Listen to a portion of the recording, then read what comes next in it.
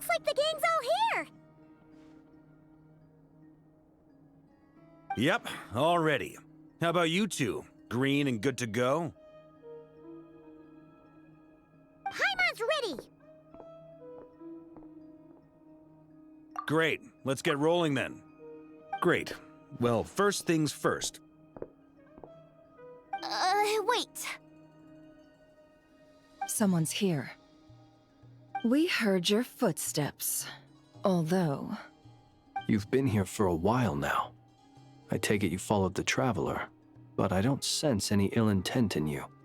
Come on.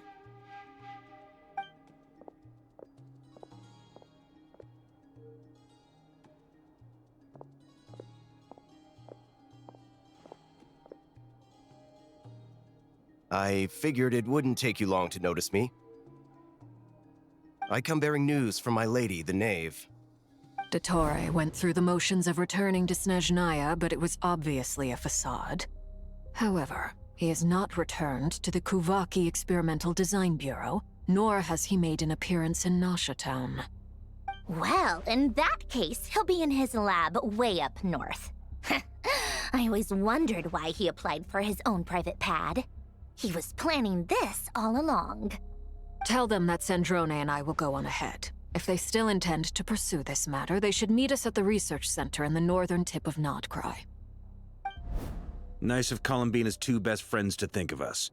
We appreciate the heads up. Our sincere thanks to the Fatui for your aid. Lady Damselette may have left our organization, but at least some of her colleagues remain genuinely concerned for her well-being. Not to mention that the Doctor's increasingly cryptic conduct gives us great cause for alarm. We have crossed swords many times before, but it's not personal. We're just on different sides. We don't lack humanity. And so, as fellow friends of Lady Damselette, it's only right that you should be in the know about this. Arlecchino's situational awareness has saved us a lot of trouble. I'll leave the map here with you. If you do decide to head to the research center, please proceed with caution. And remember, at least while you're in Nod-Krai, Lady Arlecchino's subordinates are your comrades if you want them to be. This is very accommodating of you. We can't thank you enough. Just doing my duty. I shall take my leave now. If you need us, you'll find us at the Experimental Design Bureau.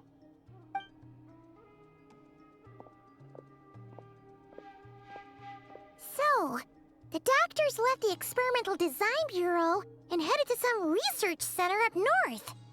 Marionette seems to think he's been planning this for a long time. But when did it start?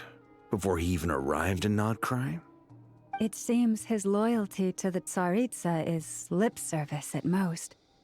Behind the scenes, he may even be working against her.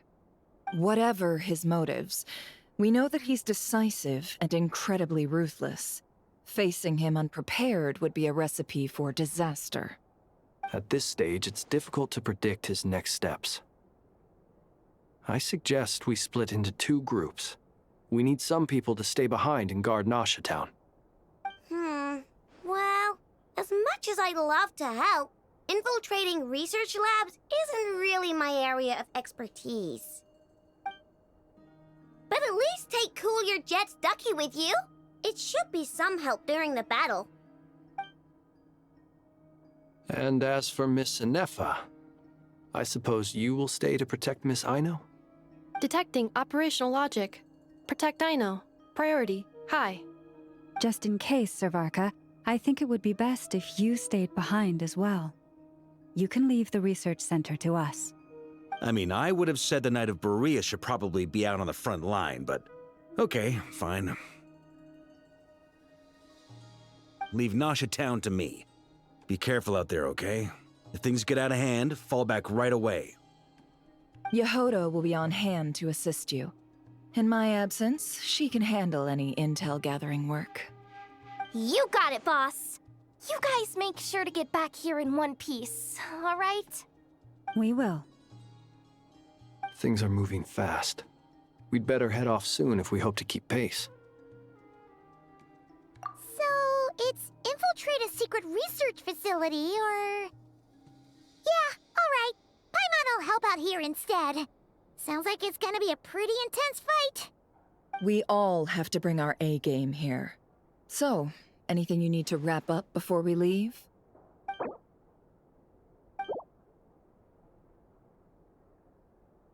Then you'd better get going. Very well. These broken machines on the ground. Someone got here before us. Could it be Arlecchino and Sandrone?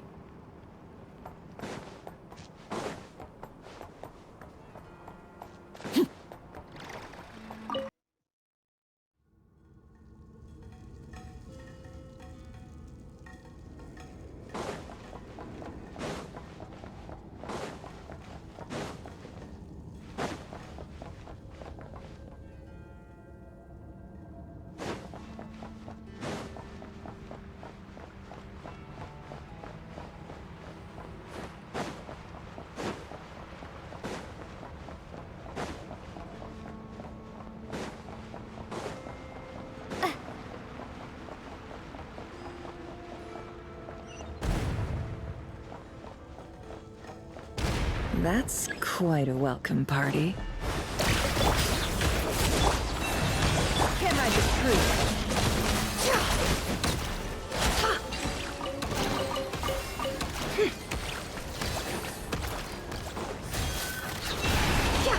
The night comes.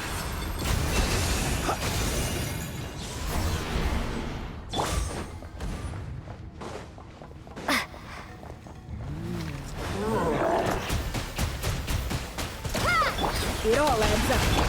Leave this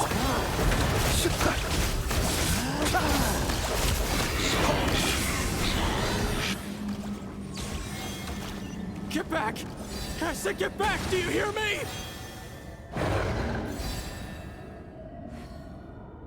Why isn't it working? No! Don't come any closer! Don't!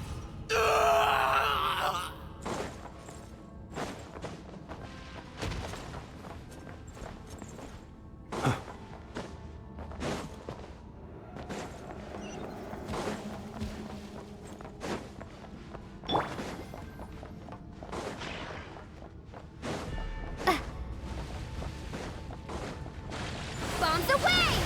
For the everlasting forest. The deception ends here. No more lying. Be silent. Observe. Night falls. You poor souls. May your spirits find peace. Grab that key on the ground. We'll probably need it at some point.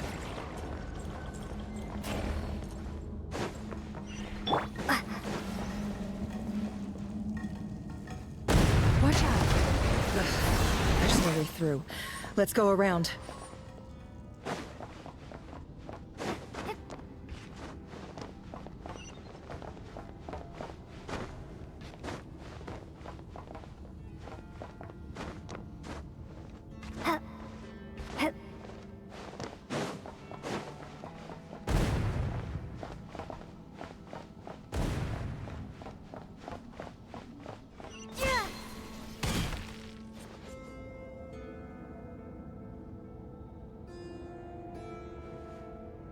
What the? Trespassers? Here? What's wrong with you people? We're looking for the doctor, and we understand he might be here. I see you're fleeing the facility. You looking to settle a score with the doctor? Good luck with that. I don't think you have many chances left. Perhaps. But you might have a chance to live if you start talking. 2 other Harbingers had the same idea as you. They're already inside. But what good is it gonna do? The doctor wouldn't do something like this unprepared. Seems to me that you're not too thrilled about being his subordinate. Also, is it just me, or do I sense monsters nearby? If you'd prefer their company to ours, that can easily be arranged. We need to know what the doctor is up to. Please, if you know anything at all, tell me. This is about more than us versus the doctor. His actions could have consequences for all of Nod-Krai. And perhaps even your homeland, Snezhnaya.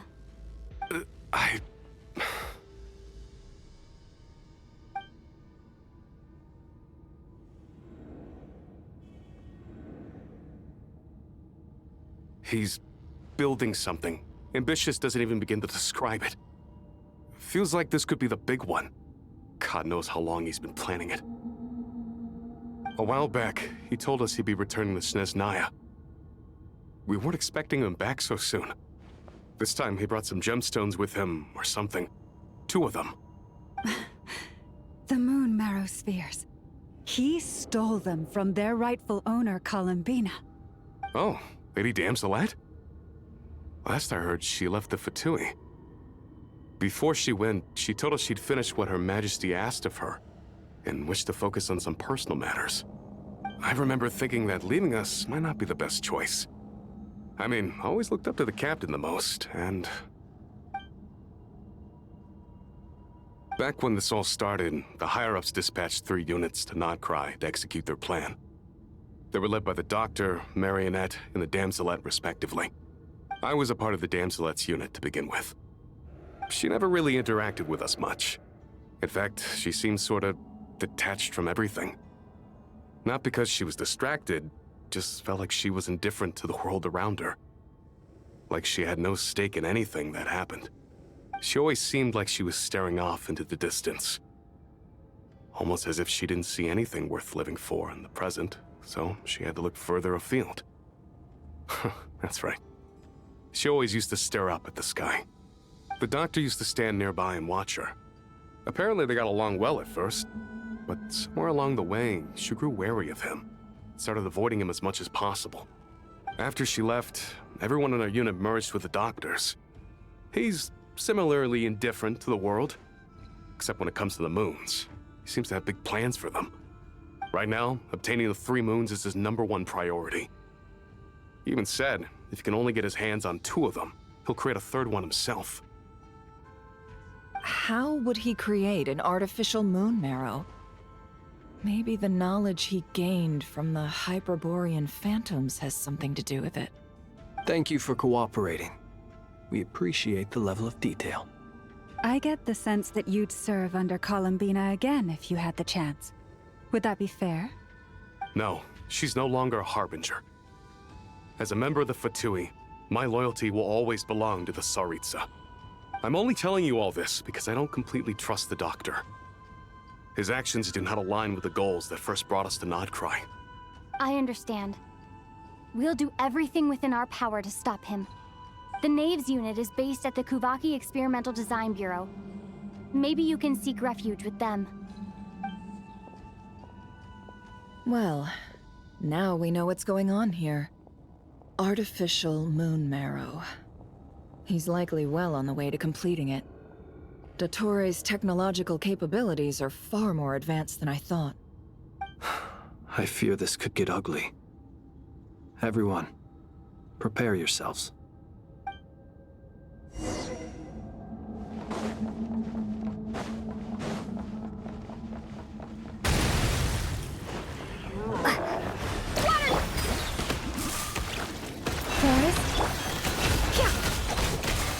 Close your eyes. By the Frostman of old, the mystery unravels. It all adds up. Wipe out! The long sleep beckons.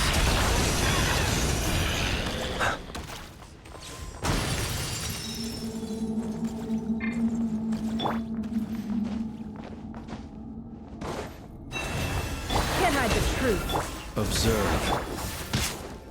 Water jet!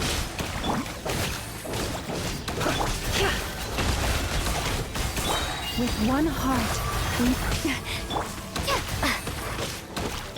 Seek within. Be silent. Observe.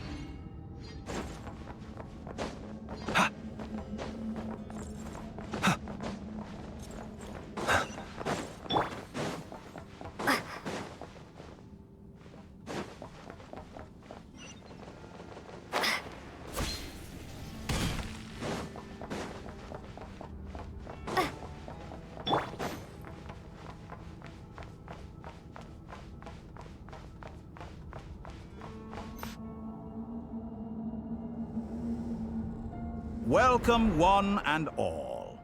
I've been expecting you. I hope my humble research facility is to your liking. Yeah, we really appreciated fighting our way in through a horde of monsters. The gall! You expect us to believe you've just been patiently waiting for us? Of course I have. Should I be worried about something? Everything seems to be going quite smoothly so far, and you've shown up right on schedule. First Sandrone and Arlecchino, now you. Ah, quite a surfeit of guests I've had today.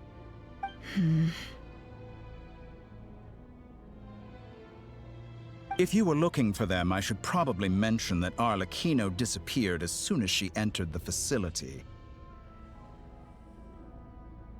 As for Sandrone, why, she stood right here only moments ago demanding answers from me at the top of her voice. Hardly out of character.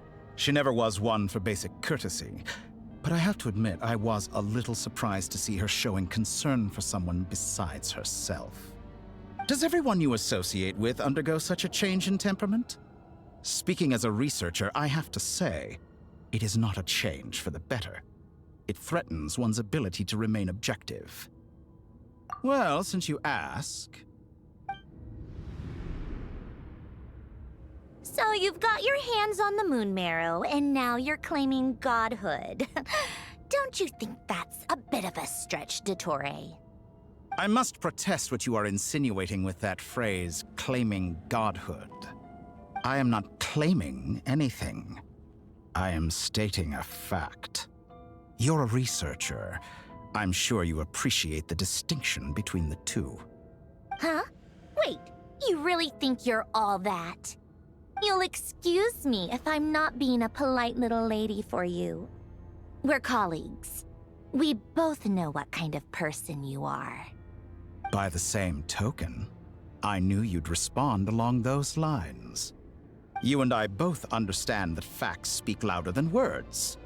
To that end, I've had my people send you a small gift. It should go some way toward helping you understand my present position. What gift?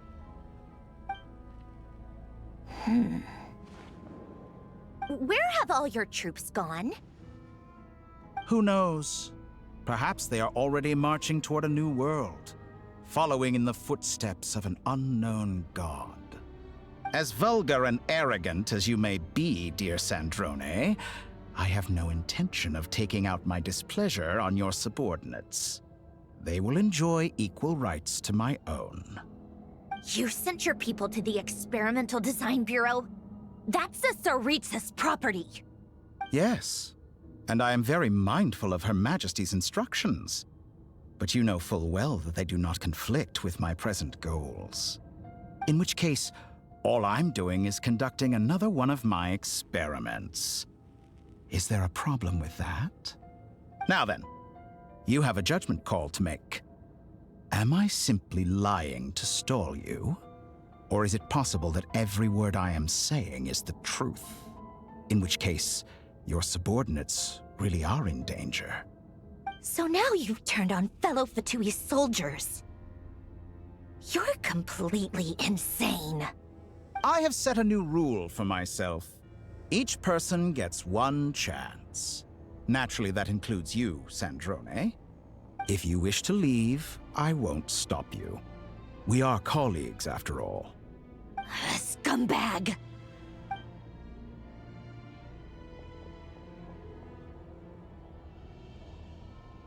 Still, I hadn't counted on Sandrone sparing any thought for the people of this world. Shame. I always found her self-centeredness to be one of her few better qualities. How can she ever hope to achieve greatness when she's so obsessed with protecting her little design bureau? It's more than a little disingenuous to speak of achieving greatness while taking hostages. Or does honor no longer mean anything to you? Honor? I have the marrow of 2 moons in my possession and will soon complete the construction of a 3rd. I will be the god of a new world. And you speak to me of honor? How charmingly naive. Those are sacred relics. You do not deserve them. In my view, many in this world do not deserve to be alive. And yet, I mercifully permit them to go on living, do I not? You'll come to regret your actions. Will I now? Let's see if you can make me.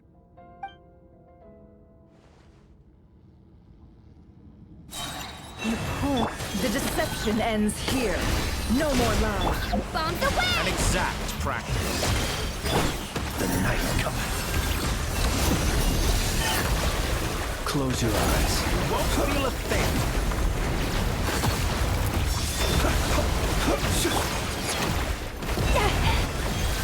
By the Frostmoon of old. It all adds up. Can't hide the truth. Observe. Target acquired.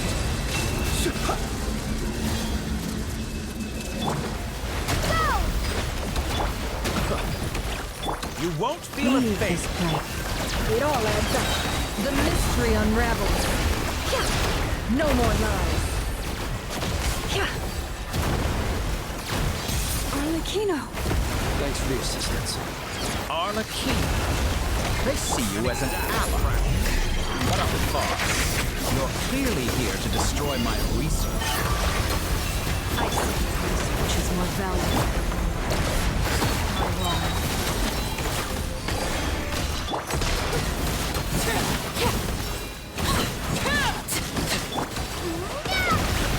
Water jet! Can't hide the truth. Be silent. Your Observe. actions betray your fear of me. Leave this place. Water jet! Shatter like a reflection. Witness my wrath. With one heart, we pray. No more lies. The mystery unravels. Can't hide the truth. Is this all it takes to tire you?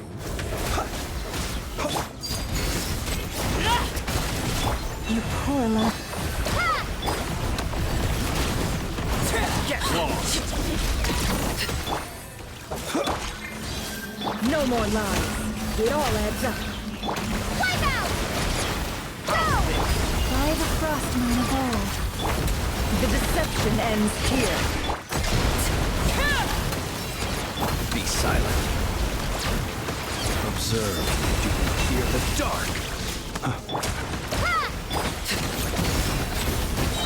This is Ettore is too powerful with the artificial moon metal in his arsenal. Fighting him is futile. Quickly. How's this?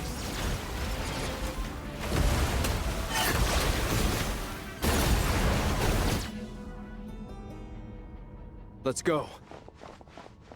I've always thought it is wiser to flee than surrender.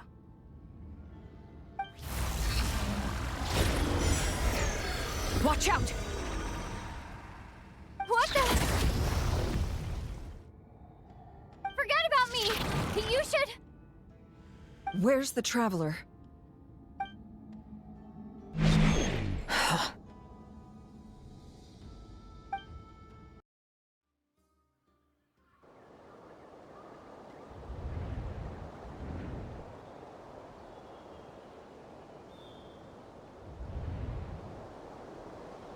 What just happened? Nasha Town? How did I get here? Strange. I remember being trapped by Dottore during the battle, and now, all of a sudden, something weird is going on. I guess I'll start by exploring the area. Huh? Traveler? What brings you here at this hour? Huh? What are you in the mood for today? A hot dog? Or something else? We've got some special discounts at the moment. Want to see the menu? Sorry, I'm not hungry right now. Ah. Well, feel free to take a seat for now. Let me know if you change your mind. Everyone seems to be acting normal. Am I just overthinking? Oh, darling, look who it is. One of our regular customers. Get the Traveler something to eat, would you, dear? Wait. Why is he talking like that? Well, I'd love to, but can't serve a customer unless they order something. Anyway, I take it your business is wrapped up? Yes, thankfully. It was a long trip, and it's left me feeling pretty exhausted. But the upshot is, I won't have to leave again for a good while. We can have some quality time to ourselves. Wait. These two are a couple? I see some kids around too. I didn't know they had a family. Hey there! I haven't seen you in ages! What's keeping you so busy? I've been looking forward to playing with you again. You forgot already? You're silly. Daddy brought you over to our house recently. We had some snacks together. What is she talking about? We've had a lot of customers over the last few days, so we've been real busy. And like my mom always says, some people are more than just customers. They're friends. Oh, another customer's arrived. I better go see what they want. This is all wrong. I never once heard the owner of this restaurant talk about their family. It certainly isn't a family-run business. And that child, I don't recognize her at all. Could this be a false memory? Very good. I knew you had it in you. Aren't you going to try the house special? When did he show up? No, none of this is real.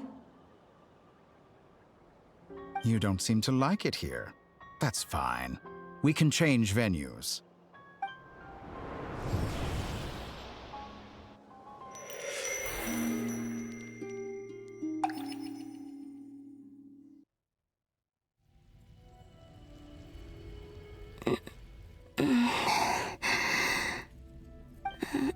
I'm still alive. Where is this place? It took all my strength to open the moon gate, and then I leapt into it. So this is the moon's reflection? The mysterious realm beyond the gate?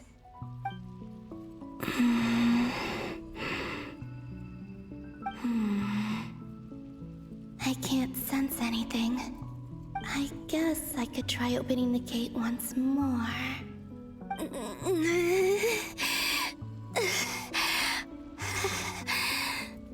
No response.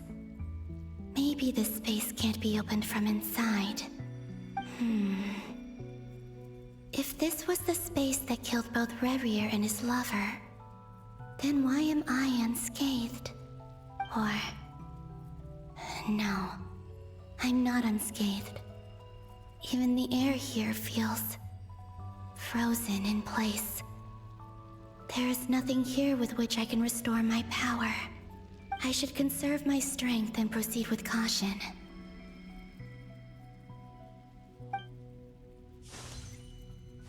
I don't believe Dotori's scheming will stop just because I escaped.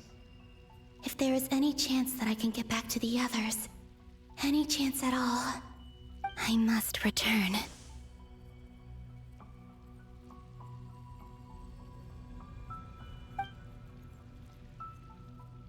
Emptiness.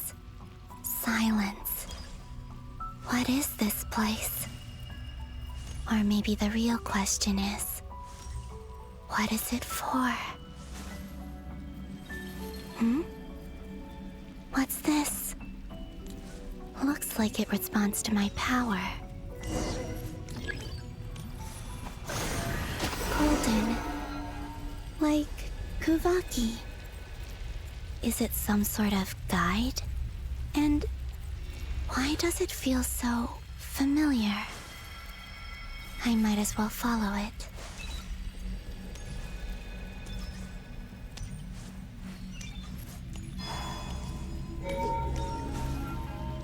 Where does this lead?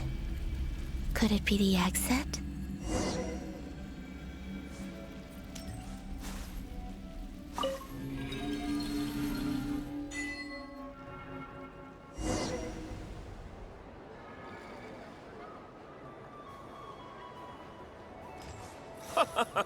Welcome home, Moon Goddess. Is this Nasha Town? But isn't Moon Prayer Night over already?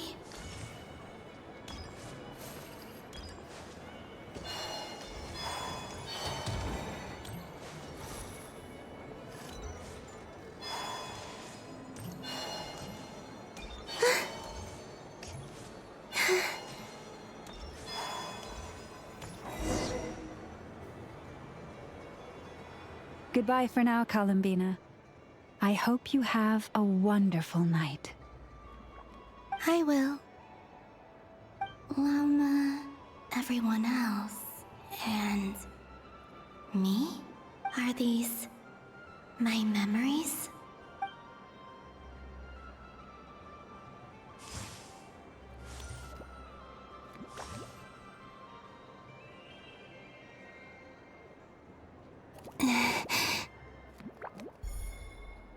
I can't touch them. It's as if we're separated by some impenetrable power.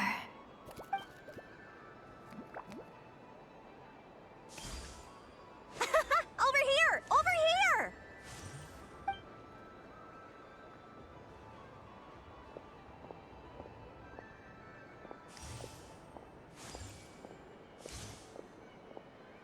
But the people in these memories pass right through me. Just like when I disappeared. If only I had known what would come to pass after that. Even so, I should still take a look around. Just being back here. It gives me the strength to keep going.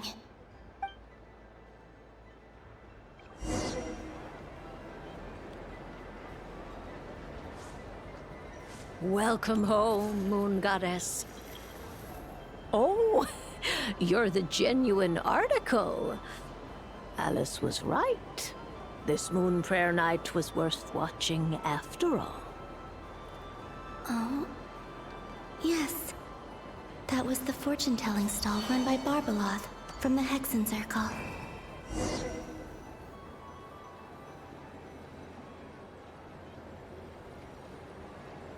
Please, draw the first lunar arcana. This represents destiny and is the foundation for the divination as a whole.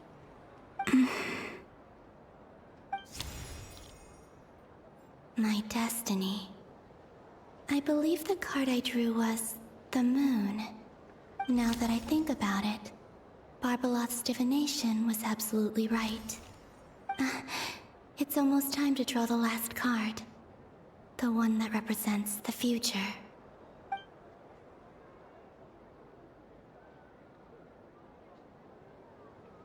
That was the card that popped out on its own. From here, I think.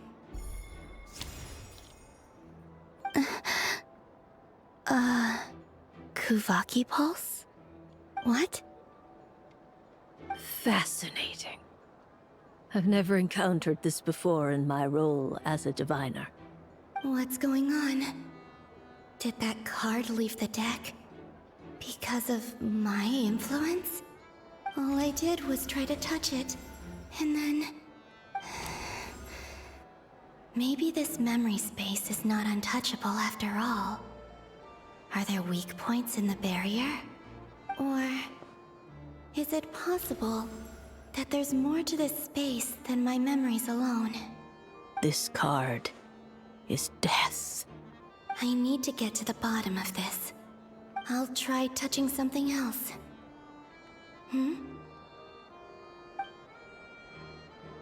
Is this...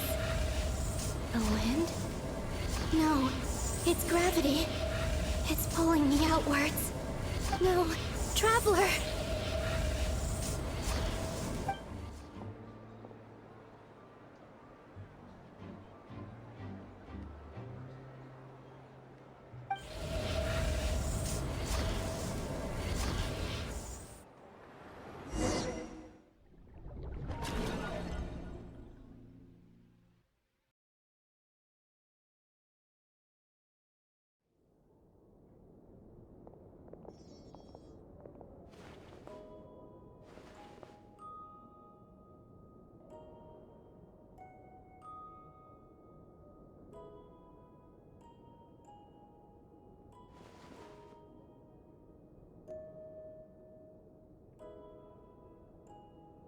Paimon, listen to me.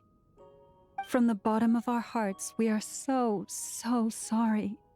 We completely understand how you must feel. The Traveler is trapped, and we all feel responsible for it. Don't say that! Paimon's not a little kid! You didn't leave her behind on purpose! There was nothing you could do! But... She's all alone in there! What if something happens to her? What are we gonna do then? We've barely spent any time apart since we met. Is she gonna... die? We must find a way to rescue her. We were all involved in the operation where she was captured, and we do not abandon our comrades. That being said, it won't be easy. Through conversation with the others on our return, we've arrived at a basic idea of what we're up against. Dottore's lab has clearly been in operation for a lot longer than we realized. We found many monster samples stored there. In all likelihood, they were materials he used to research his latest technology. We also know that through his contact with the phantoms of Hyperborea, he gained knowledge about the moons and certain Hyperborean technologies. Using this knowledge, he then fashioned an artificial moon marrow to serve as a replacement for the frost moon beyond the sky. Unlike Columbina, Dottore is not being rejected by Teyvat. And even with 2 of the 3 moon marrows, his power far exceeds all of ours combined. Once his 3rd moon marrow is complete, Dottore will have completely seized the authority of the 3 moons. Teyvat's most primordial powers will then be in his grasp. Does that mean... I'm afraid so. No one could have predicted this level of insanity. Not even from Dottore. And unfortunately, his insanity is coupled with an intellect and ambition that not even his peers in the Fatui can match. This is dire. Sounds like the world is done for. The 3 moons' authority can influence the very fabric of time and space. I dare not imagine what a monster like him would do with that kind of power. The trouble's already begun, I'm afraid. On our way back, we discovered that part of Nod-Krai is being enveloped by an unknown energy. We cannot ascertain what is happening inside. I'm convinced this is Dottore's doing. Not that there's any way to prove it. The issue is, we have no idea what his intentions are. The only thing more frustrating than facing down evil is knowing that it will surely come, but not knowing when. The Doctor is guilty of numerous crimes at Mondstadt as well. One of our knights, well, former knights, his father was murdered by Dottore. His ideology and methodology are a danger to everything in his path, from individuals to entire nations. He does not feel guilt, even when he acts against his own people. He doesn't see them as his own people, that's why. People like him see everyone else as beneath them. Right. He views other people only in terms of how they can benefit him. That's the basis of all his social connections. Granted, he's hardly the only harbinger to pursue their own interests. We all do. And Her Majesty is gracious enough to permit it. Still, her mercy has its limits. Dottore's actions have gone beyond even what the Fatui could have imagined. Usurping divine authority to become a god. For a servant of the Tsaritsa, that goes beyond being disloyal. It's treason of the highest order. We can't expect him to heed the Tsaritsa's will once he gains the 3 moons' authority. Even we harbingers consider him the most self-interested among us. Poor Traveler. Of all the people to get caught by... We have to go save her! Right now! Please! We gotta find a way! Paimon, I promise you, we are with you all the way. I get how you feel. I do. But it's gonna take more than strong emotions to take down an enemy like Dottore.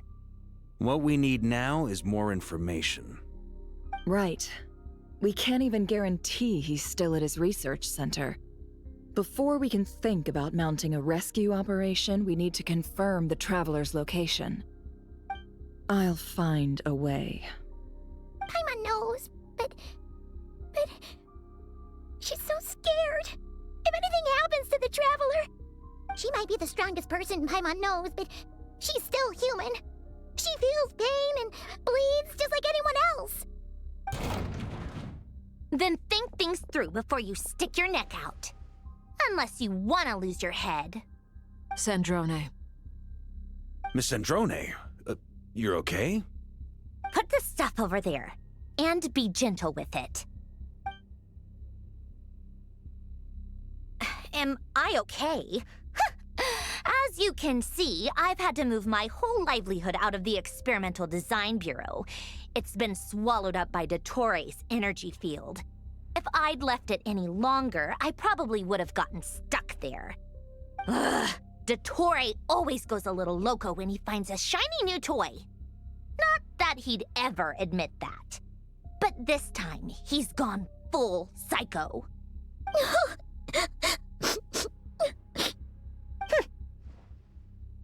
Just go ahead and cry already. Sorry. Paimon's not trying to make it scene. It's just... She can't. Oh, Paimon.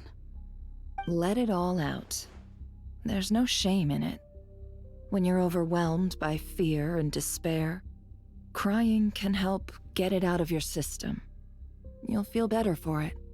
Okay then, while the baby of the group is having a moment, how about the grown-ups get to work?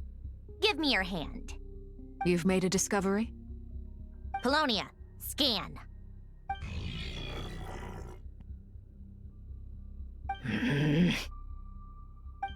You, hand, now. Oh, I thought you'd never ask, my lady.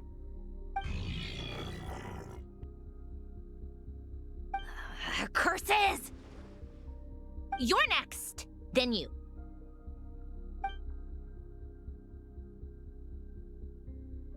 Dottore, you son of a... He's done something to us! Everyone who entered his research center has been implanted with some sort of curse. I don't feel anything unusual at the moment. Does that mean it hasn't activated yet? Is there a way to figure out its purpose and what might trigger it? My best guess is Dottore created it using the Moon Goddess's powers. 1 second, analyzing. Ugh! That friggin' maniac! So, what twisted game is he playing this time? The moment I analyzed the energy composition, some encrypted text appeared in my mind's eye. And when I deciphered it according to the Fatui standard encryption protocol, I got the following message. Feel free to run, or you will perish in Nod-Krai. He's mocking us. Yep, he loves to toy with people. Only in this case, there might be more to it. But I didn't detect any murderous intent or malice either in the message or the curse's energy. As if this is him at his least malicious. Or perhaps all people are cowards in his eyes. Maybe he thinks the threat alone will be effective. What a despicable person. And he has the Traveler in his grasp. If I may, as unhinged as Dottore may be, he has always exercised great patience with the objects of his interest. I remember a comment he made when we first arrived in Nod-Krai. He said, "This world is, on the whole, an exceedingly dull place. But at least there are a few intriguing features, such as the gods, or the Traveler. Presumably, they interest him because they're unknown quantities. He wants to understand as much as he can about them." Agreed. The Traveler is Tevat's 4th descender. All Harbingers are aware of this. Since Dottore took such pains to capture the Traveler, he is unlikely to kill her right away. Okay, but we still have to do that rescue operation. Of course. I also think we need to read between the lines with Dottore's message. If he's encouraging us to run, that means we mustn't leave Nod-Krai under any circumstances.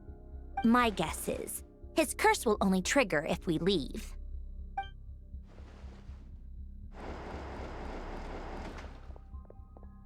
We've discovered multiple energy fields. Albedo is still attempting to analyze their structure. He told me to report back first. Each field is slowly growing, swallowing up more of the surrounding area in the process. And the pace of their expansion has increased since we first examined them. He's probably trying to swallow Nod-Krai whole. His nefarious ambition knows no bounds. If this continues, the whole of Teyvat will be in trouble, not just Nod-Krai. The loss of Columbina could not have come at a worse time. Do we think she's truly gone for good? She entered the space beyond the Moon Gate, knowing what became of Rerir and Thelindis. I'm sorry, but I fear the odds aren't good. Don't be ridiculous. If I know her, she's busy finding a way back as we speak just so she can annoy me. She isn't dead. Whatever has become of her, the fact remains that we are two comrades short on the eve of a decisive battle. We need to find out the Traveler's location, but there is also other work to be done. Agreed. Whatever Dottore planning, we have to get the local populace somewhere safe. So, as well as a rescue mission, we have to organize a mass evacuation at the same time. It would be best if someone could approach leaders of neighboring nations and negotiate emergency asylum for Nod-Krai's inhabitants. Can anyone handle that? Snezhnaya is one option. I'll see what I can do. This would be so much easier if the Traveler was here. No! Stop thinking like that, Paimon. Paimon will join you. She's pretty well connected thanks to the Traveler. Maybe it'll come in handy. Either way, that's what the Traveler would do if she was here.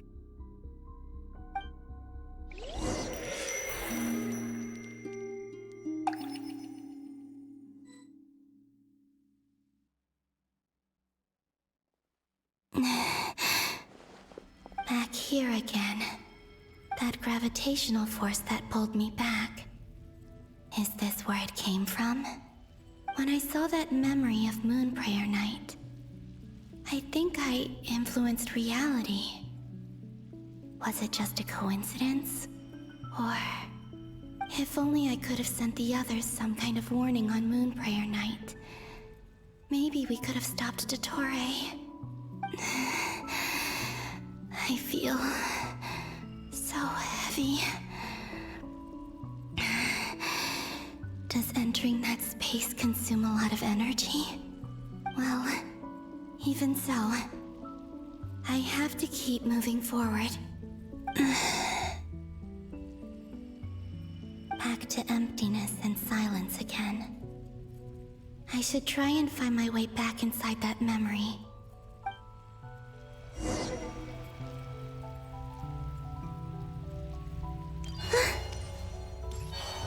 Huh?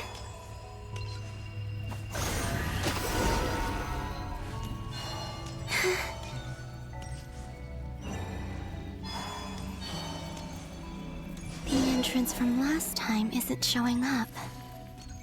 What am I missing? Looks like I need to gather these scattered fragments.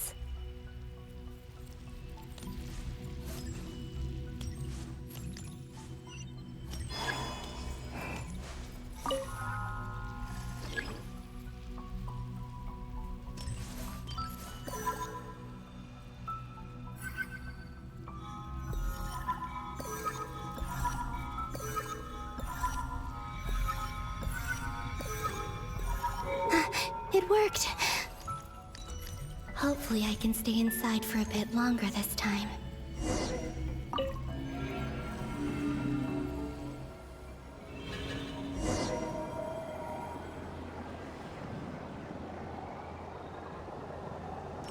Ad Astra Abyssosque. Welcome to the Adventurers Guild.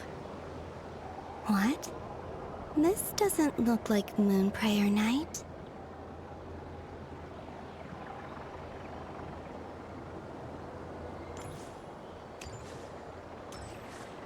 Extra, extra! Latest issue of the Nasha Express! I don't think I've ever been here. Maybe this space isn't comprised of my memories after all. There aren't any festive decorations around. Is this Nasha Town after Moon Prayer Night ended? Did Dottori's plan not affect the town? Or is no one aware of what happened because he used the Three Moons' authority? Let me see if I can influence anyone else. So, what do we do next? Wait, that voice. Paimon? The most important thing right now is to find that mage. Lauma, the Traveler, and Mr. Varka are here too. I'd better go pay the Fatui a visit. Traveler!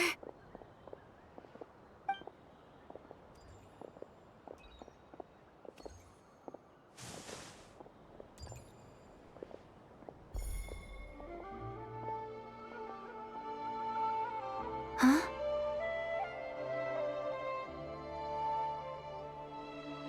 Columbina? I made contact. It's me, Columbina. Huh?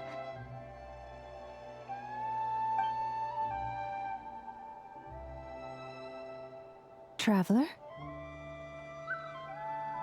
Let's go! This is no time to be spacing out! Huh? Huh? Wait a moment. This has happened before. This is what happened when I disappeared. I stood right over there, thinking that no one would ever find me again. It was only when she called my name that I decided to follow them. But did she turn around because she sensed my touch just now? Is it really possible that from in here, I can change the past? If I keep following them, maybe... Huh? It's that gravity again.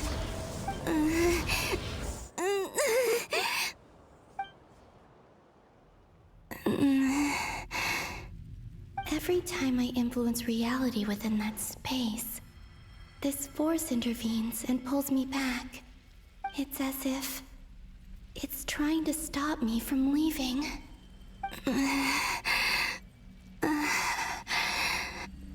I'm getting weaker and weaker. I'll just have to try another approach next time. Come on, Columbina. Keep going. You have to tell everyone what happened.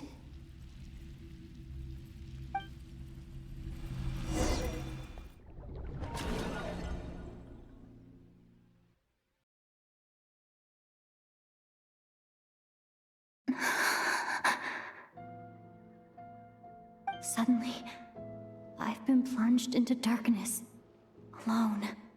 It feels strange, as if something has grabbed hold of me. Is Dottore now powerful enough to interfere with space itself? Look at you, standing so still in total silence. I almost didn't recognize you. Hello there, traveler. He seems to be in a good mood. Wait, what's that behind him? Ah, so you noticed. This is the completed trilune. 2 primordial moon marrows and 1 artificial specimen. You are wary of it. Good. Maintain that reverence. You performed well in that recent battle. Brave and reckless as always. Courage is the sign of a true hero, and impulsiveness is the hallmark of those who strive to advance. I say this not to belittle you. Most creatures are far more timid by comparison. 3 moon marrows.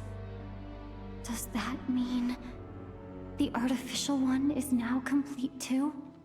Well spotted. What do you think? For a replica I built myself, I dare say it looks the part. Dottore, are you planting illusions in my mind? I have no interest in fooling your eyes. On the contrary, I hope to show you the true essence of all that you see before you. Is this not a beautiful city? People live in peace and find joy in their work. The streets are safe, People can even leave their doors unlocked at night. You might say it is the Elysium everyone dreams of. All available data indicates your values and worldview conform with the mainstream. This kind of society should be quite to your taste. False beauty is deceitful. Lies are to no one's taste. I wonder, is it your moral standards that are too high? Or your expectations of reality?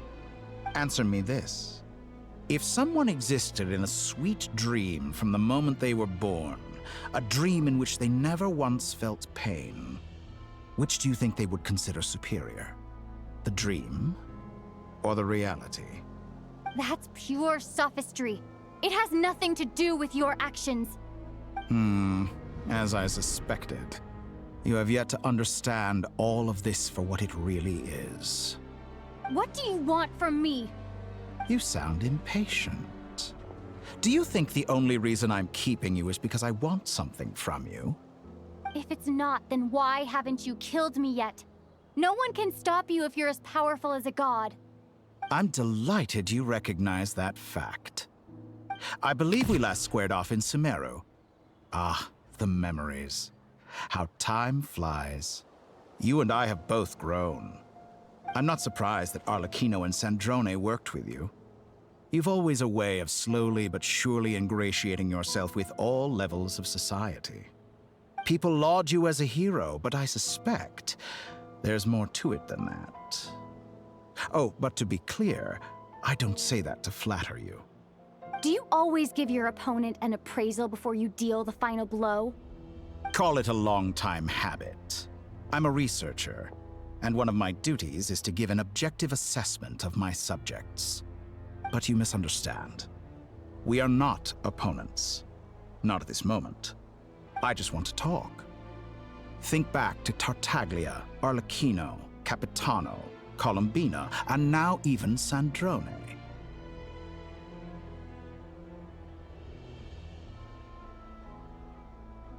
You've worked with each of them in the past. I believe you can work with me as well. What makes you so sure? Well, why not? Should the good associate only with the good and the bad befriend only the bad?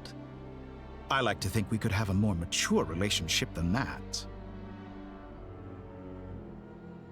Surely you don't think all your relationships are grounded in friendship or shared ideals? People come together because it benefits them to do so. If you think of the people you admire, you must surely admit that they have provided some benefit to you. Morality, ambition, dreams. People have plenty of words to embellish the nature of their relationships. But once you break free from those ethical frameworks, you will see that the only thing connecting the two of you is mutual benefit. And that is what I'd like to talk to you about. We're finally getting into it. He's probably been planning to kidnap me for a long time now. But for what exactly? He has the authority of all three moons. I won't be able to gain the upper hand in a fight. Best if I pretend that I'm willing to negotiate for now. You say you're a god, but you also speak of mutual benefit. What could a god want that the three moons cannot provide? Excellent question. But before I answer, I would ask you the same thing. Gaining Columbina's allegiance was a rare and extraordinary feat. But the Moon Marrows are now in my hands, and I have the edge over her. For this artificial moon is not being rejected by Teyvat. Her identity and lineage may have been a thing of glory in the old world, but they were also shackles that prevented her from ever integrating into Teyvat. I, on the other hand, you may view me as a thief, but I have overcome that limitation. So what is it that the Three Moons cannot grant you? What stops you from negotiating with me to get what you want? I don't make deals with lying psychopaths. That's quite an accusation. Are you expecting me to get angry with you? Well, this is one aspect in which my personal growth has served me well. In the past, my less mature self might have been disappointed, perhaps even angry, over a small setback like this. Like when you and Lesser Lord Kusanali joined forces to oppose me, for example. But things are different now. Just as the rich do not quibble with the poor, I no longer find myself perturbed by these trivial affairs. Human relationships end with conflicts of emotions and interests. But relations between humans and gods are different. And ours is even more unique. I have ascended to the highest heights and laid claim to unprecedented horizons. And you were no ordinary person to begin with.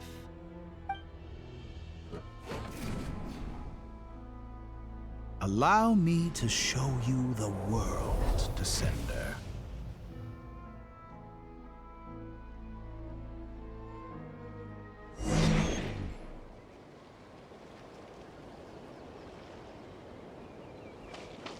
To stand, walk, jump, sit, and lie down. These are the most common of behaviors.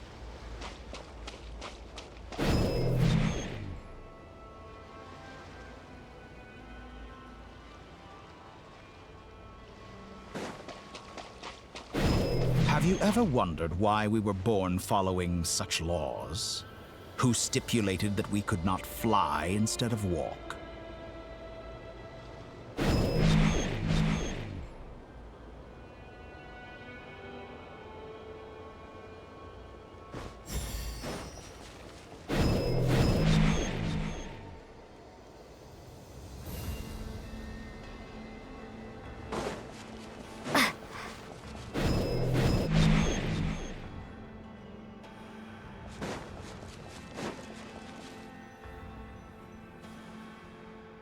Someone of your talent and experience must surely know of the 4 great rulers who serve the heavenly principles.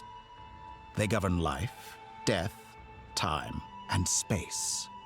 One wounded by a blade will die from blood loss or infection, and one who falls into a lake will drown in agony. The elderly wallow in solitude, and the solitary age faster. Eventually, new life is born, only to embark on the same path of suffering. These 4 divisions anchor the world and shackle those who live in it. But they themselves transcend its boundaries, squandering the power bestowed by the heavens.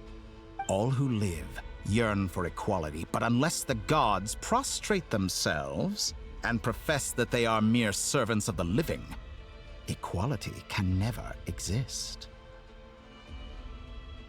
Who makes the rules we must live by? Who has the right to restrict us?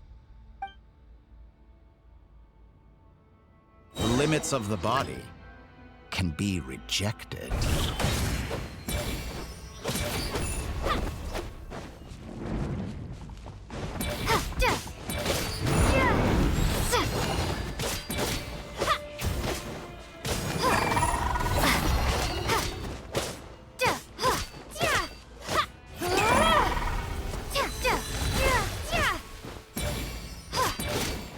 How does it feel to be among those with absolute power?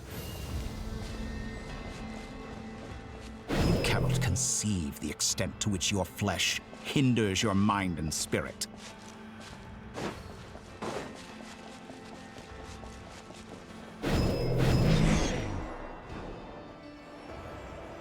Only by discarding our useless, primitive eyes can we perceive a new world. How narrow-minded we all were in the past. Why should the final answer of the world not be the power that predates those of life, death, time, and space? The power of the Trilune. Through it, I have glimpsed new experimental possibilities. Nature suppressed, authority exiled, souls controlled.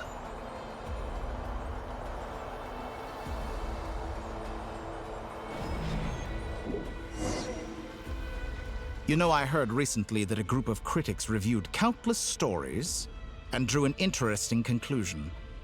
They found that it is more often than not the villains who strive tirelessly to push the boundaries of progress. In fact, Long before this, someone voiced a similar idea in an academia editorial. I felt a great affinity with this perspective. I have never been afraid to step up and play the role of the villain. Fanatics are trampled down for their transgressions, and those who transcend are rebuked for their audacity. And so, the majority of creatures are too timid to follow my lead. But all sacrifices made during my experiments have been worthwhile, as you can now see. I can offer you something new, something unique, precisely because I am a villain. Think about it. We are eternally bound through mutual interest. Can you truly say you would never turn to malice if it could give you the life you dream of? After all, what value do perfection and purity really have? They are fragile and feeble things, utterly tedious. I say, better to be governed by a flawed humanity than a gnosis. The true seeker of knowledge is the villain who undergoes countless tribulations in pursuit of their goal. I'm sure many people have told you that you're different. Because I'm a descender? Exactly. Very clever. But what has that got to do with you? I do not conceal my wicked deeds, my selfish desires, or my greed. A true researcher must act as I do if they are to understand and speak of the truth. And yet, a knowledge seeker like myself will inevitably grow tired of studying Tevat beyond a point. You have traveled to all corners of the world and met many people. Along the way, there have been moments when you were misunderstood or even became a wanted criminal. And all the while, you have spent your days doing some of the most mundane jobs in the world. You fight and toil, claim minuscule rewards from my friend Pantalone, then you fight some more, winning some battles and losing others as your search goes on. And this cycle continues, with no end in sight. Surely you must sometimes grow weary of being stuck in this same loop day after day. We're completely different. I embrace everything that life throws at me. I am engaged in every step of my journey. How does that make us different? I too embrace what life brings, researching everything that interests me. Think of all the novel things I've managed to create, like the artificial moon marrow. Don't you see? As unique a specimen as she was, even Columbina is not irreplaceable. Take that back! She's gone because of your actions! I didn't say that to anger you. Though admittedly, I don't see what there is to be angry about. Anything Columbina could do for you, I can do better. I know what your ultimate goal is. You wish to walk the path your brother walked, and seek answers from him at the end of that journey, don't you? Someone like you could never understand what it feels like to care about another person the way I care about him.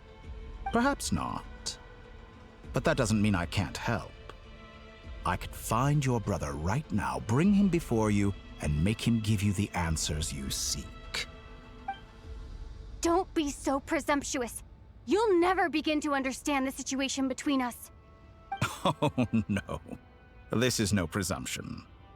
I'm only offering what I know is possible with the power of the Trilune. But it seems like you would sooner continue with your journey through this world. Why? Do you truly desire this journey? Or is it simply a necessary process from which you cannot escape?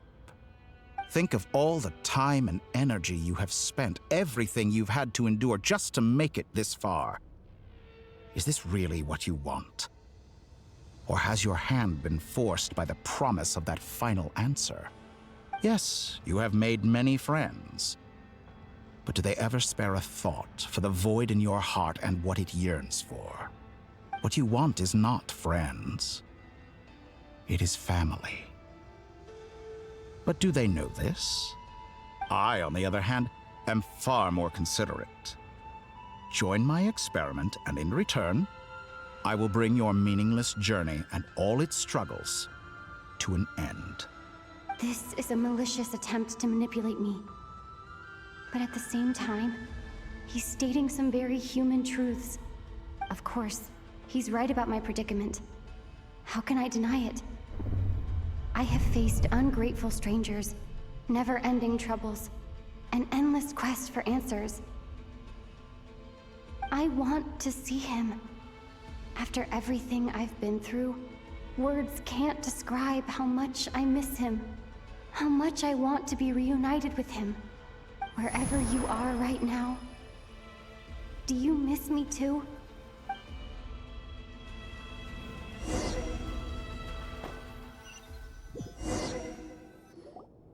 All right, everyone. Our next mission is clear. We need to contact all the major organizations, explain the situation to the public, and then begin the evacuation. The residents of Nod-Krai are quite dispersed. The two most populated areas are the Southern Isles and Pyramida. Miss Lauma, I will leave Hisi Island and Nasha Town in your hands. I will liaise with the Fatui and Pyramida. Agreed. We will reach out to Natlan and Snezhnaya. Anyone found north of the Experimental Design Bureau should follow the Fatui to Snezhnaya. As for those dwelling south of that line, I will ask the Voynich Guild to help persuade them to leave. Then I, Mr. Varka, and the Frostmoon Scions will escort them to Natlan. The Voynich Guild has dealings with the Curatorium of Secrets. I will send them a letter vouching for your credibility. Yehoda, you should help Lauma. This is too big of a task for one person. My wish has come true. You're willingly lending me your most capable employee for the day. Well, good for you if all this only takes a day. Of course, if it takes any longer, I'll be charging a fee. Boss, wait! Don't I get a say in this? Oh, I'm sorry. Something to add, Yehoda? Well, no one's more important to me than you, boss. And remember how Lauma healed your eyes after that big battle? I think that's worth at least 2 or 3 days' work for the Frostmoon Scions. Are you completely incapable of acting in your own self-interest? Or do you simply devalue your own labor? Are you sure you don't want to come with us? Who will see to our other work if we're all busy evacuating residents? Sandrone insists that Columbina is still alive, and we have a traveler to rescue. There's much to be done. But boss, I'm just worried that... Well, Nefer, I'll link up with you once my tasks are complete. What makes you think I'd need you to do that? I'll need it. And considering the way you approach certain matters, I think you'll be better off with me present. That's quite enough. Just focus on your work first. I bet we're in for an uphill battle here. But we can help out too. Nefer and I are gonna help Nasha Town's residents carry their stuff. Loading schedule. Store essential local research data and technology samples, then escort the people to Natlan. Understood. I will execute this to the best of my abilities. Great stuff. Thank you, ladies. I've contacted the Lightkeepers. A colleague of mine will join us shortly. I will persuade them to conduct a thorough search of the region to ensure that no civilians get left behind. As for me, I guess I'll be making an early return to Sumeru. I think it's important that someone informs the Dendro Archon of what's going on in Nod-Krai. Roger that. Someone should inform Mondstadt, too. Mr. Durin, can I trust you to handle that? I think you fly faster than any of us can run. As an added incentive, get there fast enough and I'll see about getting your gliding exam waived. Really? Ha! Mission accepted, sir. I intend to stay behind and help Miss Sandrone with her research.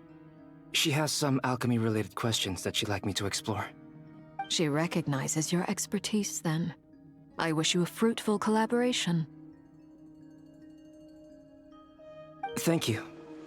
In truth, I was surprised to hear her express an interest in subject matter outside of machines. I believe she has been investigating some Fontanian technology recently. She made a point of bringing the relevant materials with her when she left the Experimental Design Bureau. She's sorting through everything in her room as we speak. I should mention that we have one other friend who isn't present. He hasn't made his position in all of this clear. But if we know anything about him, he's likely investigating on his own. Paimon's been very quiet today. But I know how close she and the Traveler are with the Natlanese. She should come with us to the border. Okay. Paimon will do her best. Make sure to heed Sandrone's warning. Many of us have been cursed by Dottore. As such, under no circumstances should anyone cross national borders. Remain within Nod-Krai. That aside, personally, I have faith in Columbina. Things look grim, sure, but who knows how it'll play out. Same goes for rescuing the Traveler. Both of them are important allies and friends. We'll be counting on you to gather intel on them, Miss Nefer. Oh, wonderful. You're all here.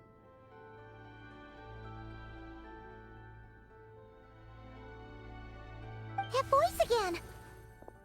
Nicole? Whoa, that was loud! And it came out of nowhere. So mysterious. Sorry, this is the only way I can speak to you all right now.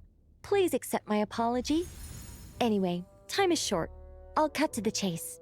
We're still facing quite a catastrophe here at the world's borders. Alice has roped in every Hexen Circle member she can get a hold of. Except for me. She told me I had to come and help you all out as a matter of urgency. I quote, "You love talking, don't you? Well, now it's finally your time to shine. Take these. Make sure the whole party gets one each. You'll be in charge of making sure everyone stays connected." Huh? Is this a Dodo communication device? Scanning. Unknown device. Analyzing. Unknown device. Conclusion. Cute. Affirmative. It is cute and good. I believe that I quite like it. This is no ordinary Dodo communication device. It's my very own special modified version, specifically... sorry. I almost went off on another tangent there. Anyway, help yourselves. It will allow us to communicate over long distances within Nod-Krai. No more worrying about shuttling messages back and forth. What astounding technology. Am I right in assuming that it relies on your personal abilities to function, Miss Nicole? Yes, exactly. Right on cue, Albedo. I'd love to brag to you all about how it all works. But no, next time. Anyway, I'll be right with you all, serving as a communication hub. That's all from me. Head off as soon as you're ready. I'll be staying here to keep watch, and I'll be sending you my blessings.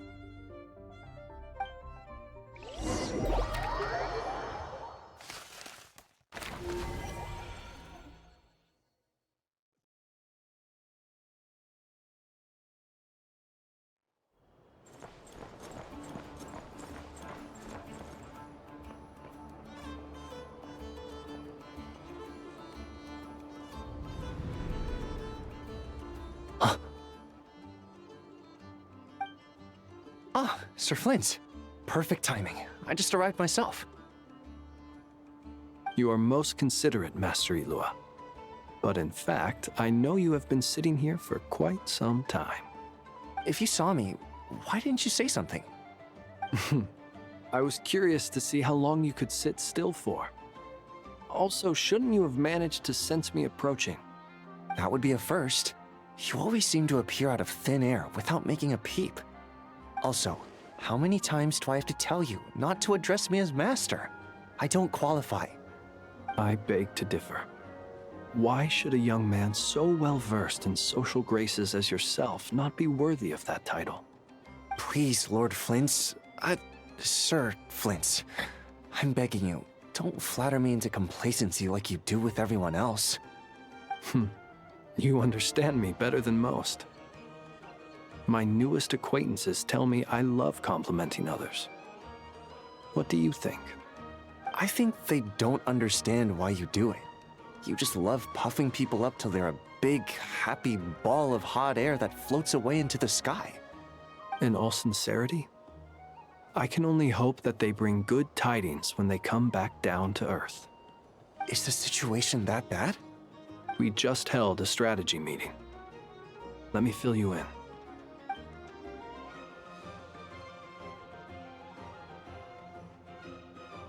In short, we need everyone gone from Pyramida. We also need a team of Lightkeepers to scour the more remote regions of Nod-Krai for civilians to evacuate. I only hope we have enough personnel. We do. Old Man Nikita will definitely help, and we can recall anyone out on patrol to focus on this instead. Good. I'm sure you and the others will make short work of this. Now, don't forget, once you've completed this task, make sure you and the rest of the team evacuate to either Snezhnaya or Natlan as well. Flint? If you've got something to say, Master Ilua, why not guess what I'm thinking right now? You mentioned that you have something else to deal with later. How difficult is it going to be? I doubt it will be easy. I know you're a Lightkeeper, and it's your duty to protect others in times of crisis. But I have a feeling that you'll be walking into grave danger. However bad things have gotten in the past, Nod-Krai has never faced a mass evacuation before. But from the sounds of it, you don't intend to come with us. I don't mean to pry, and it's probably none of my business. But whatever it is you're intending, you don't have to go through with it, you know. I've been afflicted with some sort of curse, and I'm told it may well trigger if I set foot outside of Nod-Krai. As such, I cannot leave. I have to act, if for no other reason than to fight this curse. What? No. Why? Why would anyone want to curse you? There are plenty of people out there willing to trample over others in pursuit of their own goals. Frankly, Sir Flint, I am furious. You're making light of what is an incredibly serious situation. Indeed I am. And? And what? I told you, I'm furious about this. Nothing I can do about it, I'm afraid. Things happen, and we just have to deal with them. If you find yourself feeling angry, perhaps start by drinking a big glass of water. Hey, you mean you're completely unmoved by my anger? I'm devastated. Then allow me to express my sincerest regret. Come by the lighthouse sometime. We'll catch ourselves a few fish, have a little barbecue, play some cards, and bask in the sun. Maybe I need to spell this out. Lean in a little, Flint. Oh my, this doesn't bode well. Word is that you were caught up in a real horror show recently. People were amazed that you returned safe and sound. They've been debating whether you're even human. I've returned safe and sound from plenty of crises. When you say people, do you mean other people? Or do you just mean you? Fine. I'll be frank. You're not human, are you? Heavens. Now that's a horrifying thought. You know what? Forget it. We'll revisit this once it's all over. A sound plan. Albeit a little ominous sounding. Just promise me you'll come back in one piece, all right? For you, Master Ilua. How could I refuse? Also, please pass my regards on to our colleagues. Tell them, thank you all for your assistance. Please put safety first as you proceed with the operation.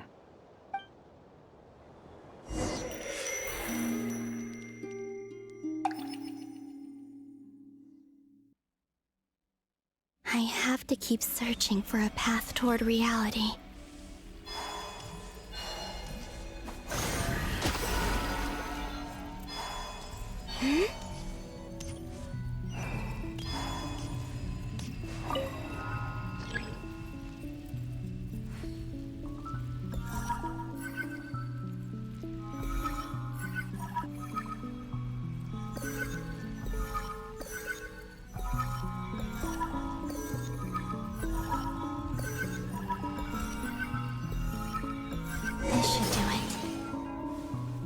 last 2 times I tried to influence reality in this space, it consumed a lot of Kuvaki.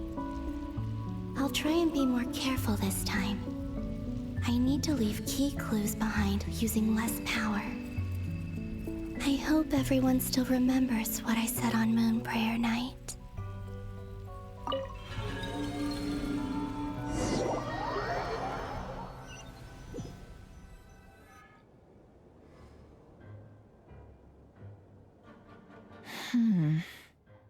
Nothing here either.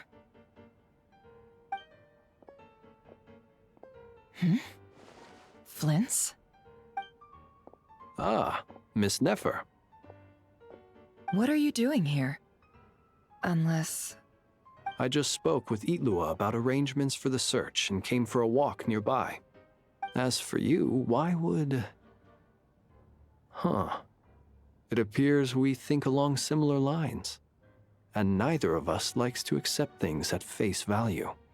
As well as figuring out how to gather intel on the Traveler, I wanted to confirm some of my own suspicions. Also, we'll need to bring a lot of force to bear against Ettore, even if we're only looking to rescue the Traveler. We can't leave anything to chance. You don't think Columbina perished either, do you? I'm merely considering the possibility that she survived, just as you are.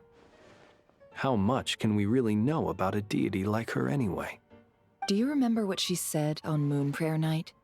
About using moonlight to send messages to us? Of course. I think that's why we're both here. Where have you checked so far? I've been focusing on the outdoors. Anywhere the moonlight shines. I checked most of Nasha Town, but didn't find anything. I checked the Curatorium of Secrets, and a few rooms where I thought I might find some leads. But no luck here either.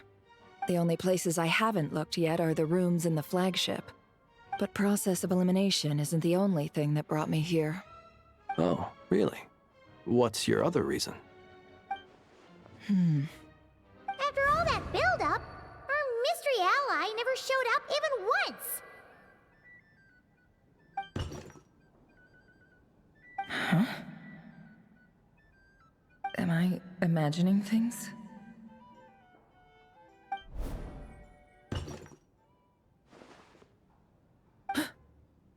Come on, let's see what's going on. Oh no. I knocked over a vase as soon as I came in. It must have been caused by a Kuvaki fluctuation when I entered the space. Although, it seems like I'm not about to be pulled away this time. It looks like as long as I'm careful with my actions, it doesn't count as influencing reality. Anyway, is this the flagship? The Traveler mentioned that's where she was staying. I only went into the lobby last time, so I've never actually been here before. How does this space work? If nothing else, I can now be sure that it is not simply memory. She mentioned where her room was. I think it's... this one.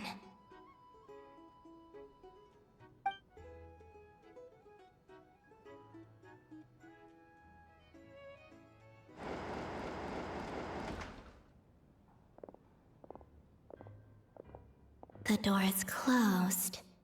But if this is anything like when I disappeared, then maybe...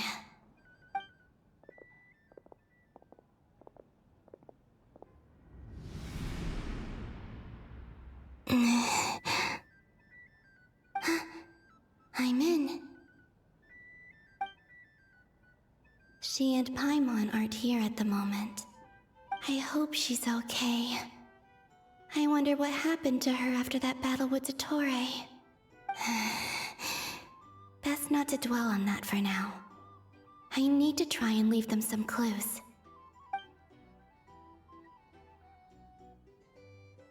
Please, Traveler. I really hope you find this.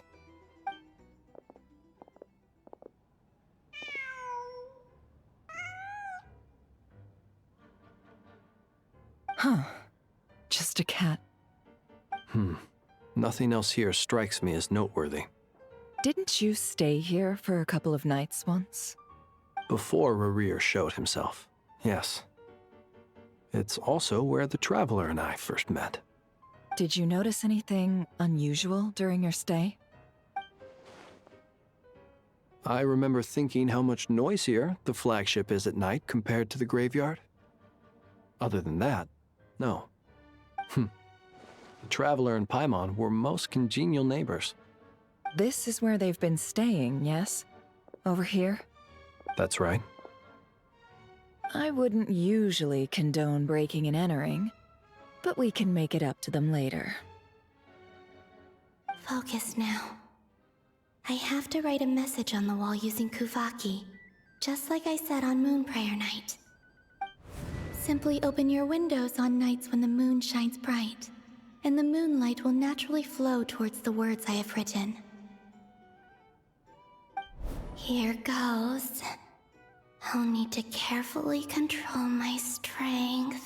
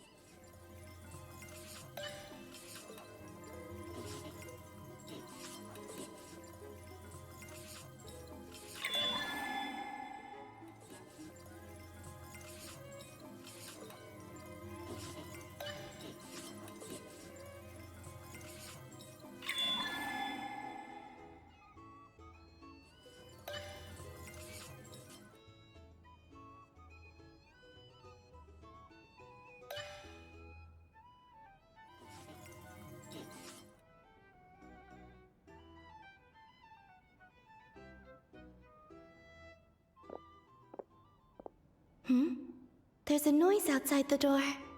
Is she back?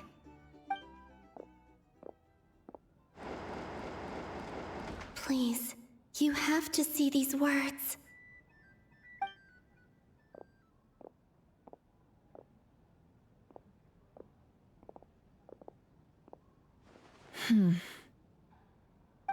Well, do you sense anything? Unfortunately, no. And this place was our last chance. Not necessarily. We've only looked in Nasha Town so far. Miss Columbina said she would leave messages at her friends' dwellings. It's still worth checking where Miss Lauma lives and where I live. Let's try and make some time to look into those then. Wait. What are you waiting for? Paimon might have overeaten slightly. What's that look for? This is a victory feast. It's normal to eat a little more than usual. The Traveler and Paimon. It's really you. But why are they talking about a victory feast? Huh. You worried Paimon sick while you were out there fighting Rerir. So this is your chance to make it up to her, all right? Wait. So this is the night after the battle against Rerir. How did I end up here? That's quite a long time ago now. Wait. Time. That's it. Every time I've entered reality within this space, it's been at an earlier point in time. Every one of those points has been before I fell into the moon's reflection. And everything I've done to affect reality really did happen in the past. Does this mean that within the moon's reflection, time flows backwards? Starting from the moment I fell in? Not long till Moon Prayer Night now. It's gonna be even livelier than tonight. Although, it's gonna be sad saying goodbye to the damselette. She seems like a really nice person. Paimon. No, I can't. Even if I make contact, they probably won't understand what's going on. And in any case, I'll likely get pulled away again if I do. Instead, I have to find a way to get them to notice what I've written using the moonlight. Wait. Even I hadn't thought of doing that before Moon Prayer Night. They'd never conceive of that possibility. Is there truly no other way? Don't lose heart. We'll find a way somehow. Huh? Oh, you say that, but the Frost Moon is beyond the fall sky. If we wanted to go visit her, how would we make it through to the other side? We might not have all the answers now, but I'm sure we'll find a way one day. Huh. Guess someone's gotta be the optimist. The present. The future. That's right. There are still things I can do. What's your plan? Flint's, when you were staying next door, did you ever open the window? No. The rooms here are dark and damp, and there's such a buildup of dust on the windows that the moonlight can't even get in. I didn't think it was worth the trouble. The moonlight? Ah, I think I see where you're going. One moment. I'll see if the owner is available. Don't bother. Time is of the essence.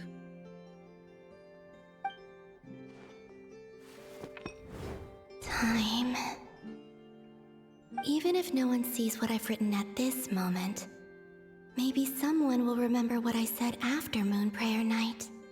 I need to write down as much information as I can. And maybe one day...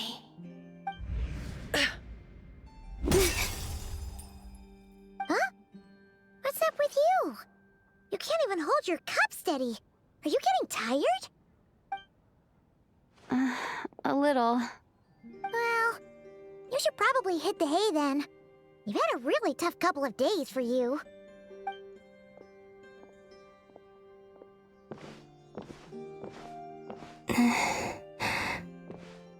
You truly have. You helped defeat Rerir, helped me reclaim my name, and you helped the others organize Moon Prayer Night. Wherever you are right now, I'm sure you're still fighting against the injustices of fate. This is all I can leave for them. How I wish I could stay here. But it's time for me to go. I hope to see you again in the next time. And if the opportunity presents itself. I will surely return to your side. Huh. Columbina. She's alive. Not only that, but she's left us an entire wall's worth of clues. She even wrote down what would happen on Moon Prayer Night. It's just a shame we found it too late. I am here. Time in this place flows backwards. I am constantly moving forward. It sounds like she's found a way to influence the past using Kuvaki. But her future is our past. So, these words have been here ever since we defeated the Reikir of Solnari. We just never discovered them. Which came first, the chicken or the egg? Do you ever mull over questions like that? Only when I'm in a good mood, and at leisure. Well, I never do. Everything that has happened already belongs to the realm of fact. As a business person, and especially an intel broker, what I do is extrapolate from those facts to try and read the future. An admirable philosophy. It's a means of survival. Let's go. We have a wall's worth of clues to share with the others.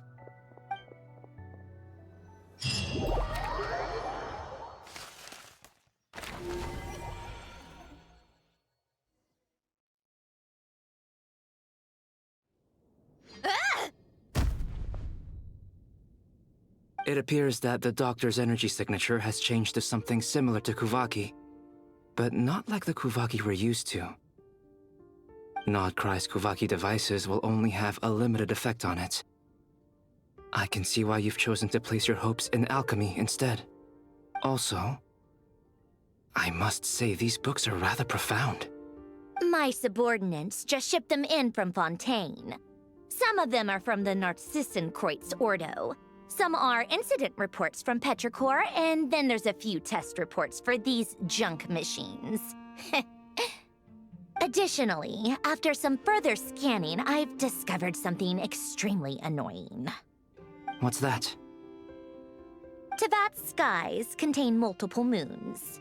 A long time ago, when I did my first scan, I detected 3, just as the legends say. But when I checked again just now, I detected 4 moons. So there's one extra? Yeah. Originally, I thought that if I could still find 3 moons, that would at least mean Columbina's still alive. But then it occurred to me that apart from the frost moon, Teyvat's moons are just husks. And husks surely shouldn't show up in the scan, since they're not alive. It's weird, isn't it? If we can't even distinguish between a dead and a living moon, how are we supposed to know whether a moon goddess is still alive? Or does this mean that the moon marrows are equivalent to the moons themselves? It's certainly possible. In which case, the 4th moon you detected may be Dottore artificial creation. So he wasn't bluffing. He really built his own moon marrow. Ugh! I'm so mad right now! It's easy to get overwhelmed when you have too much on your plate. Maybe you need to relax. Perhaps try going for a walk. Or simply take a few deep breaths. Nothing can calm me down at a time like this. I need more time, and I need progress.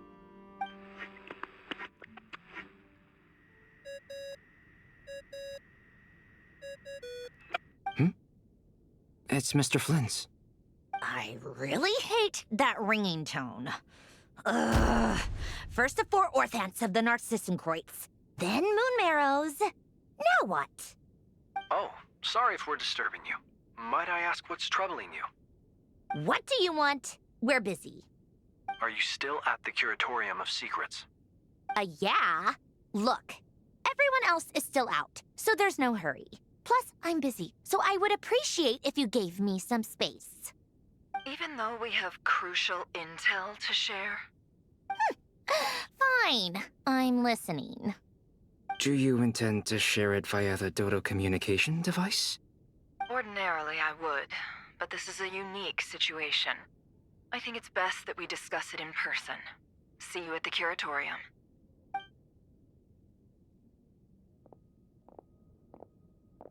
All right, then. So, what's the situation? The rest of the team is still out working on their missions and evacuations, but we've decided to fill you in on the most crucial information first. Sandrone, you were right. Columbina is most likely still alive.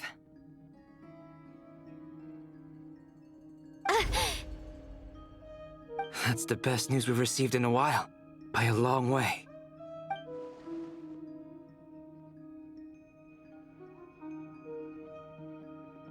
Random locations. Appearing in reverse order? Are you serious? So not dying isn't enough for the moon goddess, huh? She has to show off too. Anyway, does this mean we can deduce her condition from the moon marrows?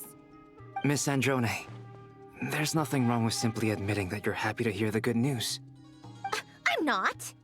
And she's the least of our problems. We're facing a huge crisis.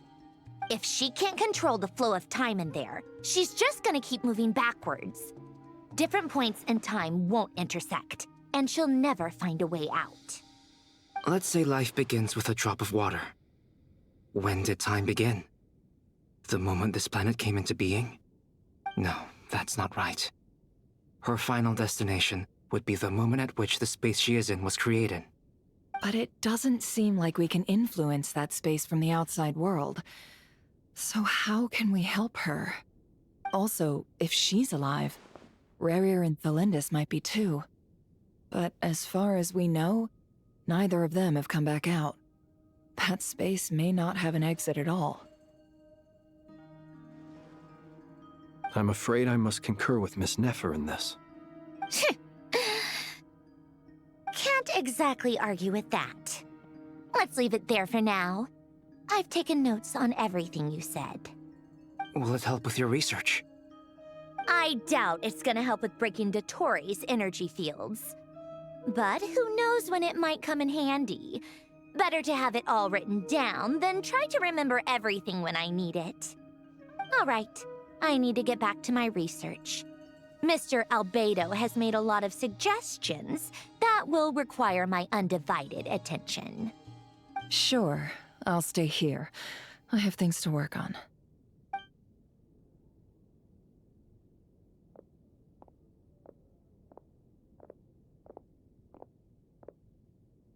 Paimon, are you there? Oh, right. She went with Varka to Natlan, didn't she? Good thing we've moved her and the Traveler's luggage in here. Speaking of the Traveler, where could they be? There's a note from Paimon. Paimon here. Not in at the moment, but if anyone needs to borrow her stuff or the Travelers, go ahead and help yourself. Paimon won't be mad. Also, Traveler, if you get back before Paimon, make sure to get some rest. Paimon misses you a lot, but put your health first, all right? How sweet. Well, since you offered, Paimon, don't mind if I do. This is the Traveler and Paimon's luggage. All the items they use day to day are here. It's well organized. I wonder which of them is responsible for that. What do we have here?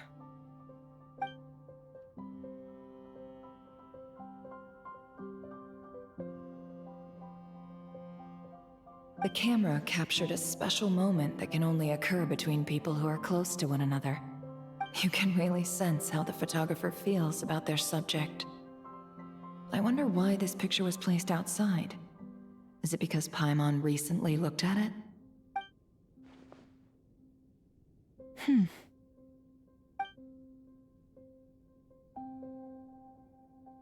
This must belong to the Traveler. Perfect. I'll use this. Hang in there. We'll find you.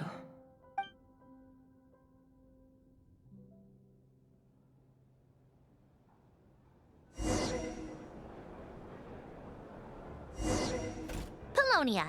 Search keyword world formula and bring me all relevant books.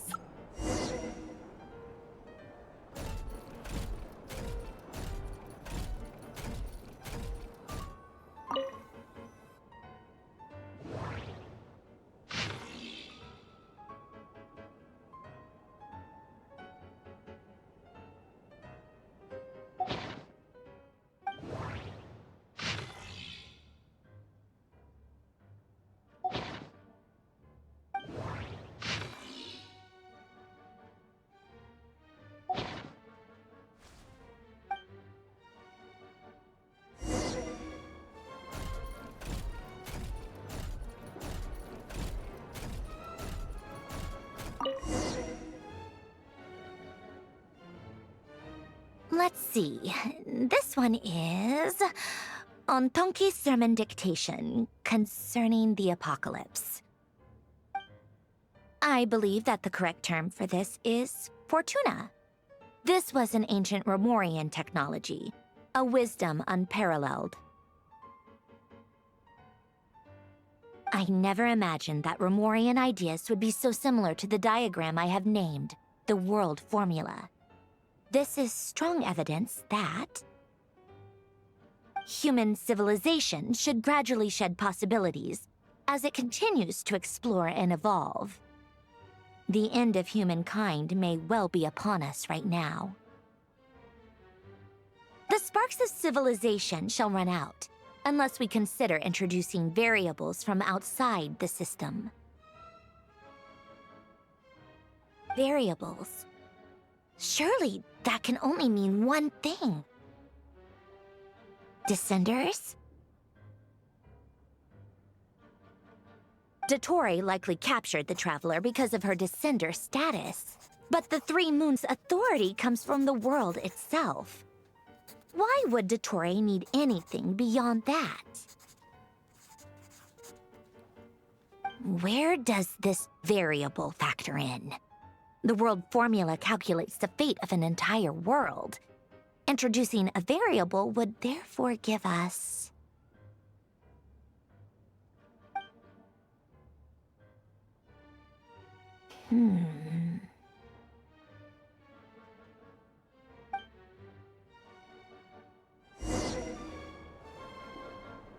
Polonia, search keyword pathway and bring me all relevant books.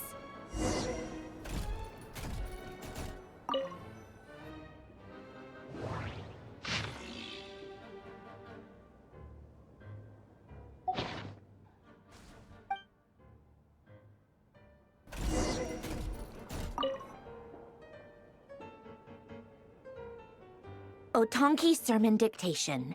Explications on the Chemical Marriage. These titles are pretty esoteric. Observe and compute the pathway displayed in the guidance diagram. Deconstructing and reversing its effects could generate potential ideas. So, it's one of Renee's draft lectures. Deconstructing the pathway. I suppose that could lead to a breakthrough.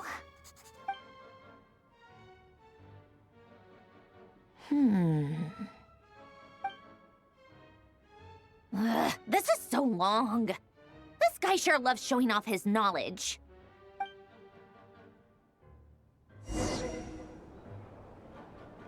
Polonia.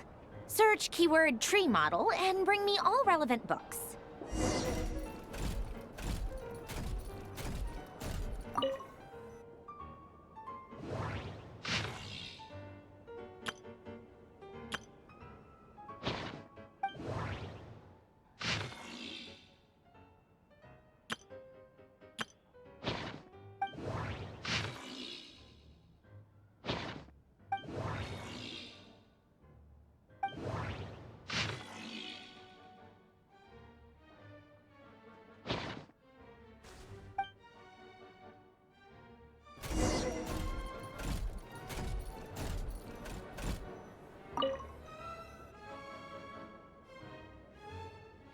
Most of the experimental devices proposed by the Lilia Crucis Ordo are built based on the simple and basic logical structure of a tree model.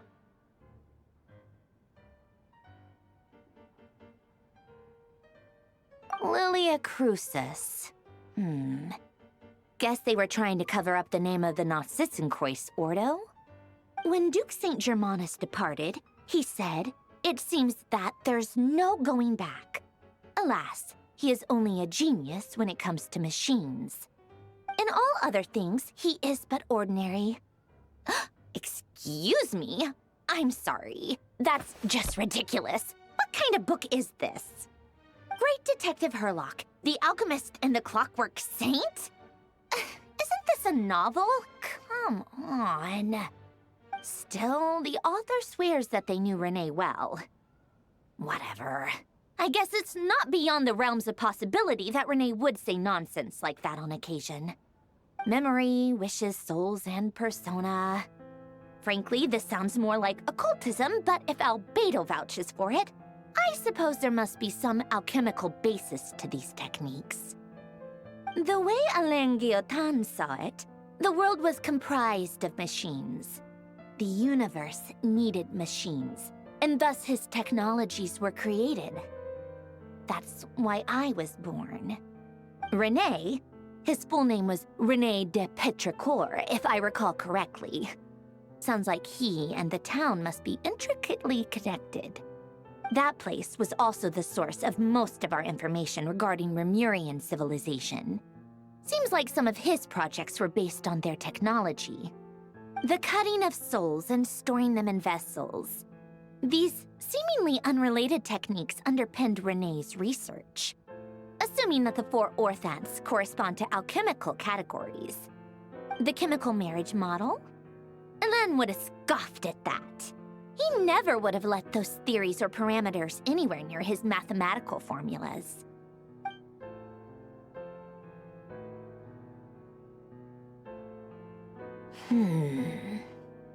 What was Alain's view on Renee? I know he mentioned the name, albeit very rarely. Oh, now I remember. Alain's old notes are here too. They mentioned Renee once. Renee seemed most out of sorts when he spoke to me. A lack of sweet foods has dulled his mind, I should think. Either way, his words are not to be believed. Yep, that sounds like Alain. My subordinates actually did a half-decent job digging out all these materials. Makes a change. Good for them. Some of Alain's old files are completely consistent with these records. He must have gotten them from the Tower of Gestalt. I never knew he got his hands on Renee's records that early. Heh, he may have kept them, but he never even attempted to use them. Didn't believe a word they said. Come to think of it, Renee's world formula was filled with calculations of constants. That shows he believed that the fate of the world to be predetermined. As for Alain... it's been too long. I forget what he said.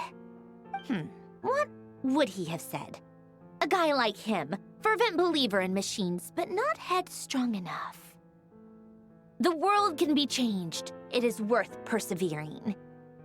Yes, that's how he used to think at least. He created that procedure to save this world. Yet the scale of the world's fate proved too enormous. The result was beyond his ability to calculate. He died having never seen the outcome. And there I was, left behind in the ashes of his dreams. Did you really never take a close look at Renee's research? Or did you read it but deem his philosophy incompatible with your model? The very thought of trying to incorporate his ideas probably made you feel sick to the stomach. Well, don't worry, because there's a whole new category of lunatic in town. Next to Dottore, every other madman looks sane. You once asked me what I wished for. Should have asked him instead. He's the one pining for things you'd sooner die than witness.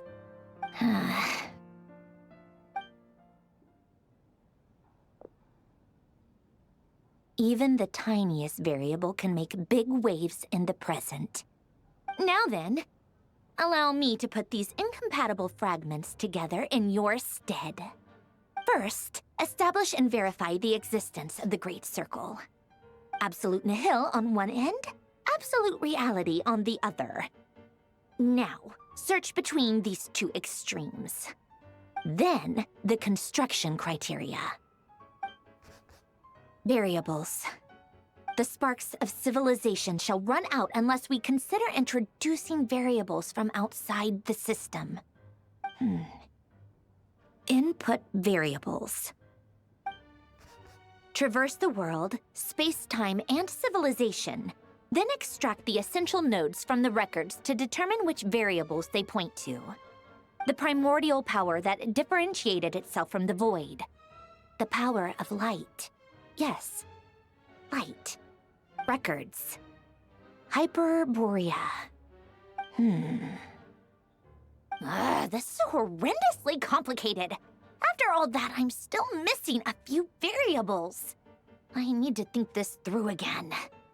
How do you think it looks, Polonia? Like the frenzied scrawlings of a madwoman? Fine, keep it to yourself. It's not like you can talk anyway. I'll assume you gave it a passing grade. I jest. But true madness does often start with trying to save the world. What would Arlecchino and Columbina think if they saw this incomprehensible hen scratch? They'd probably have me institutionalized. So would Rosaline. She's been dead for a while now. When I close my eyes and think back, I can still see her face. And that enormous dress she used to wear. Such a bizarre choice. What possessed her? Oh, and the clack-clack of those heels used to drive me insane. No one's asking me, obviously, but I hope you all know that I never wanted to save the world. I'm not crazy. I don't have delusional ambitions, and that's a clinical fact. The world needs a solution, but I don't need the world's validation. It's the world begging me for answers, not the other way around.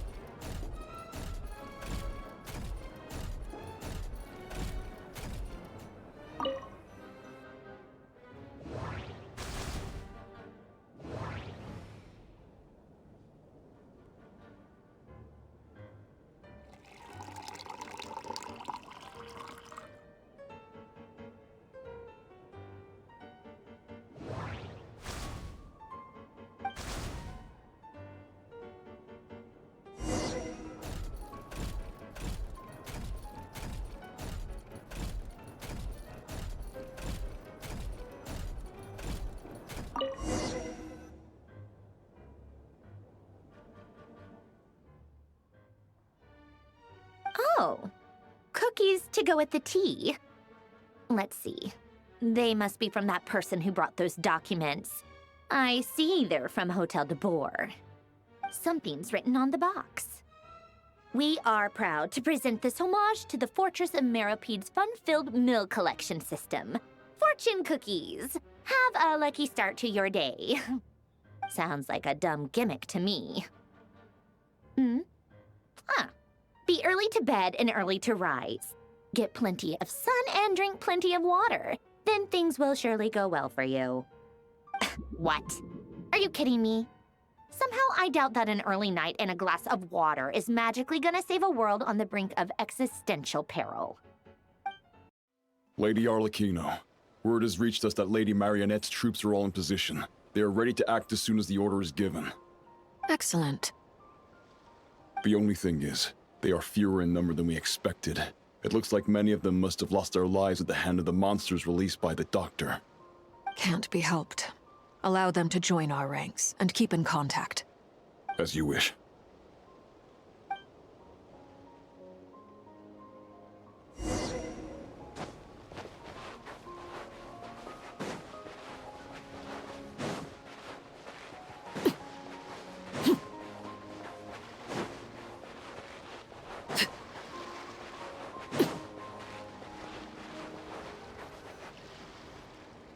It's been a while, Arlecchino. You look well. Did Dottore really have to build his lab right on the sole path between Snezhnaya and Nod-Krai? Had to go on a huge detour to stay out of its line of sight. Sounds like an arduous journey. I assume you've brought word from Her Majesty? Of course, all part of the job. Firstly, the Tsaritsa has authorized Fatui Internal Affairs to review Dottore's case. They will reach a formal verdict on whether he has turned traitor and whether he poses a threat to Snezhnaya. While they're working on that, I've been ordered to come and receive the refugees from Nod-Krai. They are nearby. My team will escort you to them shortly. Great. Aside from that, Her Majesty has a message for you and Sandrone personally. Huh? Where is Sandrone? She stayed behind to work since I was making the trip anyway. It seemed sensible to have one person on standby at base while the other came out to meet you. All right, guess that's just how she rolls. In that case, tell her that the Tsaritsa's decree this time is pretty awesome sounding. I think she'll like this one. Still, I wonder what... Wait, what's that? Did one of our troops turn into a monster? Take him out.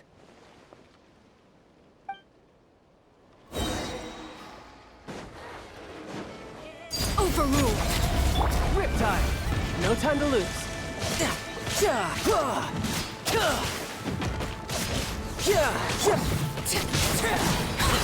You've gotten stronger, Arlecchino. Nice. Stop that right now. I appreciate the praise, but I am not fighting you today. I knew it.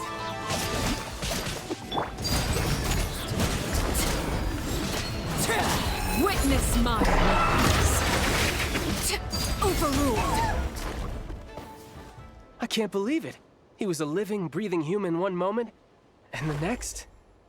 Another fine piece of work by our dear colleague, I'm afraid. What in the world has been going on in Nod-Krai? A lot.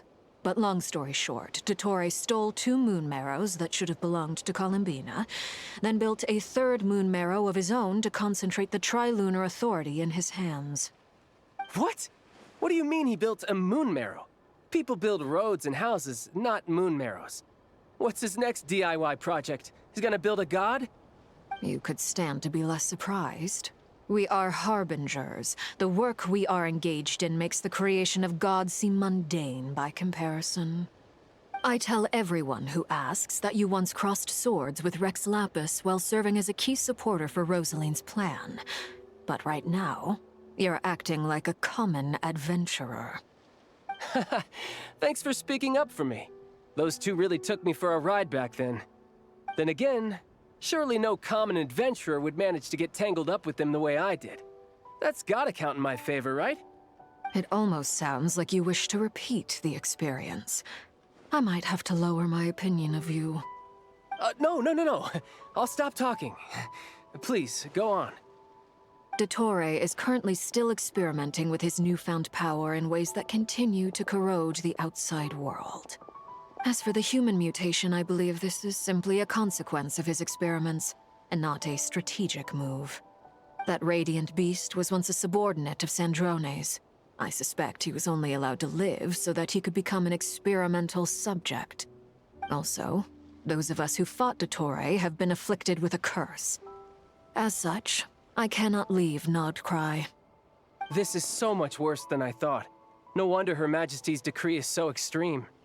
While these exceptional circumstances persist, the Harbingers are hereby authorized to use unilateral executive powers. Should Dottore pose a threat, Arlecchino and Sandrone are permitted to eliminate him. My thanks to Her Majesty. I will pass these good tidings on to Sandrone. Her Majesty has also declared that she will refrain from launching an attack on the now evacuated Nod-Krai due to the presence of unretrieved research material. A wise decision. By the way, how's my old partner doing? I'm assuming they're with you? Partner? You mean the Traveler? I'm afraid I have bad news. She was captured after our failed assault on Dottore's lab. Her whereabouts are currently unknown. What? Why? Since when does Dottore have a bone to pick with her? That is indeed the question. I'm not sure he does. He must have some other goal in mind. This won't do. I have to rescue her. You can't. We have no idea where the Traveler is. What am I supposed to do then? Stand here twiddling my thumbs? Sandrone is working on it. The best thing you can do right now is complete your mission. Fine. I guess I'll leave this to you then. One last thing. Tell the Rooster to get the message out to the gods and citizens of every nation in Teyvat. Beware. An uncontrollable pollution is spreading forth from Nod-Krai. The source of that pollution is a madman drunk on the success of his experiments. The Fatui and our allies will endeavor to contain the threat. However, if Nod-Krai falls, things are likely to escalate. Considering Dottore is one of our own, all Fatui stationed in Nod-Krai consider it our duty to stay and fight him to the bitter end. Whatever the cost. Hey, don't be too pessimistic. If it comes to it, I'm sure Her Majesty won't stand by and do nothing. I hope you're right.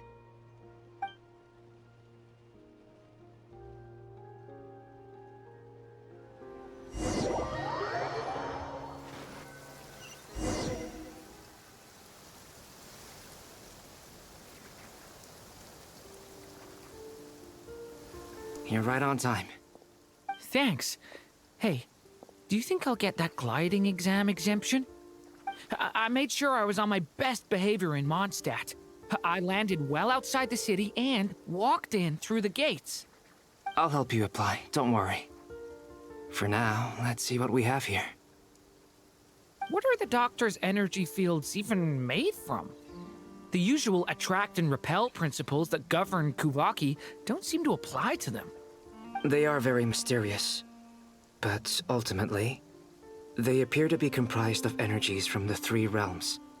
Thanks to research by Master in the Hexen Circle, we know that Tevat's 7 elements are derived from the more primordial power of the Light Realm, which is antagonistic with the power of the Void Realm. Since you have the power of the dragon Durin within you, I'm sure you can already tell that this energy field contains no abyssal energy. That's true. It's not abyssal energy. It's something pure, wild, and untamed. I've been thinking about something.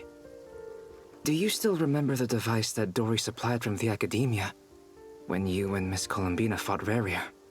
That was one of the most marvelous feats of ingenuity I've ever seen. The design, the craftsmanship, the material selection. I couldn't fault any of it. Not to mention the operating principles. Surely the most ingenious feature of all. Dory didn't go into detail on how it functions, but I have a working theory. The clue was that Miss Columbina was somehow able to use the pyro energy that you provided, despite the fact that, as a moon goddess, she should only be able to use Light Realm energy in principle. Now, all elemental energy is, of course, derived from Light Realm energy to begin with. Hence, I suspect that the device works by restoring elemental energy to its original state.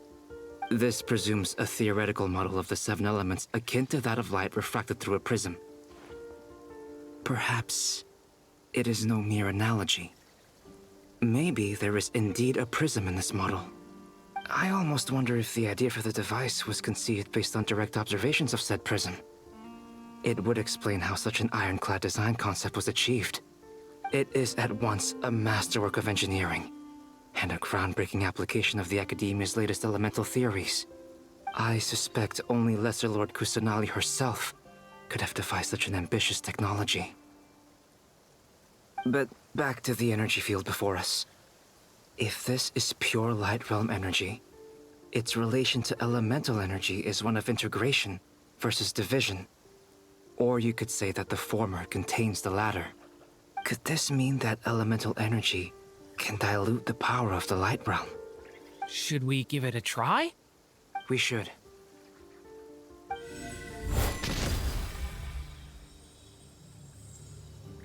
Ha! It works! Clear signs of disruption were detected at the periphery of the energy field.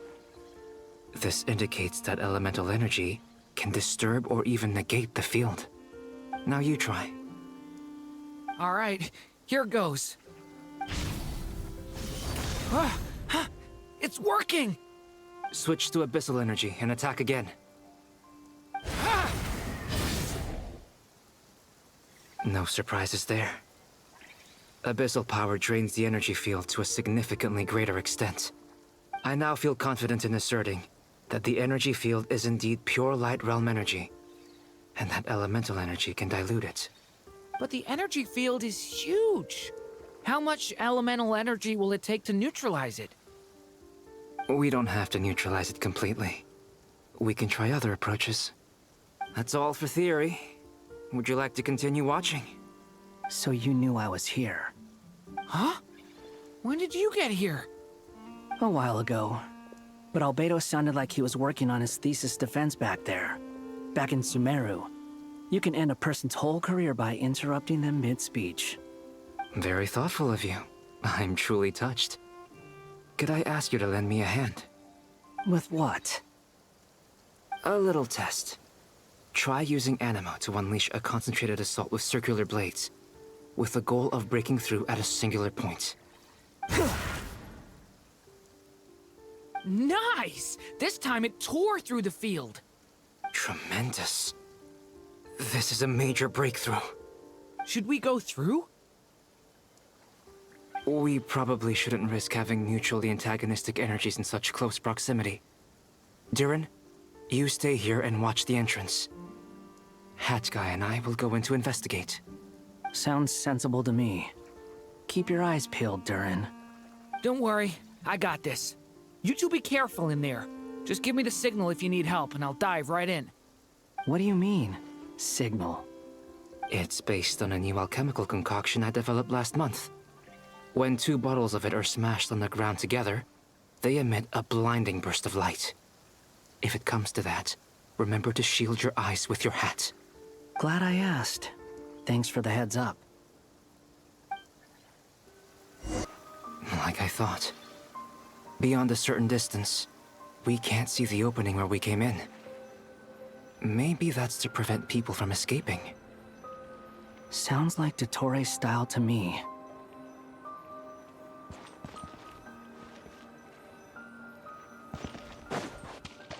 Not much has changed.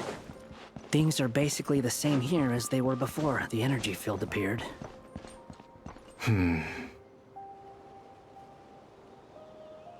They have no heartbeat and they're not breathing.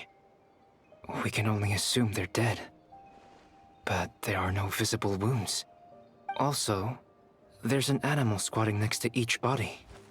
It's watching us. That's not an animal's gaze. What are you trying to tell us? Doesn't seem eager to talk. I guess maybe it's just an animal after all. Let's keep looking around.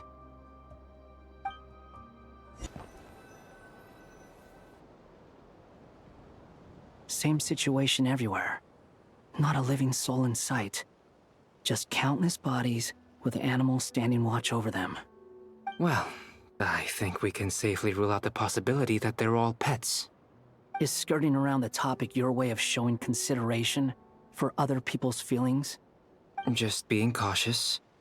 I don't doubt that you can handle the truth. Careful. Please, help us. Please. Over there, I hear a voice.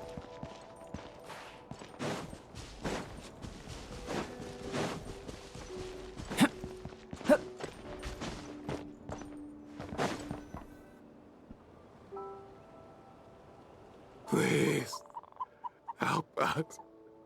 Please. What happened here? I don't know.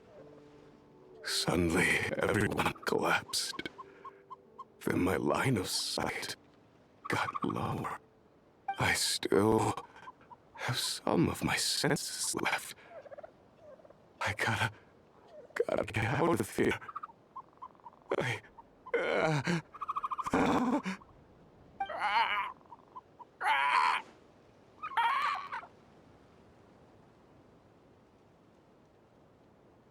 It looks like there's a huge experiment going on inside this energy field. Maybe each energy field is its own giant experiment. Vile. He's swapping human minds with those of animals.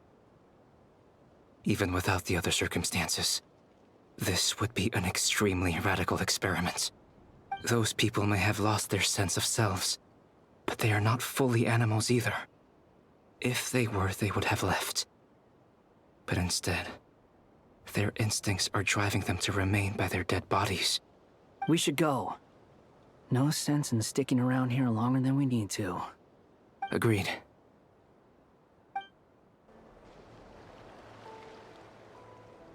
Ah, you're back!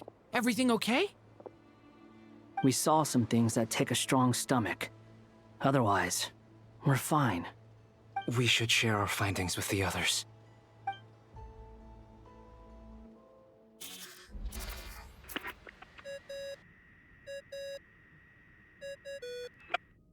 Yes? Who is it? Miss Nefer, it's me, Albedo. We found a way to break through the energy fields. With enough control, it's possible to tear them open using elemental energy. Also, we managed to take a look inside. Dottore is carrying out his cruel experiments on an immense scale. Any residents who have failed to evacuate in time will likely meet a grisly end. Sounds like he's living down to our expectations. Might I ask how things are proceeding on your end? I'm just about to get started. I'll be in touch once I have a result. Understood. Stay safe. I will.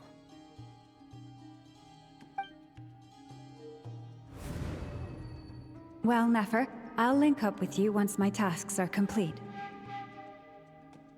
What makes you think I'd need you to do that? I'll need it. And considering the way you approach certain matters, I think you'll be better off with me present.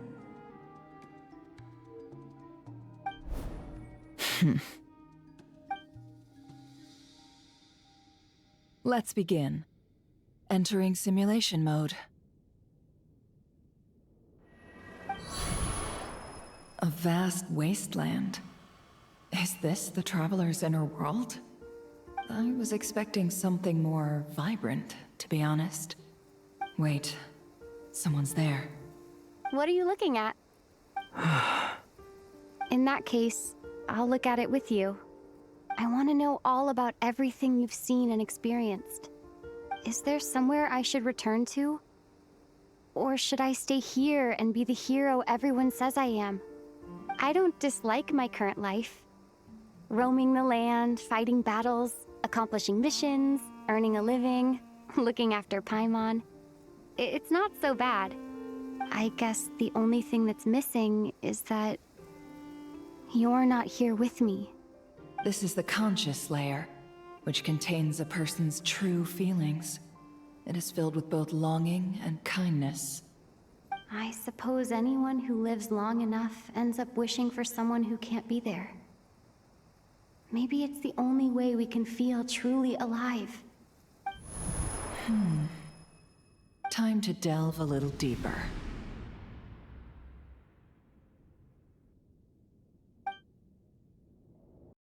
Nasha Town is hardly the optimal choice for a place to live, but it has character and a reasonable population density. What are you trying to say? Oh, don't be nervous. I was just thinking where might make a good starting point for your journey. Perhaps I should send you further afield. Conria, perhaps. Conria ceased to exist long ago. Once again, you fail to understand the possibilities that the Tri-Lune creates. Anything that has existed in the past, I can now recreate. You simply do not wish to see that happen. That might be because you miss your sibling and fear getting answers that you are not ready to learn. But this is not for me to judge. If we are to collaborate, we need to maintain an amicable relationship. In a moment, you will be able to... Oh no. What are you...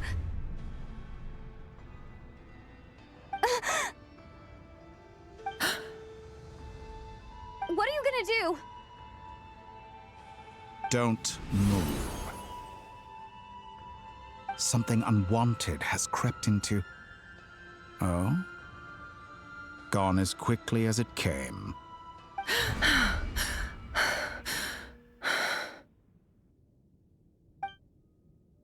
Did you save me?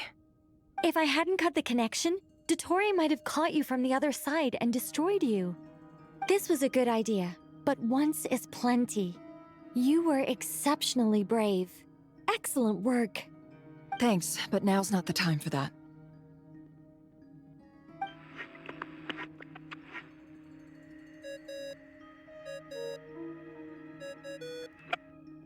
Albedo speaking. I think I know where she is. What is this endless darkness? I can't see anything, even though my eyes are wide open. But why? What happened? Ah, sorry about that. I take it you didn't notice. Just now, a friend of yours took a little peek into your mind. Could it be Nefer? How did she do it? Did she use something as a medium to connect to me? Do you think she's aware of your current circumstances? Oh dear. Have I stunned you into silence? I only wanted to slow down your time a little so I could stop your intruder in her tracks. It would have been nice to capture the spy. I must say, I'm finding the ability to adjust the flow of time rather intriguing. The moment you closed your eyes, time seemed to grow impossibly viscous, didn't it? A whole month passed before you opened your eyes again, but only for you. No one else was affected. I dare say this is something only a god can achieve. Point taken. You've proven once again that you have god-tier powers. Oh, you misunderstand. This wasn't about proving a point. I was testing things out. I find I learn best by doing, and I have to admit, time is not the easiest dimension to control. I only wanted to make you sleep for a short while, but it ended up lasting a whole month. Clearly some finesse is required to wield the authority over time as I wish. I hope you're not angry with me. It was only a month's discrepancy, nothing too serious. Had I been off by a year, a decade, or even a century, that would have been quite a different story. You could have frozen me for millions of years. So much for collaboration. You aren't showing much sincerity. Millions of years? To what end? I wonder if you don't understand humans all that well. They are very pragmatic creatures who understand only that which they can perceive with their senses. If I had you sit here for a week, I imagine people might sympathize. But if I left you here for 100, 1,000, or 10,000 years, the sheer size of that number would cause it to lose all meaning to them.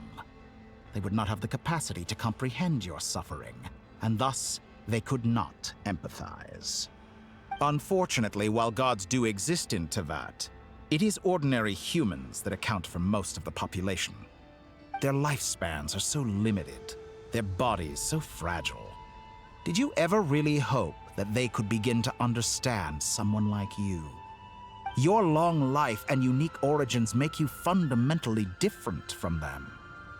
How long will it be before they start to treat you like the alien you are? Before you are ostracized, outcast? Alien. Even I feel bad for you sometimes. This world has made you into a slave. So many times you have served its will, and not once have the powers that be ever thought to grant you the one simple thing you wish for. You have been treated most unfairly. I can change that. I will grant you special privileges, and give you back the status you rightly deserve as a descender.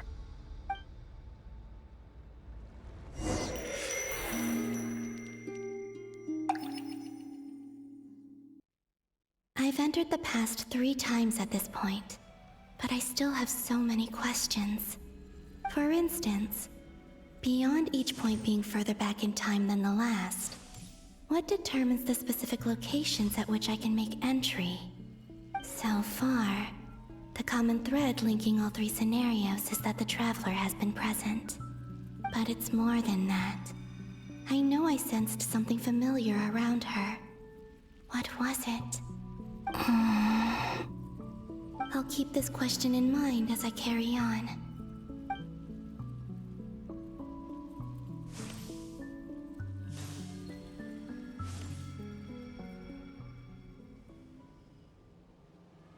Humans, you never change. Always trying to use powers you neither comprehend nor control. This looks like Star Sand Shoal. Was this before Rerir regained his physical form?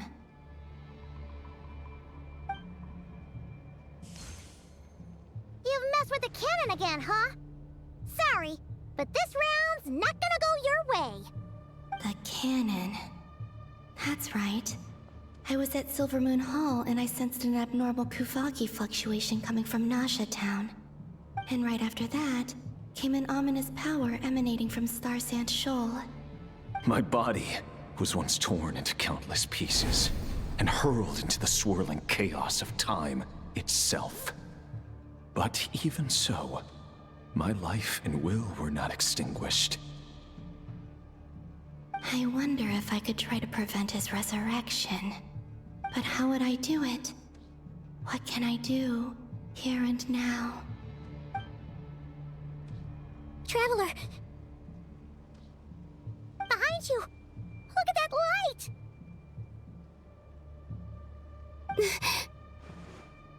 No, I won't make it in time. She's using the Kuvaki shield like I taught her. Is she gonna use it to block the cannon's beam? She's strong. I'm sure she can manage. But the force released when the beam impacts the shield might lead to collateral damage. EC Island. The Frost Moon Scions will be exposed to lethal levels of Kuvaki. A question, if I may. Kind Miss Columbina. When the cannon's Kuvaki beam was deflected earlier, I saw several bolts of energy streak toward Hisi Island, only to be blocked. Did you also have a hand in that? Maybe that really was me after all. Well, future me. But I don't know if I have enough power left. Sigi sato pasa sais, niti ipotuftos. There's no time. Osestikos paratin tiran to risuiku, to pirto aithion feraton.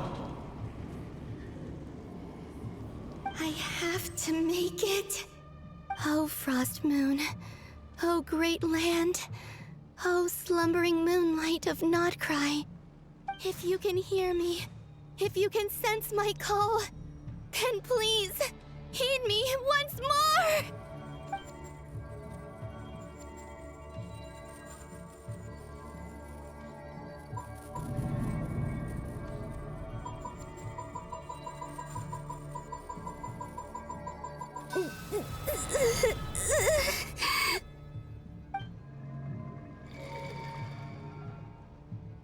Did it work?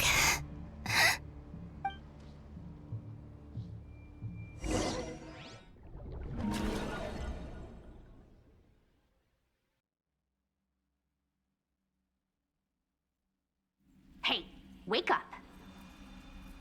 Hey, did you hear me? Columbina, I said wake up, now! Oh, good morning, Sandrone.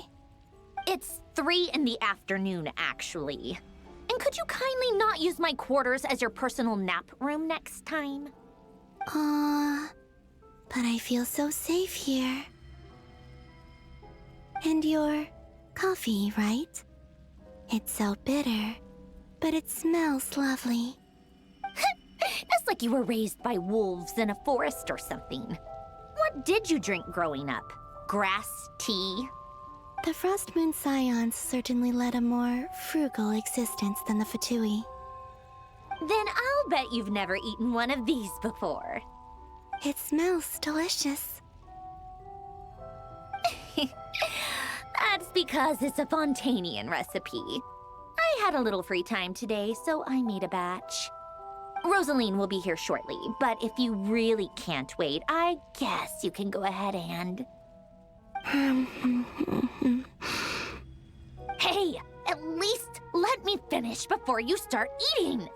Did the Frost Moon Scions not teach you basic table manners? Or did the rules not apply to you because you're the high and mighty moon goddess?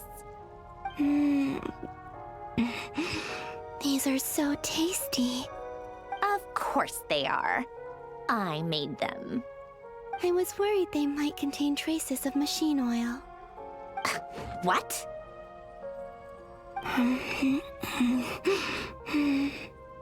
You know, there's something I've always wanted to ask you. Why did you leave your old home and join the Fatui? I mean, I'm sure their food was awful. But there's gotta be more to it than that. Well, life there didn't go quite how I imagined. What were you expecting? You're a god. Your followers are gonna make some demands of you, right? Surely you can just answer a few prayers here and there in return for the free food and drink. How bad can it be? Well, Would you help other people, just for free food and drink? Hmm? The doctor told me that you were created by a great mechanic. Lord something Fisher. The Lord Artificer. Ugh, some people can't keep their mouths shut. Oh, Lord Artificer. And didn't he have something to do with the, narcissist? Narcissenkreuz Ordo. Yes, that was it. Narcissenkreuz Ordo. So, would you try to fulfill their wishes? You must be joking. I wouldn't go even if they paid me. I don't even know them. Exactly. Well, I felt the same way. I did not know the people who made demands of me. Huh. What do you know? We're on the same page for once. In his later years, Alan did ask me if there was anything I wanted to do. If I had any wishes of my own. Well, I don't. And I'm not in any mood to fulfill someone else's either. Who's Alain? He was the... You know what? Never mind. You're not gonna remember. Anyway, the point I'm trying to make is, neither of us is the self-sacrificing type. Let me ask you this. What sort of place would you like to live in, if you could choose? A place where people don't ask me for things I cannot give them. Where they don't worship me, or fear me, but just want to chat with me like a normal person. I'd also like the freedom to come and go as I please. And ideally, it would be somewhere with the smell of coffee and snacks. Not to burst your bubble, but no such place exists in the world. Now, take your snacks and scram.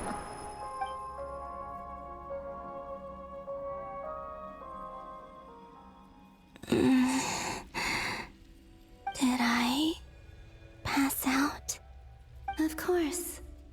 I'm back here again. I dreamed of events from my past. Sandrone. Traveler.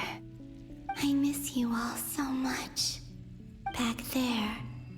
I guess I managed to harness all the Kuvaki energy on Hisi Island. But how did I do it? Time is flowing backwards here, and I can use that familiar power to enter the world of the past. That mystery ally everyone talked about.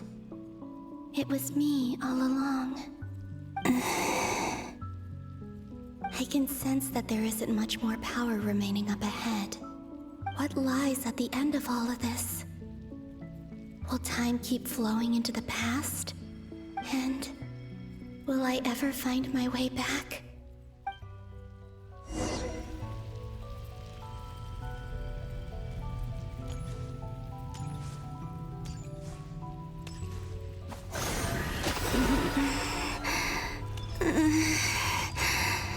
It's getting harder and harder to use my power.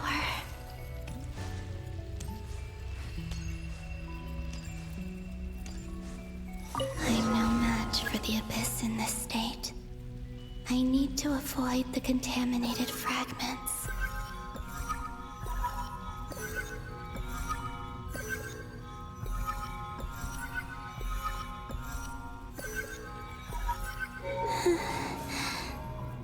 Time to go. I wonder where I'll find myself this time.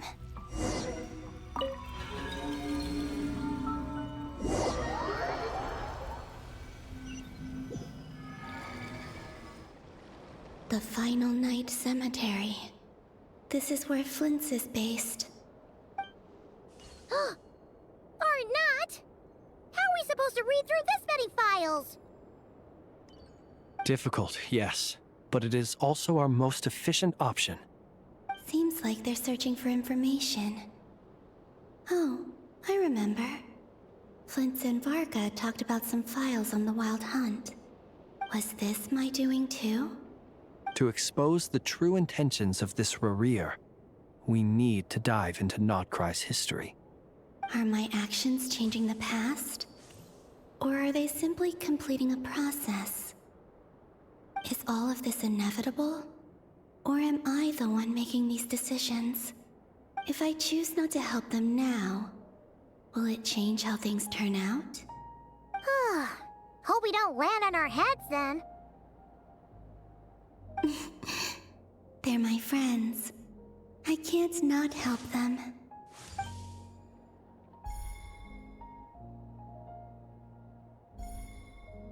Ghost! And the other one was... here. Hey! Another file's moving!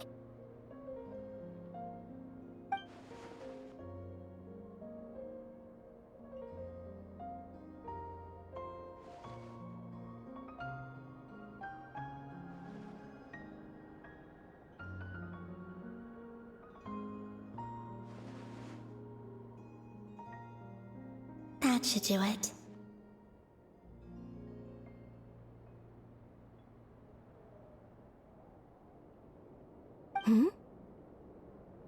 Luanatar? You can sense my presence? Wait!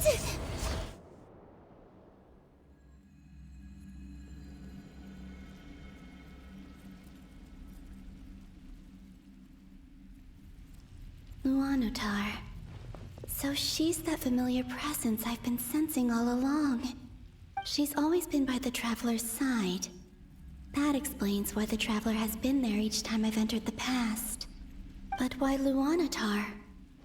Is it because she has a connection to me as the Moon Goddess's familiar? If so, why not any other Kuhenki? That's...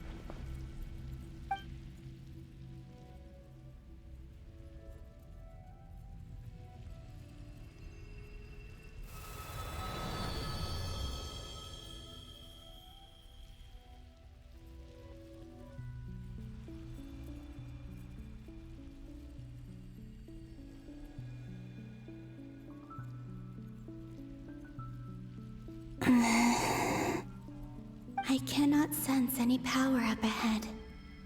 Just a void, stretching out into infinity. This is likely my final chance to enter the past. It's now or never. I have to find a way back.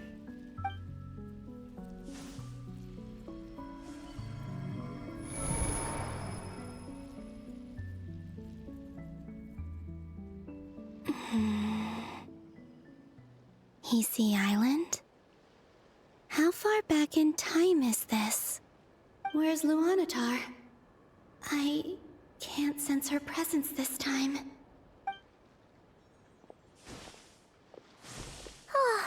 Seeing Nefer and Aino reunited like that sure was heartwarming. Traveler, Paimon. No, stay calm. I don't have much power left to change things. I don't even have that much time left here. Think, Columbina. How do I find a way back? A way back... to where? Do I go back to Moon Prayer Night? Or to the future that followed? And if I return in my current state, what will become of me then? Dotori's actions that day proved that he'd been planning that for a long time. He had already seized the power of 2 moon marrows before capturing me. Even if I managed to get back, how can I fight against him when he wields the Tri-Lune Authority? I can't. If I go back like this, I'll be playing right into his hands. I have to find some way of rivaling the power he has usurped. Wait. Time flowing backwards. The Tri-Lune Authority. Does that mean... I think I know what the final destination of this lunar reflection might be. I know what I must do. Speaking of homes, we must already be close to where the Frost Moon Scions live. The vibe here feels different, just like the scenery. But how do I communicate my plan to my friends? Should I write it down here? No. Someone else will see it. I need something with a close connection to me. Something I can use as a medium to tell them what's happened to me in here.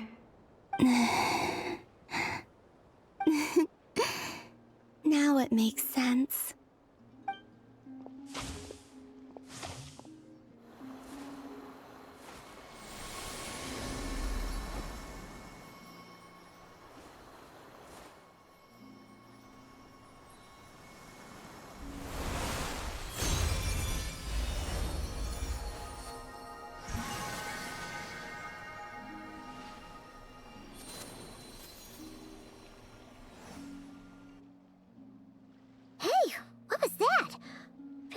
Some sort of breeze blew by, and then the petals suddenly turned into...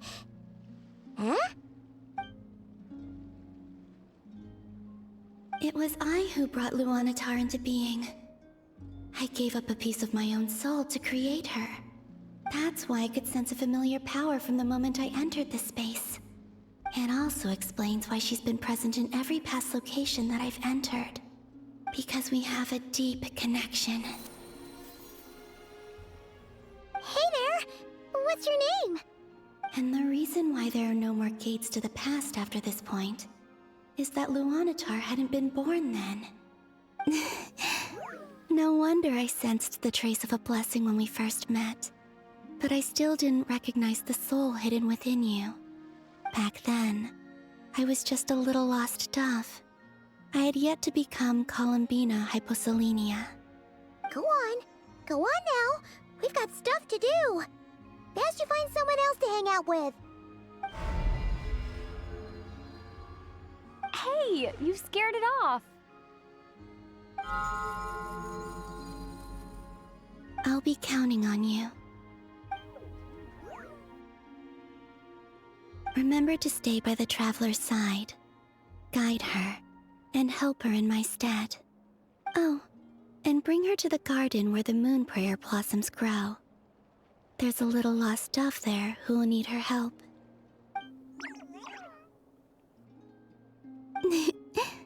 Go on.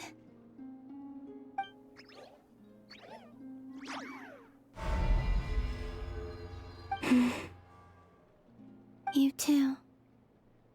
Go and live your story. As for mine must go in a different direction.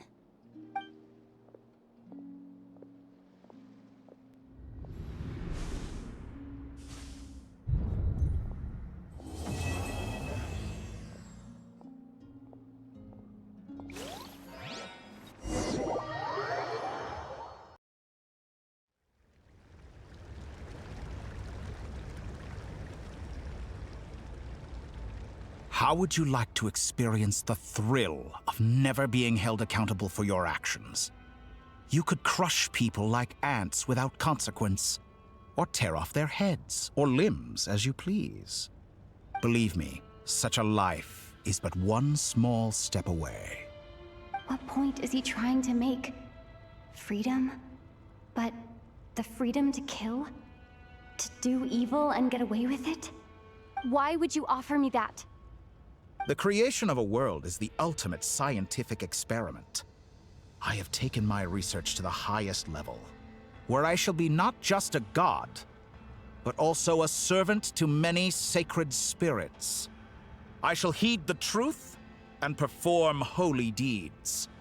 A god's laboratory is the perfect playground, but it needs the right occupant to explore its full potential.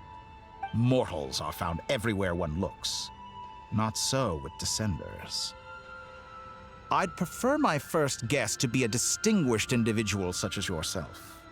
And I know you could make the most of the opportunities it offers. So the condition for entering the New World is to take innocent lives. The same dilemma that Rerir once faced. Could I really bring myself to kill others for my own benefit? Rerir did. And look where it got him. Have you made up your mind? I can't do it. Your playground is no place for me. You're putting your hopes in the wrong person. But we both know I'm not quite the hero you say I am either. I have my own reasons for the journey I'm on, and they aren't all selfless. You've grown a lot since we last met, but there are still things you are unwilling to compromise on. This will only hinder you. Why don't I lower my requirements a little as a gesture of goodwill? I'll give you a little time to learn to be a less noble soul. That'll make things much easier for you. I really doubt I could live that sort of life. And yet you already sound less defiant than a moment ago. The benefits appeal to you because you can read the signs of the times. Why don't we return to my research facility? Your last visit was so rushed. There is much that I have yet to show you.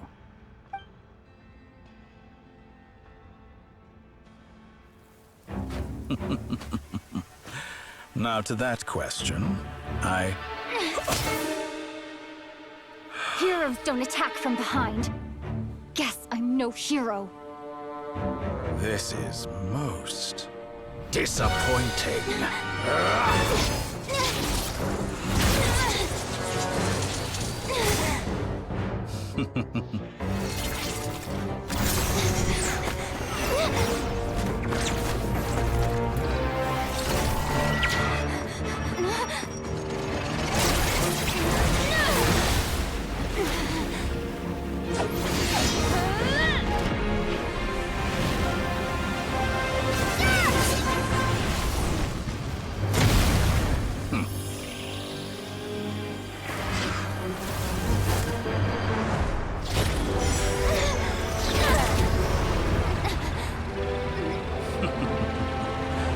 Now then.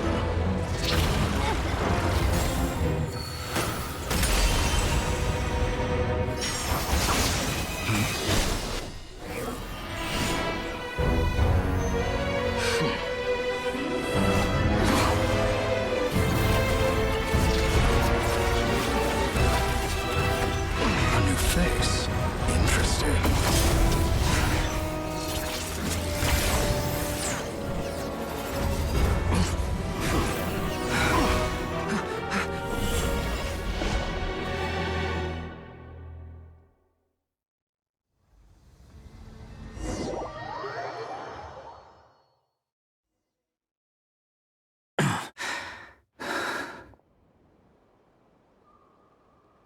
You're still gonna call me Hat Guy after that, huh?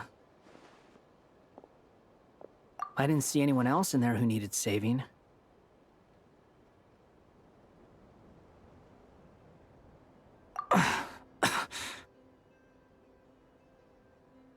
It's nothing. I'll be fine. Why are you looking at me like that? Is it that shocking that I'd come to your rescue? I owed you a favor back in Sumeru. Now we're even. Distracting Dottore was tough, I won't lie. He's not gonna fall for the same trick twice. That was my one shot. I'd hoped to use it to take him out. Ugh. I never wanted to obliterate someone more than I do right now. Dottore doesn't recognize me, but his segments were originally made based on an analysis of my operational principles. I expect it's only a matter of time before he figures out what I am. So Dottore doesn't recognize Wanderer because he deleted himself from Irminsul. Did he really miss his only chance for revenge by saving me? Why the long face? Hey, I'm not blaming you, okay? And I'm not complaining either. Rescuing you and killing Dottore are equally important goals. Everyone would be pretty stuck without you. It's best you live to fight another day. How are you holding up? Are you all right? Hat Guy said to put safety first, so we agreed to run as far away as we could after leaving the energy field, and only meet up once it was safe. You don't look injured. It seems that Dottore didn't do anything to you. All right. Rescue operation complete. Let's head back. There's a lot more work to be done before this is over.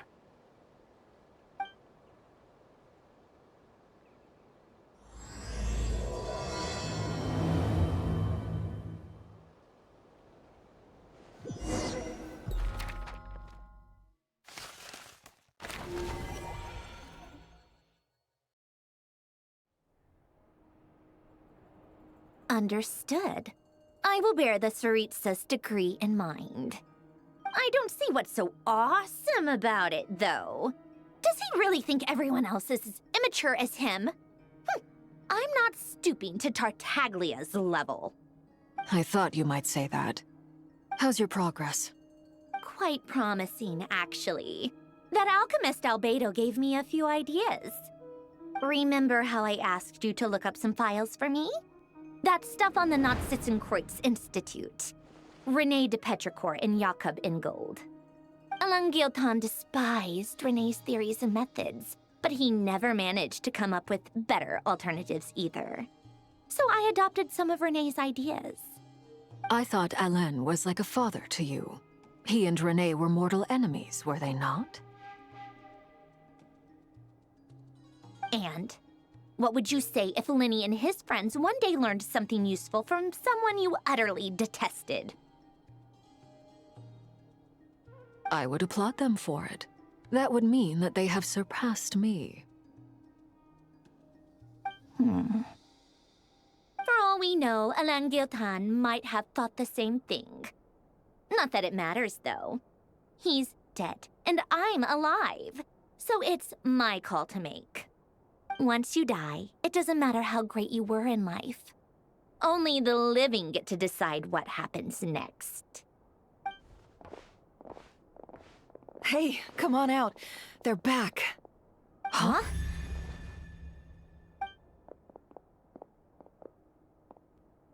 You're back? And your head's still screwed on?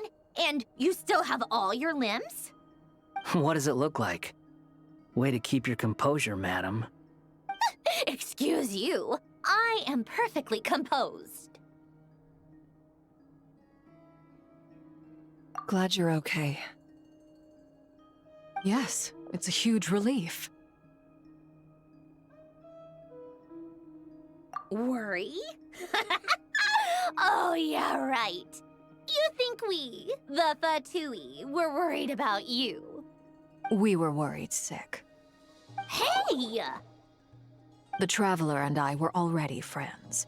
You are free to join this mission in whatever capacity you please. Much like your tea parties. It's a laugh a minute with you guys. I must say, I was quite surprised when Mr. Albedo told me he would need no additional aid. We discussed this on our way back as well. I am rarely so unequivocal, but in this case, we had full confidence in Hat Guy. He said he knew what he was doing. Albedo and I pretty much had to just wait outside on standby. Meanwhile, Hat Guy broke into the energy field and rescued the Traveler solo. You didn't have to mention that. Well, I'm thoroughly impressed. You are a force to be reckoned with, Hat Guy. Is she back? Is she really back? Traveler! It's really you! Oh, thank goodness! Paimon missed you so much! You can finally breathe easy, Paimon. It's great to have you back in one piece! Oh, Paimon's been having nightmares the whole time you were gone! Look at them. You know, once you reach my age, there's nothing better than watching a misty-eyed reunion between friends. It's nothing. Same goes when you get to my age, too. I bet Ino and Nefer would be tearing up as well if they were here.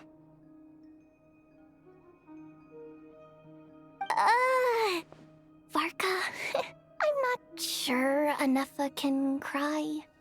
Oh, yeah, good point. Hey, your eyes are looking a little red and puffy. Come here, let's hug it out. What? Ew, no! No, thank you. You're not my dad, okay? Knock it off! Everyone, I'm sorry for all the trouble I caused you. But the silver lining is, I didn't come away from this ordeal empty-handed. While I was being held captive, I learned a lot about Dottoro's current capabilities and what he plans to do with them. Allow me to explain.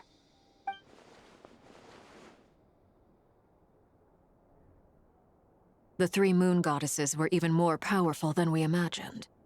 No wonder Dottore believes himself to be equal to the gods. Maybe even superior. Utter blasphemy. While everyone was gone, Nefer and I made an interesting discovery, and I believe Miss Sandrone has something to share too. Ma'am, perhaps you could do the honors?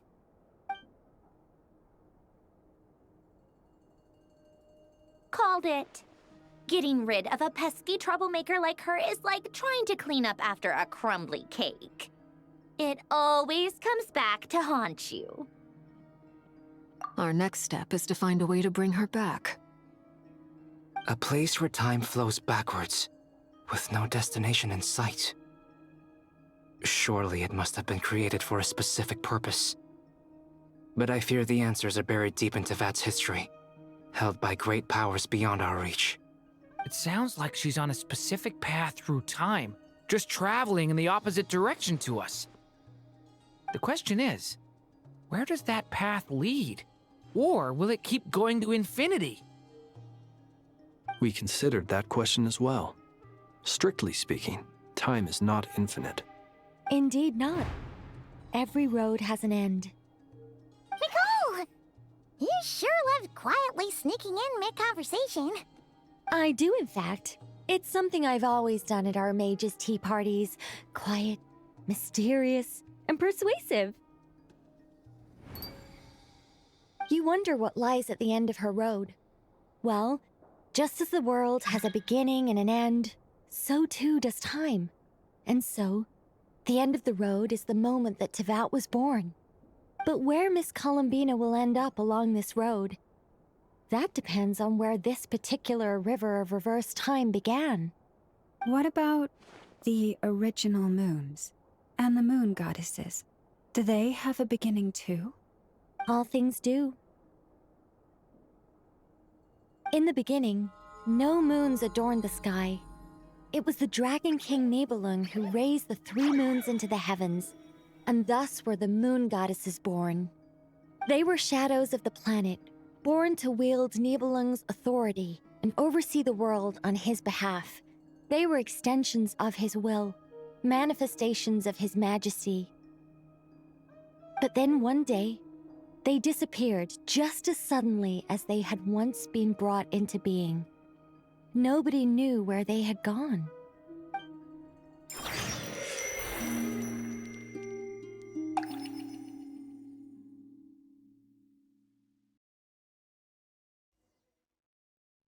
Like I thought, no more paths back to reality have emerged since. But how can I be sure that I'm going the right way without scenes from reality to keep me on track? I can't even be sure of how long I've been walking for. The further I travel, the less stable this space becomes. There are even moments where I can sense something that feels like abyssal energy. They can just materialize out of thin air.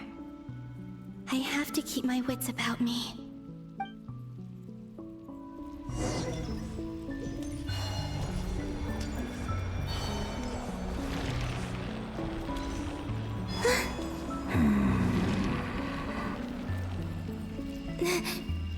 Is that the ray here of Solnari? I can't believe these are...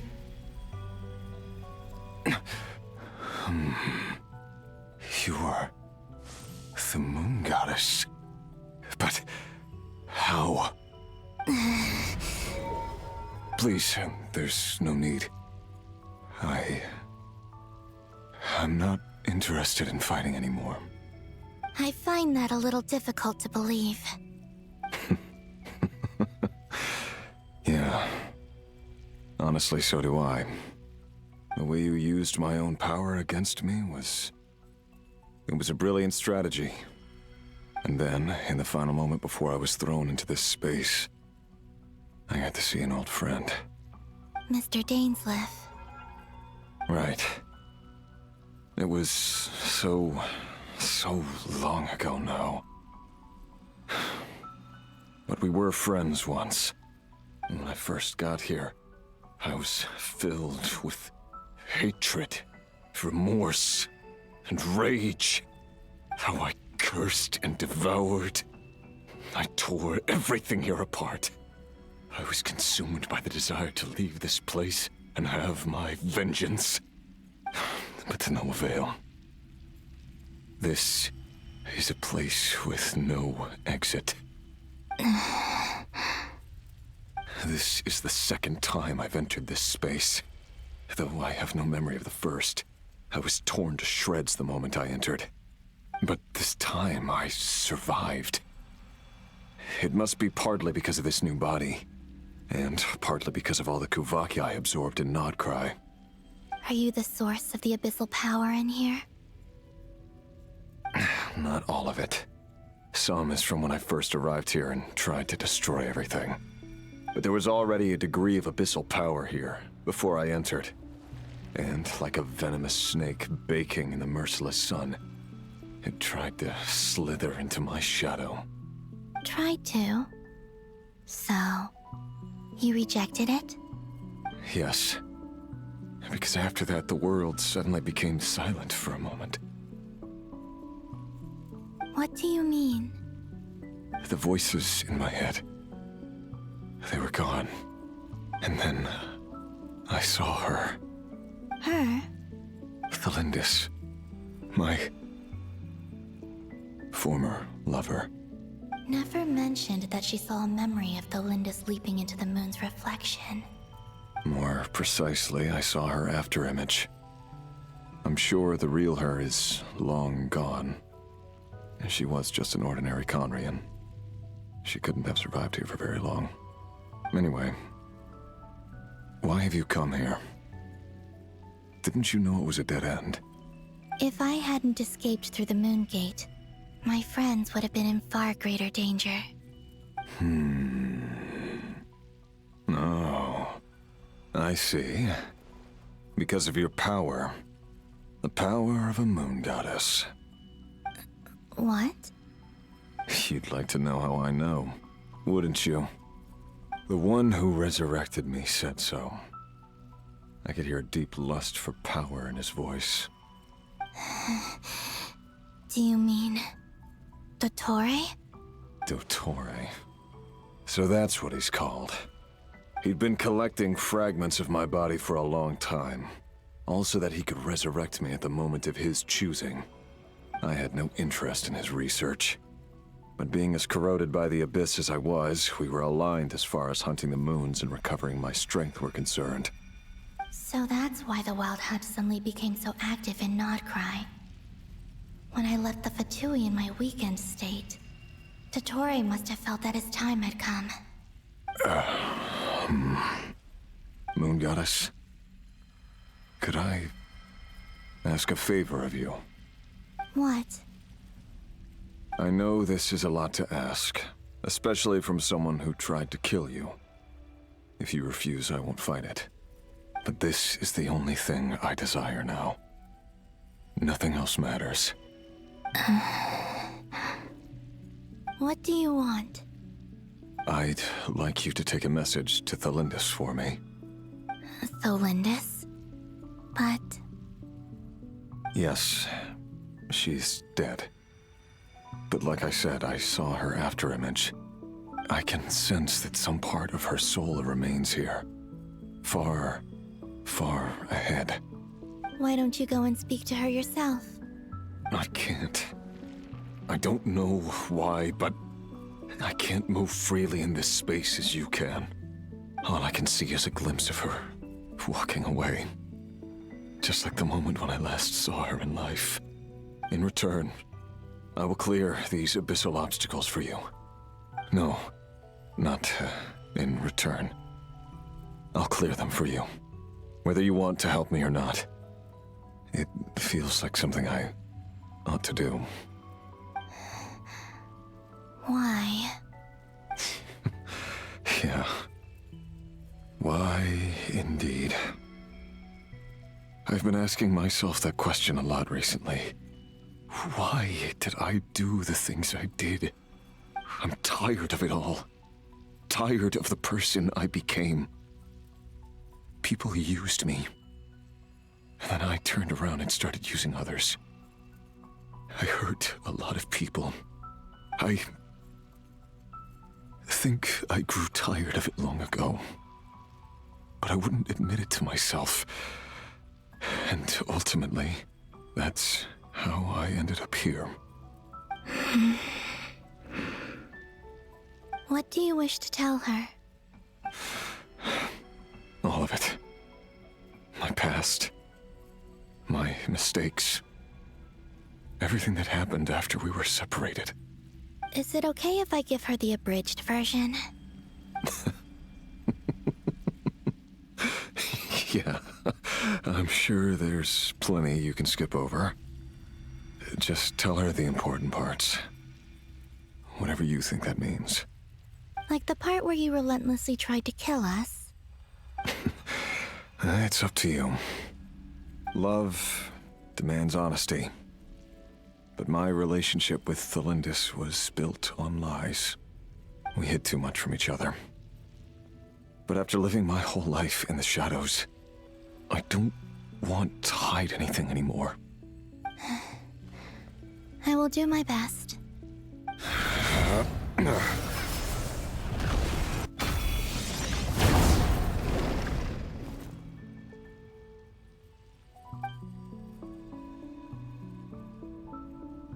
There. The Abyss will no longer stand in your way. Even though Mr. Dainsliff felt he had to fight you, I think he still regarded you as a friend. Dane? He said that you betrayed him. But he also felt great remorse at never having understood what you were truly going through. Why tell me this? Because if he'd known that someone could take a message to you, I believe that's what he would have said. Thank you. It means a lot. I know this will sound strange coming from me, but don't die, Moon Goddess. I can tell that you're determined to get out of here.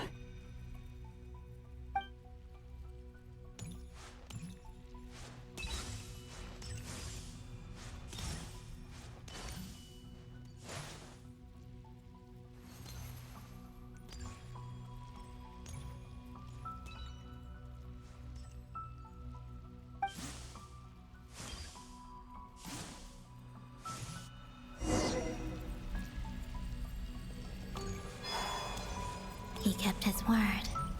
The Abyss is no longer obstructing my path.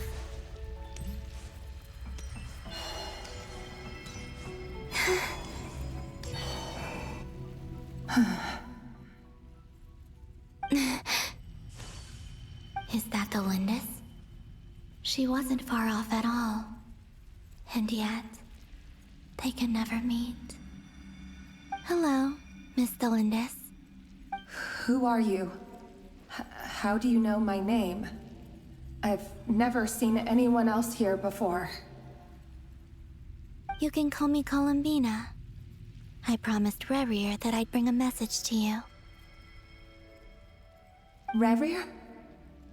My Rerir? Is he well?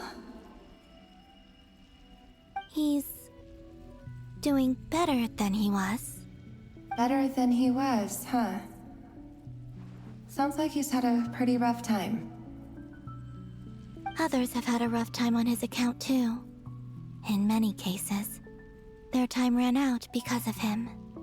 And I'm not just talking about the children of the Crimson Moon. So, things got worse before they got better. Could you tell me what happened, Miss Columbina? Are you sure you wish to know? Yes. This is my opportunity to learn the truth.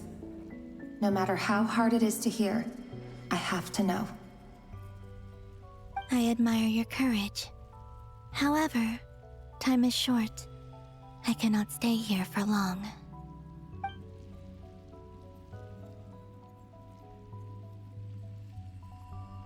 Rerir had seeds of hatred in his heart, and many people nursed them for their own ends. On some level, everything he did was to try and find a way to see you again. But in the end, He came to regret his mistakes.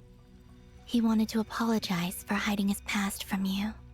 Beyond that, he did not say specifically what it was he wished to convey to you, but I'm sure that you've always been on his mind. You are what has kept him going over all these years.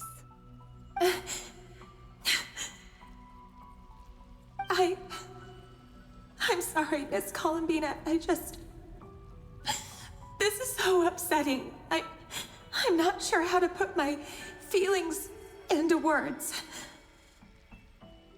It's all right. I understand. Well, that's everything from me. So, I guess I'll be... Wait. One moment. Time flows backwards here.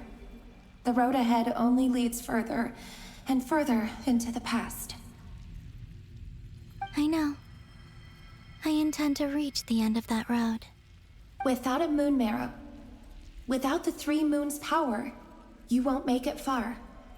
Wait, unless... Are you one of the moon goddesses? You could say that. I see. I often think to myself, if life is like a train ride, why haven't I reached the terminus? Where am I even going? And it's not just me, it's this whole place. Wherever it is, it seems like it's existed forever. It's such a mystery. Where is it going? I must seem so ridiculous. I can't answer these basic questions, and yet I jumped right in here without hesitating, only to be torn apart the moment I entered by powerful energy currents. Only my soul remains now. Thinking back, I was suddenly overcome with fear and terror in that moment.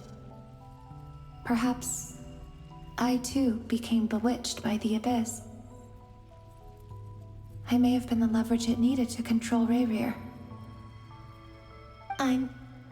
I used to be a researcher at the Universitas Magistrorum in Conria, researching the iridescent moon's marrow. Eventually, I came to the conclusion that time in here flows in reverse. Rayrir was one of the Venster King's retainers. With me, he was in an impossible position. It plagued him constantly. I wanted to help him escape his lot in life. I wanted him to be happy, so I thought I'd use this place to return to the past. At the time, I thought I could just go back to the day that the Venster King first found the prince. It was only after meeting the prince that the Venster King started going too far with his research into the abyss. That was the day all of our woes began. I thought I could stop the king from ever meeting him and solve everything. I couldn't kill the Venster King himself, so I had to find another way to save Rayrir. That's why I wanted to go back, to kill the person who had brought new possibilities to our realm. I'm sure it was a futile endeavor, but the abyss probably enhances the basest human desires. So I naively hoped I could change everything. But I was simply too weak. Like a speck of dust against the whole universe.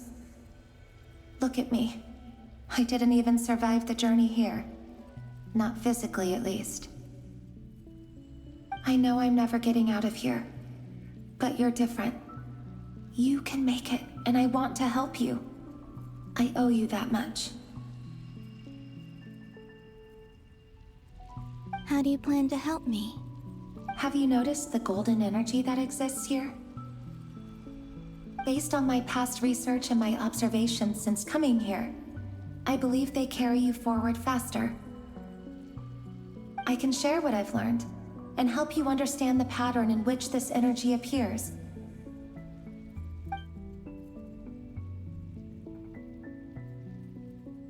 I think you just might... Now, I know you will be able to change the past. Also, I've been speculating about where this phase ends. The documentation was scant, but from what I know of the legends about the moons, the oldest ones seem to begin with Nibelung, king of dragonkind. I have no way of verifying any of it by this point, but if it's true, you might be able to reach that era if you keep walking. Understood. Thank you, Miss Thelindis. I'm the one who should be thanking you. If you hadn't entered this realm of everlasting death, what use would my deductions be? Thanks to you, they have some meaning. About Rayrir, I'm so sorry. For everything. It wasn't your fault. That's not true. Because we both feared bringing trouble upon each other, neither of us ever told the truth. And that dishonesty sealed our fates. But enough about that. I wish you a safe journey, Miss Columbina.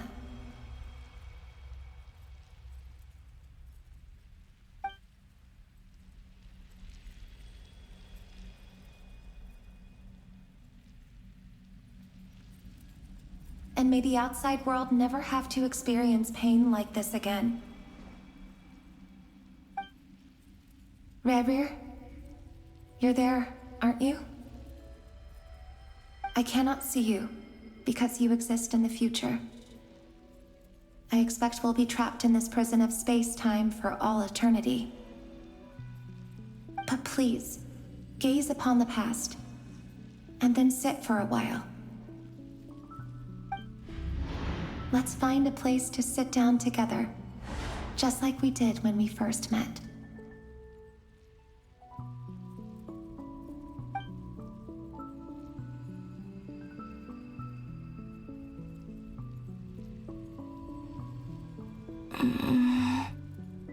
How long have I been walking?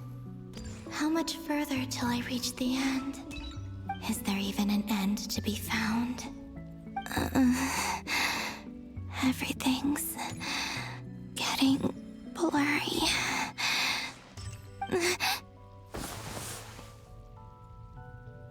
Huh? Are you all right, little sister?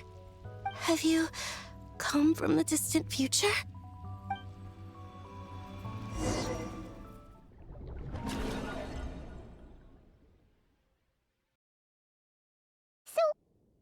Exactly did the moons just disappear? Shouldn't it be a little harder to get rid of major creations like moons? The world is a vast and ancient place. On a certain scale, all life lasts for but a fleeting moment. Miss Nicole explained that the moon goddesses likely perished in the War of Funerary Flame. The moons themselves were also destroyed at that time, save for the Frost Moon, from which a new moon goddess was later born.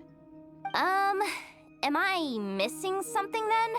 'Cause the stories say that the moon goddesses were born on the moon, but doesn't Columbina say she was born in Nod-Krai? Huh, you're right! Why do their birthplaces differ? What's the difference between the two generations of moon goddesses? Also, remember what Sandrone said? Her scans detected 4 moons. In other words, 4 moon marrows. Technically, the result of the scan means that 4 moon marrows were detected and positively identified as moons in that moment. In other words, this piece of information alone isn't enough for us to know how Miss Columbina is doing right now. Yep, we have no way of staying up to date on whether she's dead or alive. She's on her own for now. But at least she's trying her best to get back to us. Yeah. She's a tough cookie. And a sore loser, too. We have to trust that she'll find a way. Because we really need her power. As much as it pains me to say it, we've got no chance of beating Dottore in a straight-up fight. He's much too powerful. It wouldn't even be close. That maniac is going to devour everything in his path until he reaches us. We need to find someone or something that can stop him before he does anything worse. I'll be frank. Our only hope of defeating this false god is with a real moon goddess on our side. I'm not just saying this because Columbina's a friend and I want her back safe and sound. It's just the truth. And I know that even she was no match for him when he attacked, but I don't have a better solution. We're not giving up on saving her, whether she can defeat Dottore or not. Right. Don't worry, Miss Sandrone. We're all aligned on saving Columbina. No one's trying to argue that we can only justify saving our friend because it will help save the world. This is about multitasking. We want to save both. So, she's more than just a moon goddess to you guys? Absolutely. Duh! She's part of the gang! And you are too, you know. Yes, I know. You don't need to labor the point. I knew that the moment I came running over with my documents that I was part of the in-group. I mean, if Arlecchino can fit in, I certainly can. Anyway, as for how we get Columbina back, I've been working on it constantly. But I think I'm still lacking certain information about the moon. I'd probably get there if I could continue my calculations, but the problem is, I've run out of computing power. Computing power? You mean you need more energy? No, the issue isn't energy, it's processing power. There's so much data to get through that the whole process has just ground to a halt. That's a tricky problem. René de Petrichor of the Nazissenkreuz Ordo once foretold the fate of the world. But I don't know how he did it. My guess is that he used the primordial sea's power. However, that won't work for me. His methodology was vastly different from my own. What's worse, they're incompatible. And to top it all off, we can't even leave Nod-Krai. Ugh, this is so annoying. If I'd known we'd run into a bottleneck like this. Well, no, the design bureau's a bust as well. Curse that Dottore! Couldn't have made this harder for me if he tried. Oh, what do we do then? How about we grab a bite to eat and take a break? Maybe something will come to mind after you've cleared your head. You don't get it, do you? I'm trying to calculate the fate of an entire world here. And I need accurate results, not vague prophecies. Where the heck am I gonna find the computing power for that? Ahem. Anyway, time to shelve the discussion on technical difficulties. Being a killjoy isn't very ladylike, after all. Either way, we've done what we can. Rest well, everyone. Remember to let us know if anything new comes up. That guy. Is he hinting that we should talk outside? Let's go somewhere a little more private. You know that Dory went back to Sumeru, right? Yeah. She mentioned she was planning to head back. Things aren't looking good for Nod-Krai. She's gone to spread the word so that Sumeru has a chance to prepare for the worst. From what I know of Dottore, there are two possible reasons why he hasn't made a move yet. One is that he's still working through some kinks in his new powers. The other is, he wants to see how we're going to react. He'll easily devour everything eventually, so I guess he's in no rush to make it happen. The first false god he made was me. Now it's his turn. Even though my records were erased from Irminsul, Dottore's ideas haven't changed one bit. He once told me that becoming a god was like turning yourself into a hungry wolf or giant serpent to devour the moon. Clearly, he began studying the moon goddess's powers long before he even tried making a god. He's always wanted to get his greedy hands on divine authority one way or another. And in the end, he devoured the moon where I failed. In the desert of Sumeru, there is a chessboard built by King Deshret, also known as Al-Ahmar. I don't know if it was a real game, or if he was just trying to challenge his servants and citizens in some way.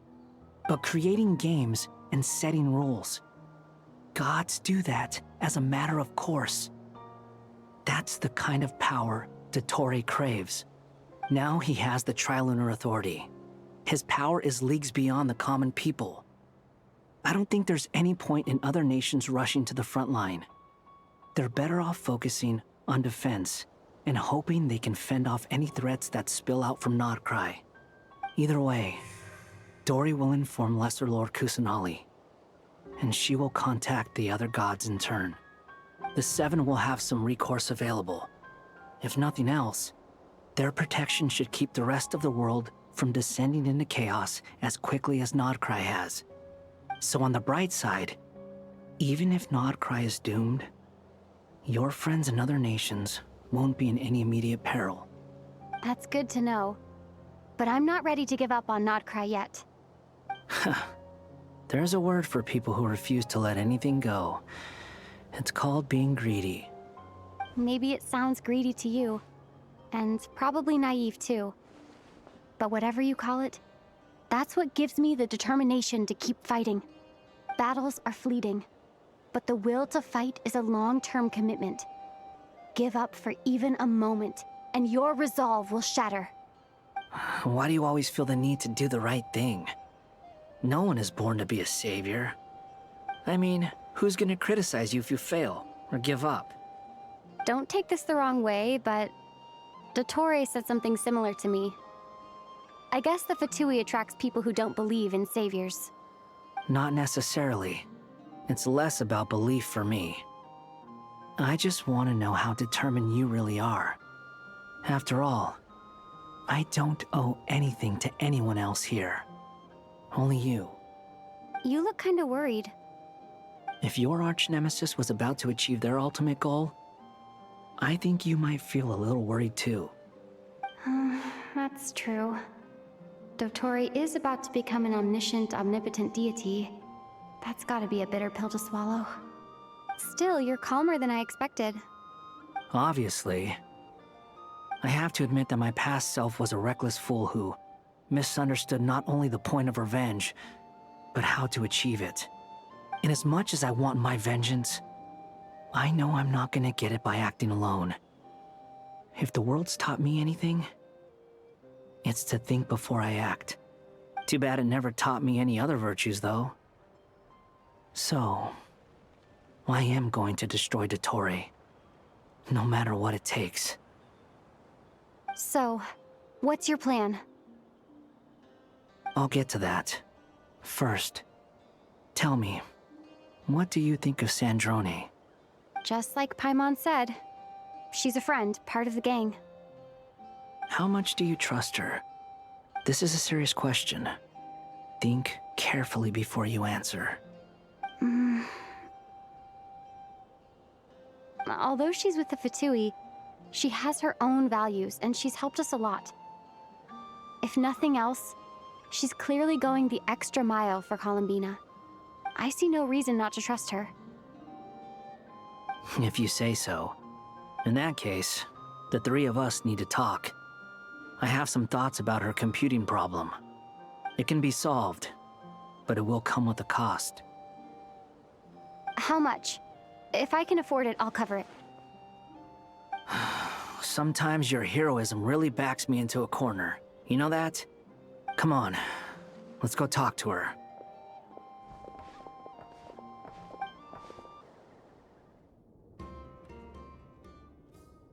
Miss Sandrone, Traveler. Hey there. Paimon's here too! She was just helping them sort through their things. How did your chat go? That was fast. The call only just ended. Well, you said it was urgent, so we got here as quickly as we could. Albedo, I have some alchemy questions for you. I see. Looks like my knowledge proved useful after all.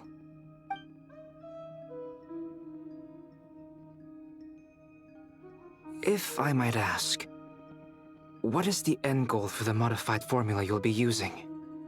I needed to predict the future of the entire world. But I've run into some teething issues since trying to implement Renee's theory of the 4 Orthants. I see. I'll have a look at it. Still, computing power is the real issue here. How do you plan to solve it? About that, it's been sorted. Oh, with the Traveler's help? Actually, you're not wrong. She found the person with the solution. Was it Hat Guy? Yeah, it was him. Wow! Go Hat Guy!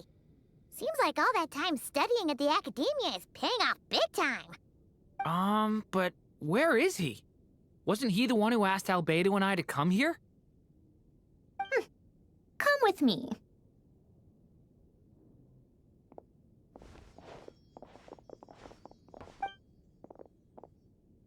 Hat Guy? What's happened to him?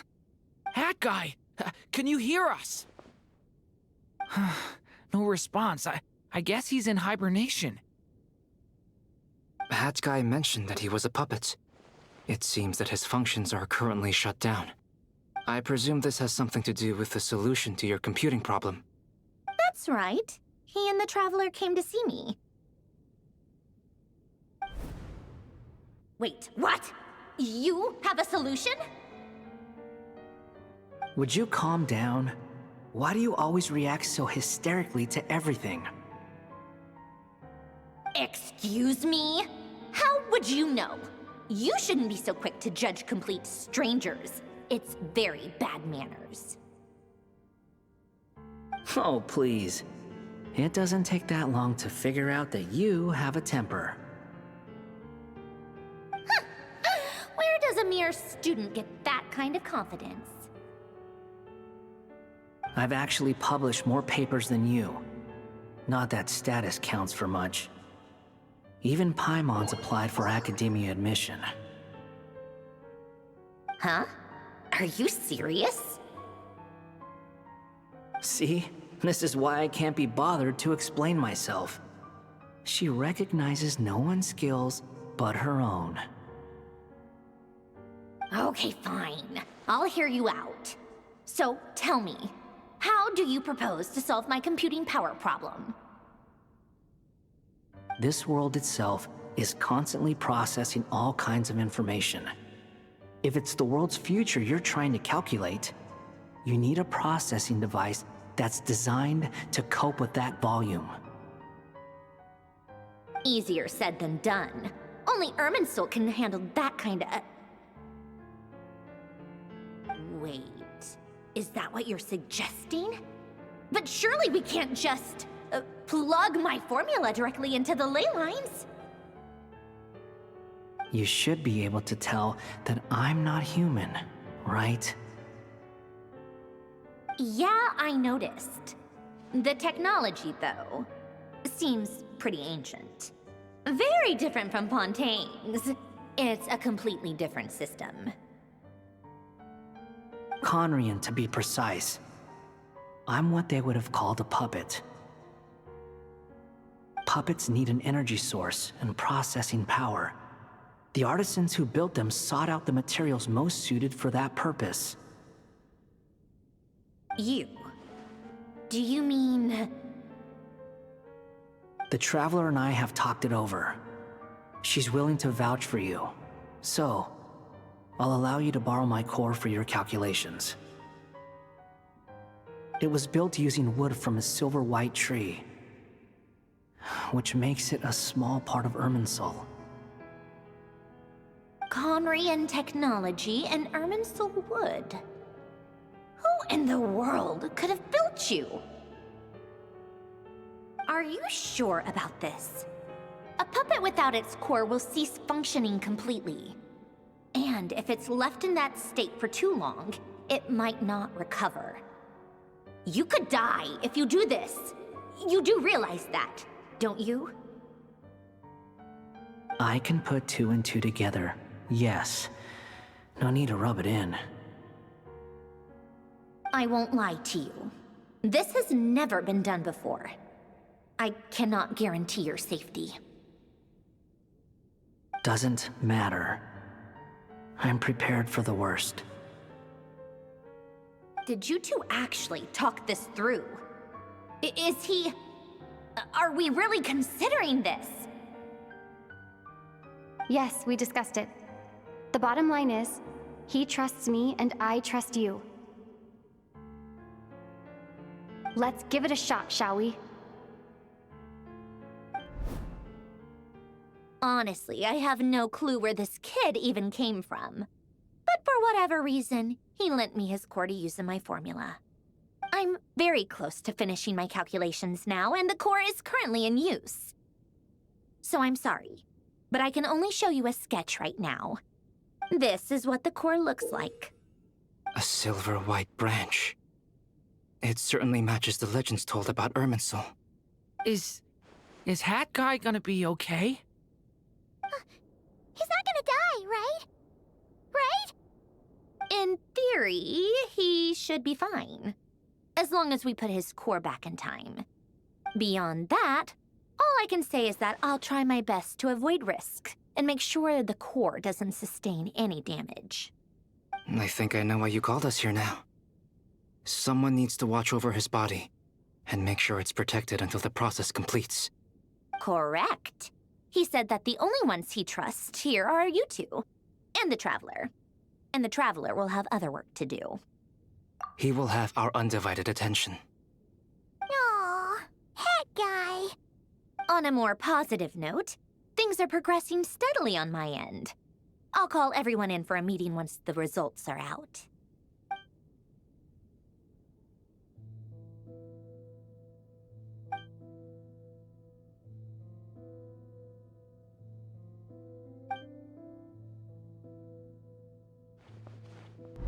The worst-case scenario with the core removal is either a system reset or a total loss of function. But I'm not afraid. A quiet death should have been my fate long ago. A core is completely different from a heart. It's like another vital organ entirely. I never believed it could be a true replacement for what I sought. But in the end, it turns out the core was more useful to me. Pretty funny when you think about it. It's like the punchline of my entire life. Do you think there's any difference between a puppet and a human? If not, then this would just be another samsara.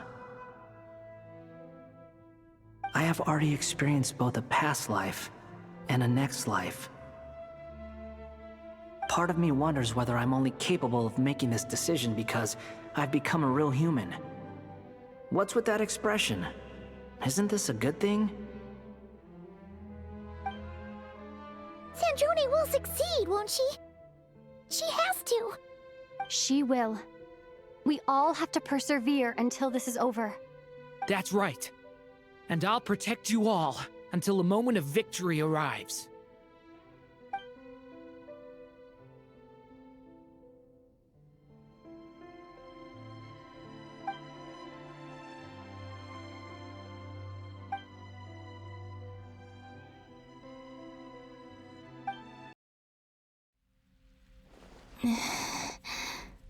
Who are you?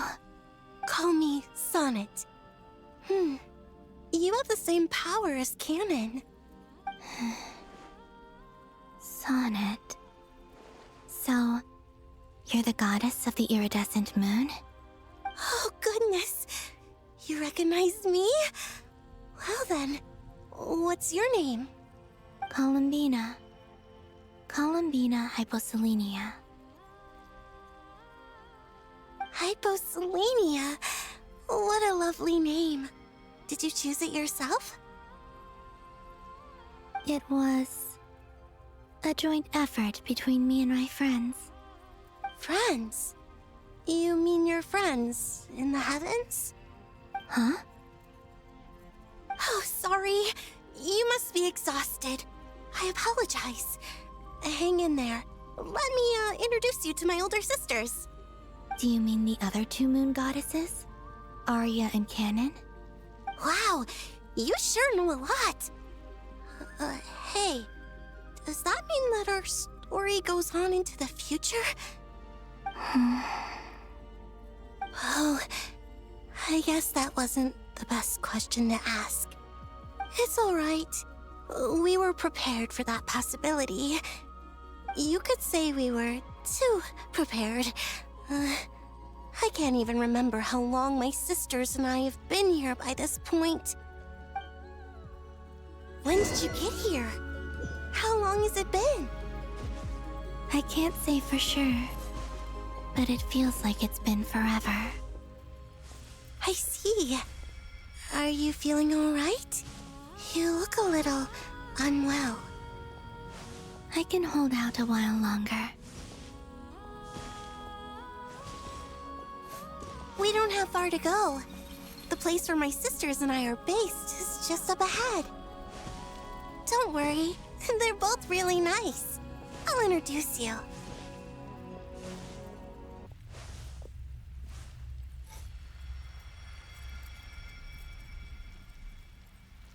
Sisters! I'm back! And look who I've brought with me.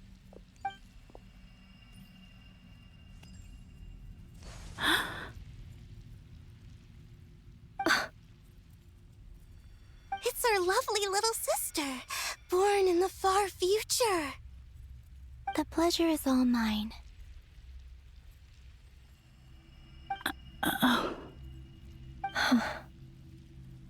Allow me to introduce you to Columbina Hyposelenia.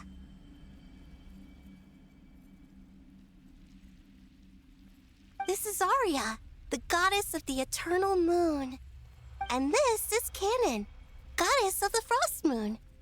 Canon, don't you think Hyposelenia's power is similar to yours? Hello, Columbina. I apologize for our startled reaction just now. And please, forgive our little sister if she's been annoying you. She tends to talk a lot. It's fine. You seem shy. Don't worry, Columbina Hyposelenia. No one can hurt you here. Could you tell me where here is? Please. I must know.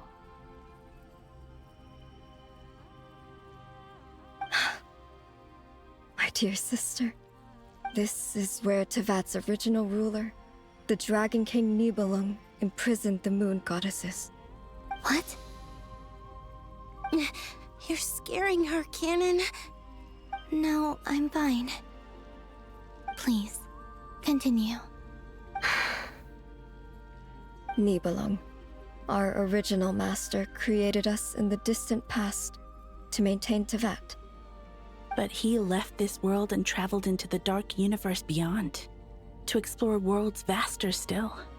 Day and night, we fulfilled our duty in the heavens, until the day that the first Descender arrived. The great ruler of the firmament. The heavenly principles. Is that what later generations call them? I see. But we did not reject them at first, nor did they seem to harbor ill intent towards this world. We coexisted in peace. They were like a guest in our home. Slowly, however, we came to realize that our guest had a growing desire to change and dominate the world. And you didn't stop it? No. There was an order to the rules they set up that Nibelung never taught us. We wanted to know if this order would bode good or ill for Tevat.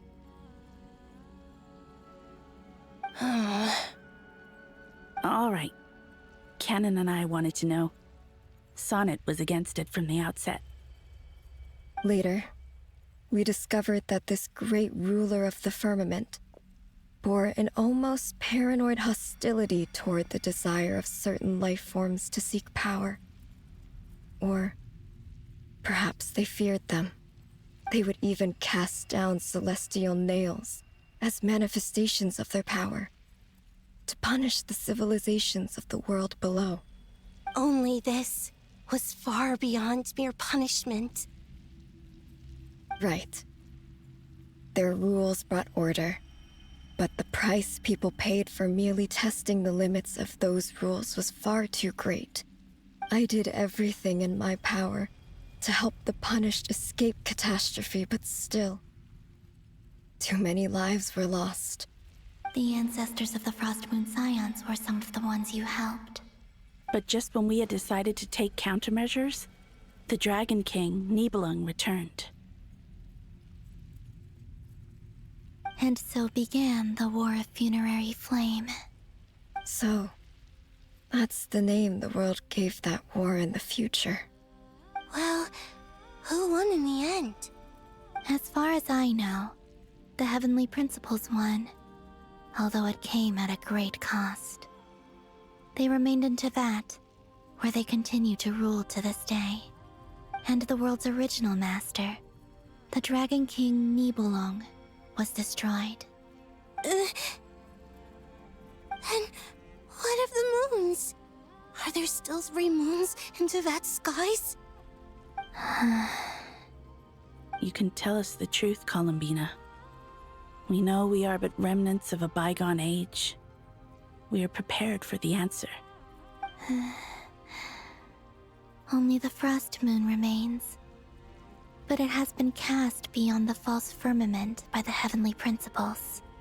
The eternal and iridescent moons were both shattered during the war. So death finally came for us in the end. Sonnet. But you're still here, aren't you? A moon goddess cannot live without her moon, Columbina. She's right. That's why I began to disappear.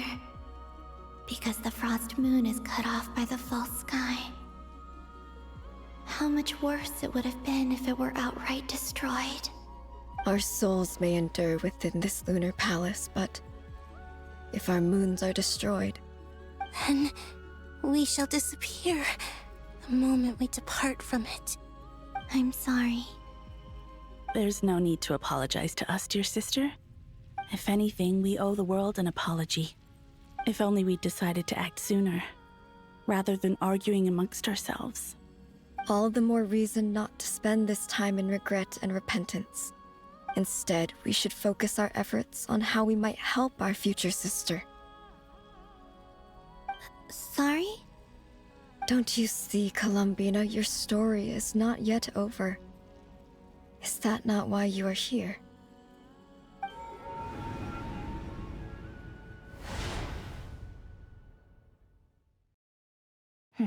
It's done. Initiate numerological array.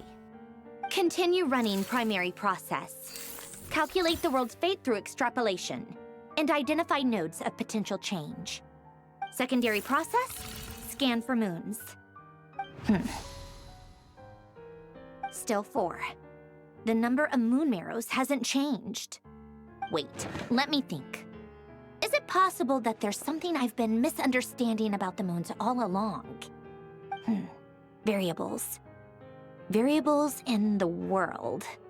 I know where potential variables within the world come from. So what about the moons? Are there any variables there? Like their life or death, for instance.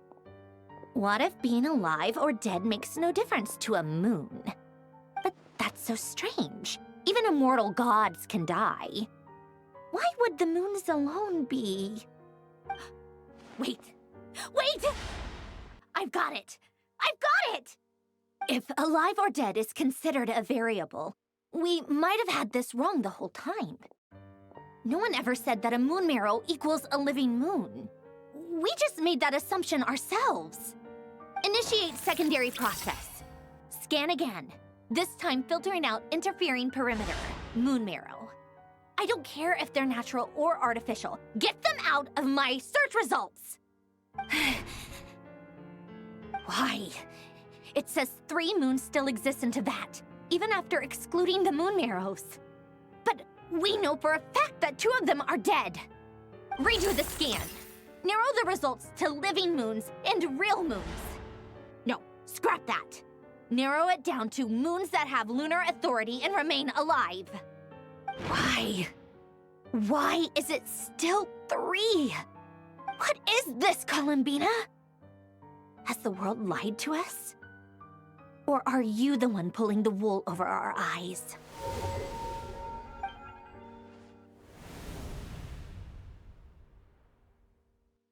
So, you think that the moon's reflection might be where Nibelung imprisoned the 3 Moon Sisters? Yes, it would explain a lot, such as why that space would respond to a moon goddess's power, opening the moon gate at her command. It would also explain why Miss Columbina has been unable to leave, and why time flows in reverse there. In the messages she sent, Columbina promised us she'd find a way to return, but we have no way of knowing how, when, or where this might happen. The fact that she still has yet to reappear in this world indicates that returning from that place is no easy feat. We cannot afford to simply wait for her. So you're saying, if she could return by her own power alone, she would have done so long ago? Yes, she certainly wouldn't leave it to this late stage when it's so touch and go. I've been giving this some thought, and I've come to believe that Luanatar might be an anchor that she left behind, as a sort of future waypoint. This could also explain why Luanatar is always by the Traveler's side. Sounds like a plausible theory. If that's the case, there must be some criteria we need to fulfill to allow Columbina to return to the present. The question is, what could they be?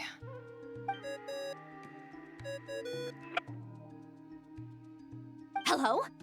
Listen up! This is extremely important!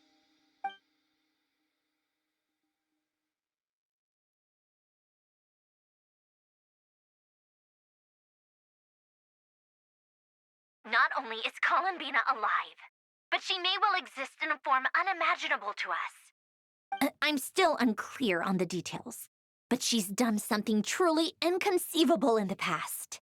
And the clue to what she's done lies in the moon and Tevat's sky. Truly amazing. Oh, I'm so delighted for her. I'm sure we all feel the same. And I'm sure Columbina is ready to get back here and fight by our side. I'll keep my calculations going and try to find some way of coordinating with her. But that's not an excuse for everyone else to slack off, okay? All of you had better keep trying to think of solutions. How can the dead moon still live? And Luanatar...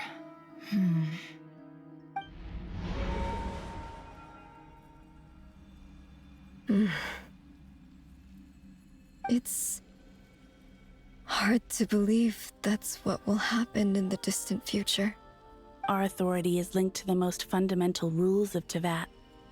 I suppose it's no wonder that many would covet that power. I didn't realize that when you said friends, you meant people who live down in Tevat. That's so lovely. I always wanted to go down there and have some fun. Have you ever tried leaving this prison? Of course. Between us, we've tried everything. But no matter where we go, this space will eventually bring us back here. It's like the center of a whirlpool. Everything ultimately converges here, at the moment when Nibelung imprisoned us. In that case, have you tried using any of those pathways that connect this space to the real world? Sorry? What are those? They're passages through which you can make small-scale changes to reality by using Kuvaki. Or am I the only one who can use those passages? Because part of my soul remains in reality. Kuvaki. What is that? You don't know? It's a unique kind of elemental energy found only in Nod-Krai, the land from which the moons arose. Oh. Well, it's true that the moons first rose up from the part of Tevat you say is called Nod-Krai. But there is no difference in the elemental energy between there and anywhere else. What? Could you show us some of this Kuvaki hyposelenia? Maybe if we see it, it'll make more sense. Okay. Isn't that just your power? What? But it's everywhere in Nod-Krai. In the air, in the land. Even the creatures who live there have adapted to its influence. How curious. This Kuvaki certainly did not exist anywhere in the world before we were imprisoned. Let alone influence living creatures. So, how exactly does it affect them anyway? Can they float in the air like us? This is so strange. Why would their reality differ so much from mine? Columbina, you're looking for more than just a way out of here, aren't you? Yes. If I am to help my friends, I will need tri-lunar authority on par with that of our foe. You mean... you'll need our power? This sounds extremely risky. The Three Moons' powers are not mutually compatible. Concentrating them into one goddess will be a very painful process. And if anything goes wrong, it could tear you to pieces. I know. But I'm willing to take that risk. Even so, let's say we successfully transfer our authority to you. How will you take it outside this prison? Niblin constructed this realm specifically to prevent us from using our powers to interfere in his war. No moon goddess can leave this place alive. What if I don't leave alive?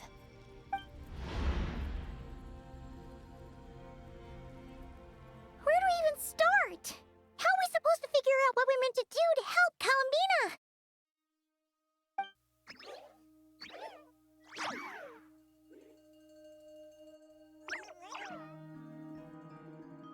Columbina, what do you need from us? If she really got to the beginning of time in there, how do you think she'd leave us a message?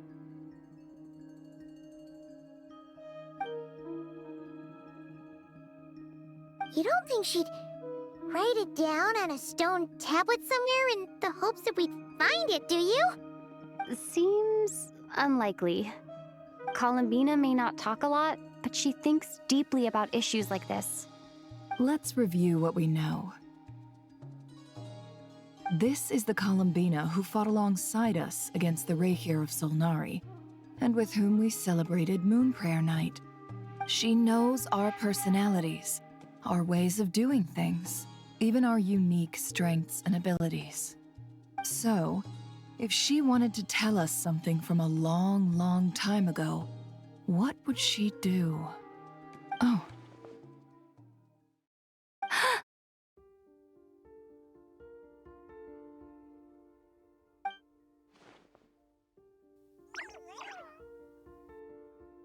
Traveler, you once said that those golden ripples also appeared when Luanatar was born.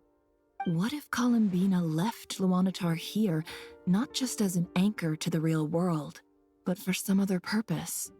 If she is part of Columbina, and Columbina knows that I can see past events through her... Oh yeah! Like when you peeked into Rarir's past through his heart!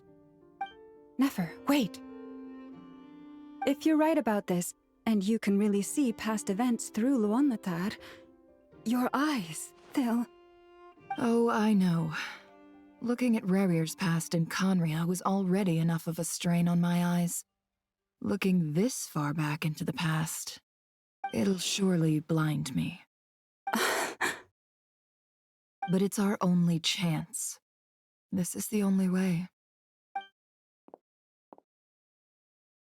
Boss. We spoke about this once, a long time ago. Do you remember what I said, Yehoda? The day I lose my sight, the Curatorium of Secrets will be yours to run. But... What's wrong? I'd be overjoyed if I were you. This day's come a lot earlier than either of us expected. I need to know you'll honor our agreement, Yehuda. Promise me. Yes, Boss Nef. I promise. Are you sure you don't want some time to think this through? What is there to think through? I should have gone blind after our battle with Rerir. Frankly, it's almost criminal that I got away with it for this long. Then at least let me take some precautions on your behalf. And if you really do lose your sight, I'll visit your office every day and make sure you're well looked after. Oh, please, anything but that. I was actually ready to go through with this. Are you trying to scare me into backing out? As if I could ever scare you. I'll assume you're just joking to calm your nerves. All right, enough chit-chat. Let's do this.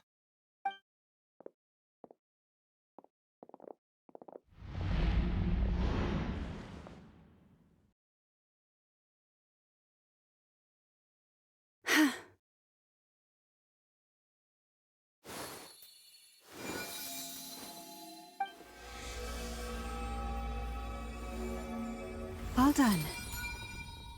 Good. Now give me some space.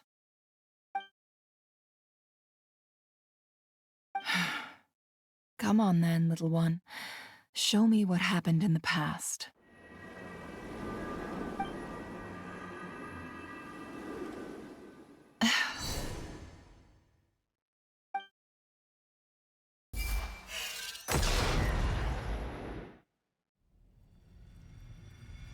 Between the Trilunar Authority, Kuvaki, and the sole-surviving moon, the Frost Moon, I think I might know how to get back. But I will need my sister's help. Time to go talk it over with them.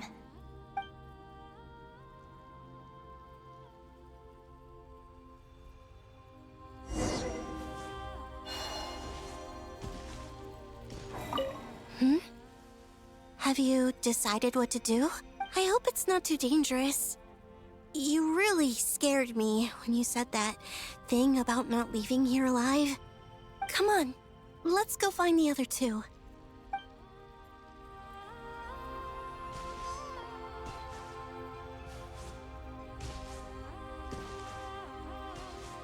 It seems you have reached a decision. I'm all ears. What do you propose?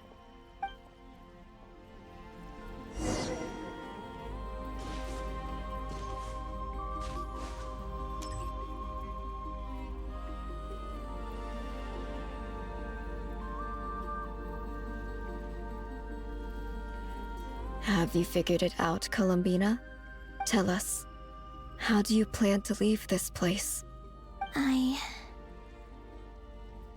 intend to die here, in this moment, and then be reborn in the future with the help of my friends. What? What are you saying? How can the dead be reborn? And how will you inform these future friends of your plans? You can't exactly leave oracles. Nothing can escape this place. Not a single ray of moonlight.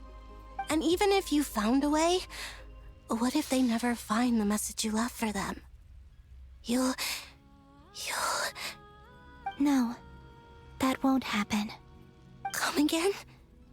They will find my message. I'm sure of it. I'm not following. How exactly will you achieve this? It's quite simple, really. First, I will leave my soul here.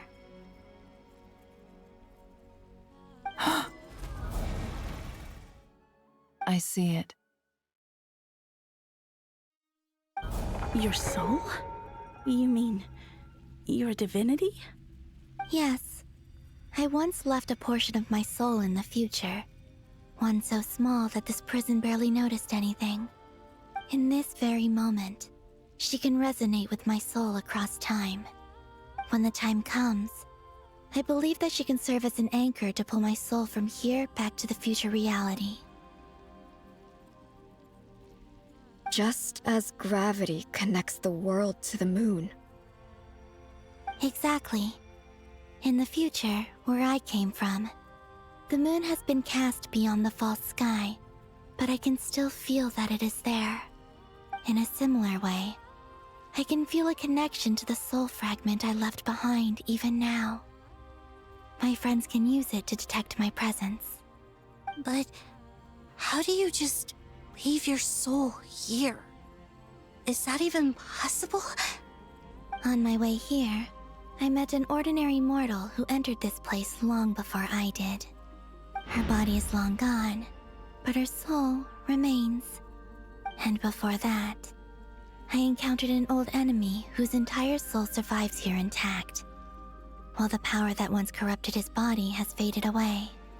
So, perhaps this space is specifically designed to imprison divinity and authority, but not the physical body. Still, even if your body can escape, would it not just be a lifeless husk without the soul inside? Wait, is that what you meant when you said you wouldn't leave alive? Yes. I shall turn my body into moonlight and pour it over Nod-Krai. That power shall protect the land and quietly blend into it, awaiting my soul's return in the future. However, I cannot do this on my strength alone. I would need your help to do this, so I'm humbly asking for your assistance. Oh, dear sister, you need not be so formal. As I said before, we are but remnants of a bygone age. You, on the other hand, were born alone in that distant future, and you have walked a long and lonesome road since then. How could I bear to let your story end here in this dungeon? Don't forget, we are your sisters, your family.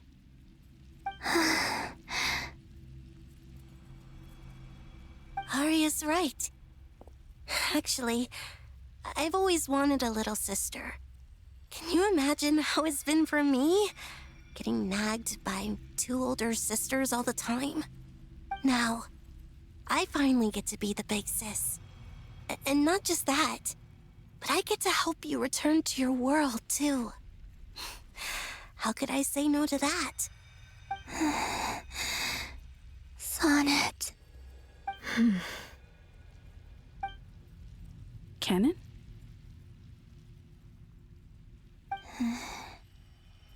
I'm sorry.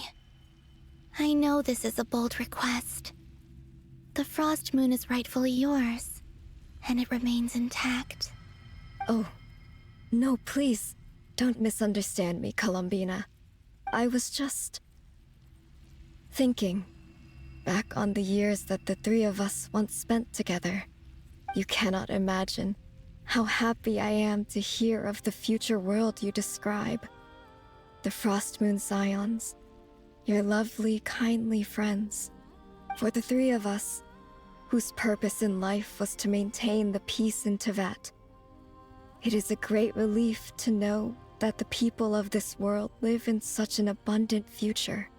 If your plan can save them, and save Nod-Krai, I will gladly give you all that I can. Besides, the three of us have been together since the day we were born. I could never abandon them to live on alone without them. Canon. Still, I do have one question I would like to ask you before we proceed. Certainly. What is it?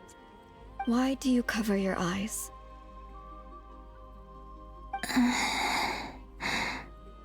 Yeah, I was curious about that too. But it seemed personal, so I didn't want to intrude.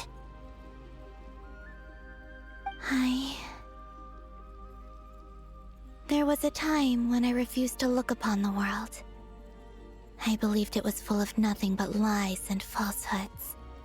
I wished to hide my feelings, seal my heart, until I could return to my true home. I see.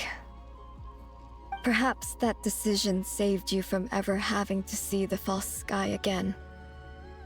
But at the same time, you likely missed out on many true and precious things, like the smiles on your friends' faces. Promise me this, Columbina. when you return to the future. Open your eyes, take a look at the world around you, and see your friends. I'm sure that you know this already, given that you long to return, but that is your true home. Give me your hand, Columbina. Arya, Sonnet, you too. Okay. All right.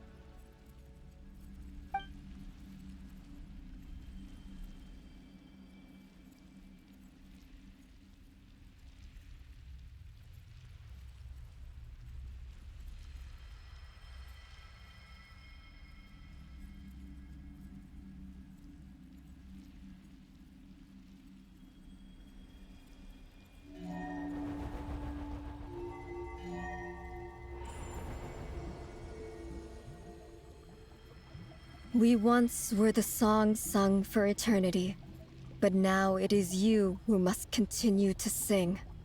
We once were the tides in the great river of time, but now we subside, and you arise.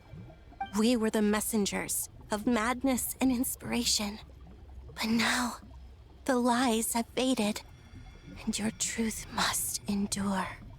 We are souls awaiting the sun. You must return to be with those who smile when they see your face.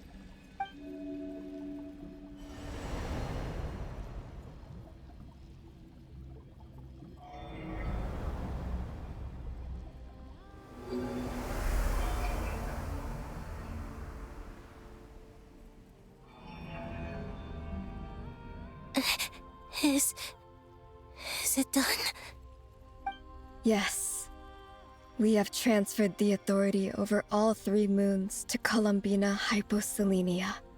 From this moment on, she is the Tri-Lune Goddess, the one and only moon goddess of this world.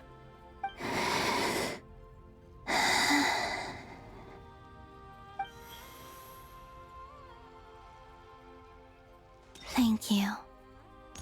Thank you, my sisters. Now go, and do what you believe is right, Columbina Hyposelenia. Be aware that we cannot grant you the power of the 3 moons beyond these prison walls.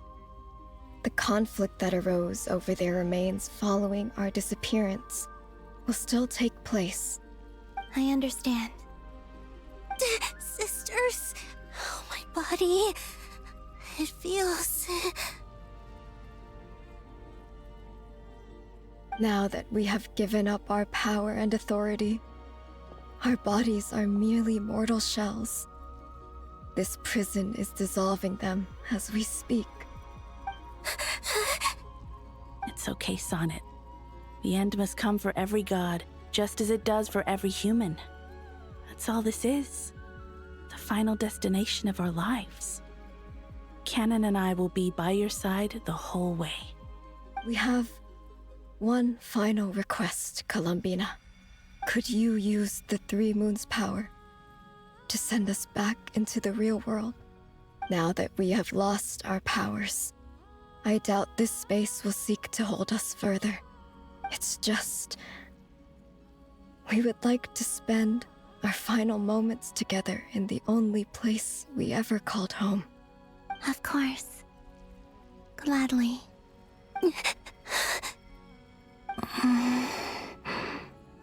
Sonnet? Yes? Don't... I wish I could tell her not to give in to the abyss. Not to be afraid. But is this really what I should say at this moment? Don't forget. I'm so glad to have a big sister like you.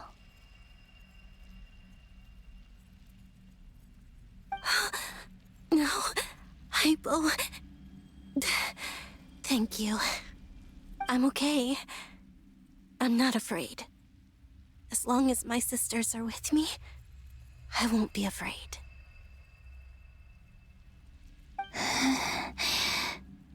It looks like this is goodbye, sisters. Goodbye, Columbina. Take care of this world in our stead. I will.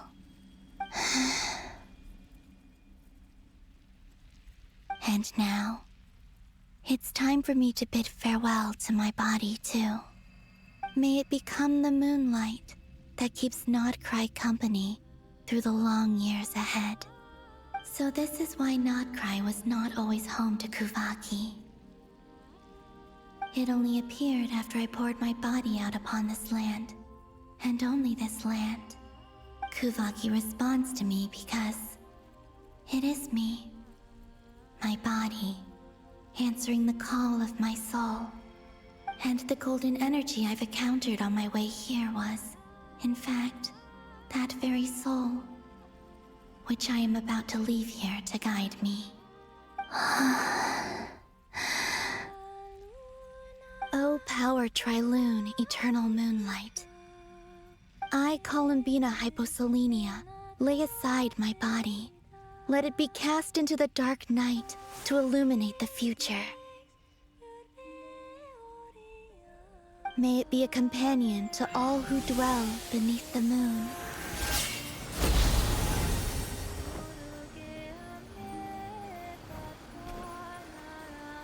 Until the time comes for me to return home.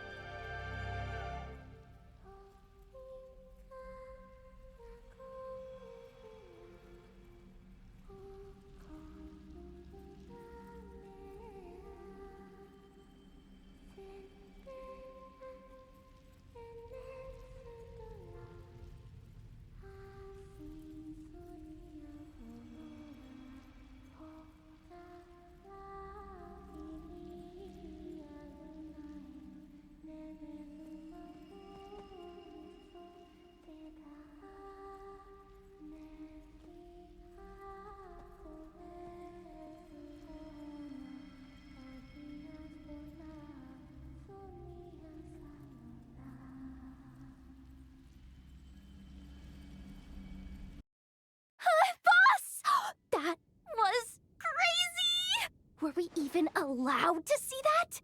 Is anyone? Oh, can you still see? How many fingers am I holding up? I see 2 fingers, and a look of sheer terror on your face. Truly astounding, Miss Nefer. Your eyes have glimpsed the very ends of the world, and yet they remain as sharp as ever. Or is the credit for this miracle due to Miss Lauma? It seems that even time itself is no match for your medical skills. Surely you jest, Mr. Flint. I suspect we have Columbina to thank. She must have realized the immense toll that the ritual would take and purposely set aside some of her power in the past to protect Nefer's eyes when this moment arrived. There is always a great price to pay for witnessing the truth, but it seems that this time, Columbina has shouldered that burden on our behalf. She chose the perfect method of getting a message to us. Though her eyes were always shut, she was clearly so perceptive.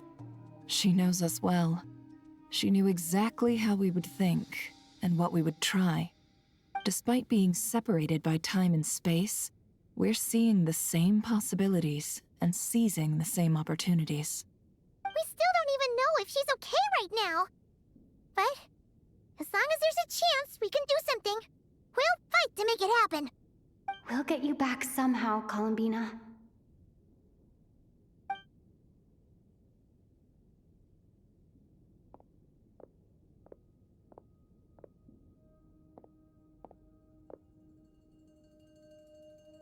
Well, based on the information we now have, let's figure out our next moves. Thanks to these gentlemen, we have a much clearer picture of the situation with Dottore. The civilian population has been moved to safety, so we no longer need to hold back. Miss Sandrone, how are the calculations going? So far, so good. I'll keep seeing how far I can push the system, though. Can't have Hatman being powered down for nothing. There's still a long road ahead. Where should we begin?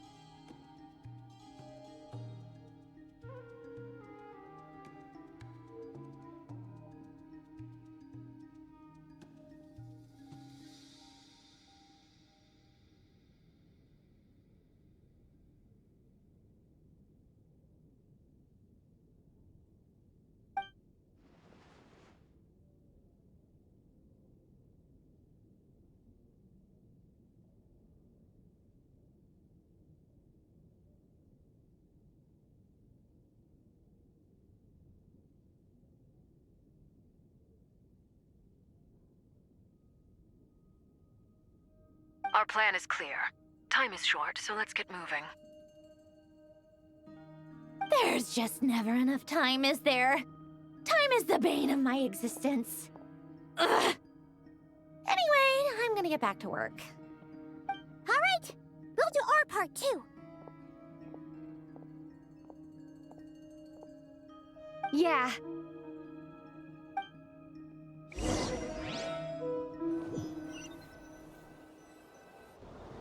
Albedo's theory says that elemental energy can dilute the Light Realm's power, but I'm no expert in building elemental defenses. Sounds like something out of the Advanced Elemental Theory section of the library. Whew.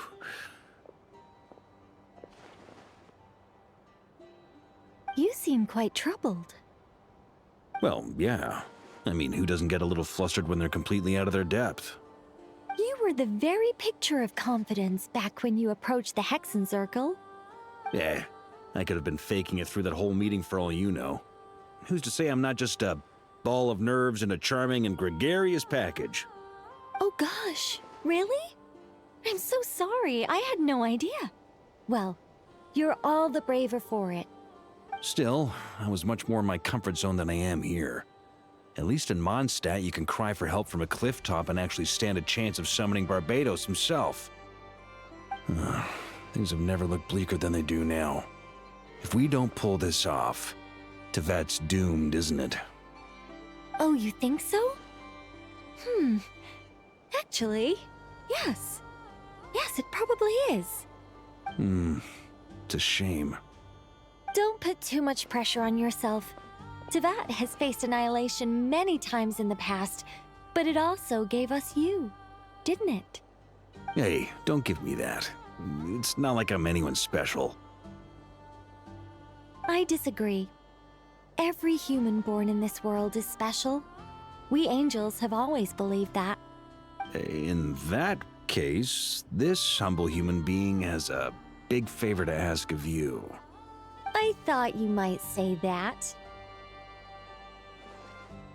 I'm sure Alice, in her great wisdom, sent you here precisely to help us in this difficult time, yes?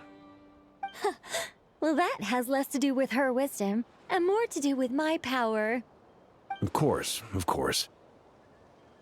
Well, the thing is, these elemental defenses we're about to build, I don't think it's a question of if they'll fail, but when. Durin's findings from his patrols make it clear that Dottore is constantly expanding his territory. First it was his lab, then the design bureau, and now this. It's not realistic to completely stop him encroaching on the rest of Nod-Krai. Rather, our goal should be to stall him for as long as possible.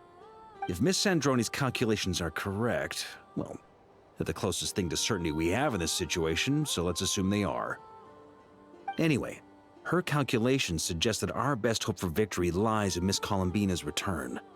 It's up to us to slow Dottore's advance and buy time for her to make a return.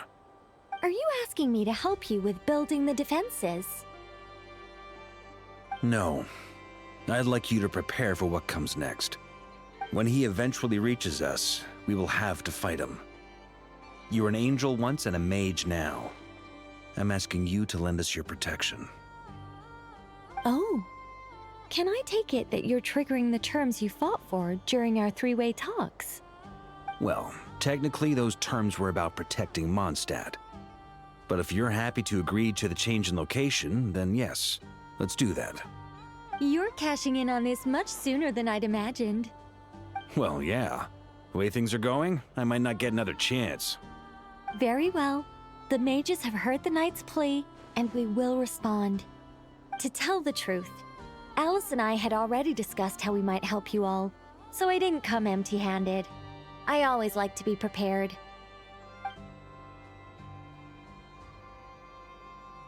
This is... wow. Yeah. This is great. Seriously, thank you. It's been many long years since I had a chance to dazzle humanity with a little divine intervention. To humbly serve as a reliable and responsible guide. Anyway, Knight of Boreas, please accept this gift in recognition of your great virtue. Go now. May the angel's blessing deliver you safely to your destination.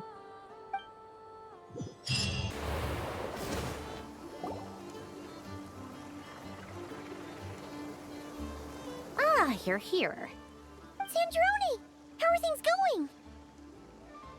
Glad you asked. You two are about to become the first people to lay eyes upon my masterpiece. Or should that be the first person and the first, specter?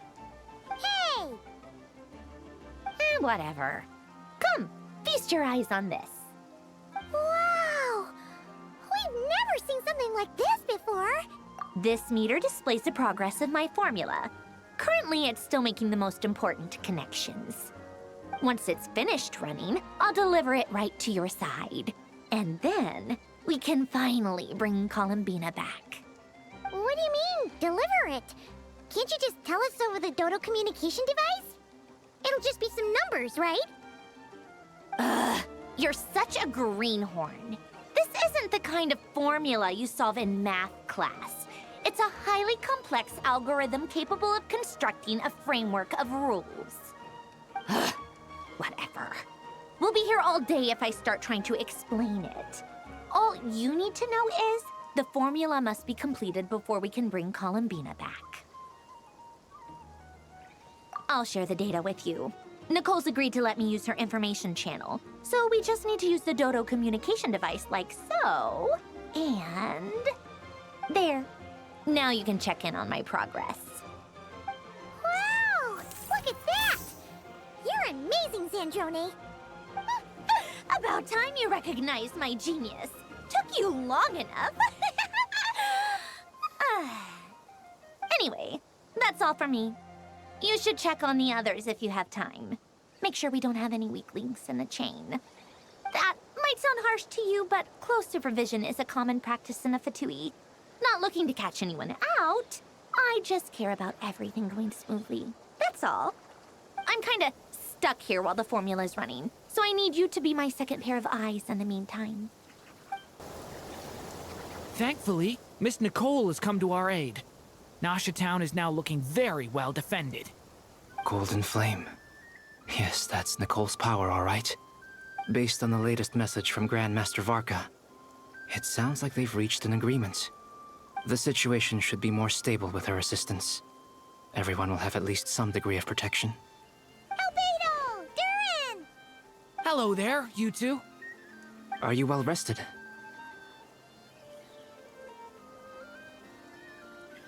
That's good to hear. As per the plan, Albedo and I will be in charge of Nasha Town. As Dotori's energy field expands, it's creeping ever closer in that direction. But we will do our best to hold our position. We've fought side by side many times before, and always with great success. I believe this time will be no different. So don't worry about us. Focus on fighting Dotori. Traveler, Paimon, a pleasure to see you both. Flans! How's everything coming along? fairly well, if I do say so myself. Personally, I am ready to confront Dottore head-on. Ooh, you sound much more serious than usual. To be honest, I am not usually fond of exercising my full strength. For one thing, it's hardly conducive to maintaining a low profile. Besides, I believe one should have the right to choose when to show their hand. I am conserving my strength until the moment of battle is upon us. Anything to boost our chances of victory. Seeing you get into the zone like this really puts Paimon at ease. Huh, Traveler? I consider it an honor to have your trust. Rest well. I look forward to seeing you both in your element during the battle. Yes, Miss Moonchanter? What are you staring at? You always address me in the strangest ways. Lady Moonchanter 1 minute, Miss Moonchanter the next. Yes, and? Are either of those incorrect? Not as such. It's just that I simply call you Nefer nowadays. Uh-huh. That's my name. What's your point? The point is I don't add any honorifics or titles. Meaning what? That maybe we're on friendlier terms now than we used to be. Is that how you see it? And I thought I was the one with eye damage. Nefer! Lauma! Paimon, Traveler. Just swinging by to check in on you. How are things going? Did you manage to get some rest? Don't worry about me. I won't slow us down. And I give my all to ensure our victory. Ah, yes. Allow me to give you two a quick checkup. All done. You're both in good shape. You're welcome. You'll have your work cut out for you in this battle against Dottore, so make sure to get some rest in first. Paimon will keep an eye on her. Don't you worry. I'm glad to hear it. Take good care of yourself, too, Paimon. Sure thing!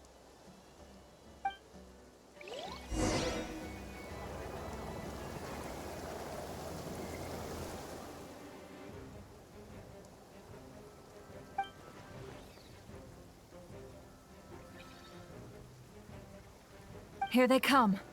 That's quite a horde. As we expected. Get ready, everyone. Take your positions and prepare to engage. Let's begin. I'm at the ready.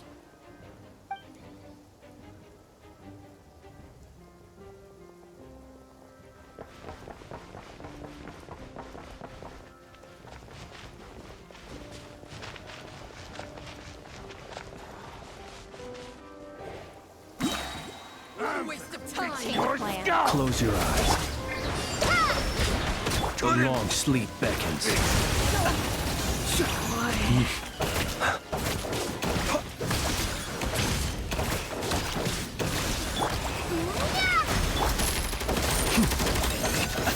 Observe.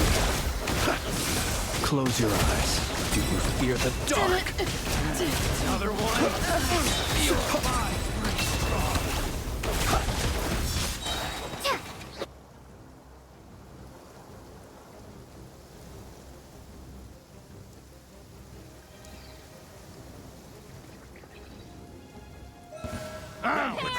Your skull! Forest, protect... The mystery unravels. These creatures cannot stand against us. Oh, fighting talk. Just don't let your guard down. That goes without saying. I'm hardly the risk taker in this group. Excuse me?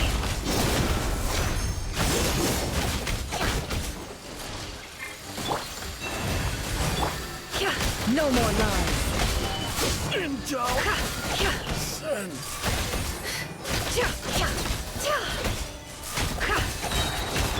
For the everlasting forest. You poor lost lamb. The mystery unravels. It all adds up.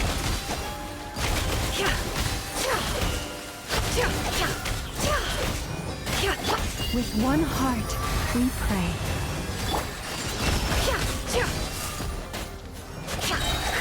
deception ends here.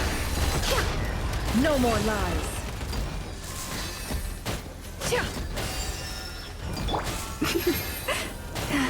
Forest, protect us.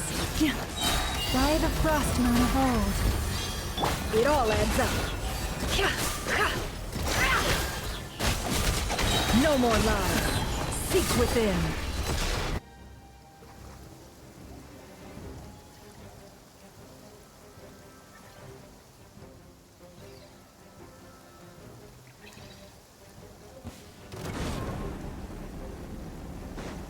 Coming to be! Witness my great undertaking! Get back! Stay away from me! That was easier than I thought. Naturally. What do you mean? Is it because...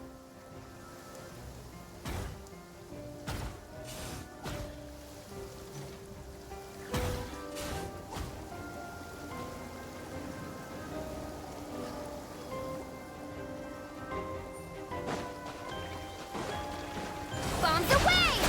With one heart, we pray. Can't hide the truth. The deception ends here. Be silent. Close your people have always used fire to drive away wild beasts. Wouldn't a lantern work just as well? You read my mind, my dear friend.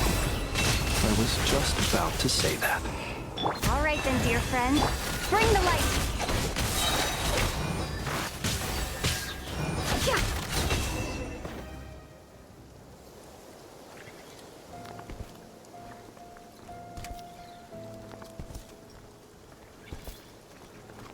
You're looking well. I trust you've had a good couple of days. Dottore. It's actually a good thing, in my view. If the subjects of my experiment were to die prematurely, it would throw quite a wrench in the works.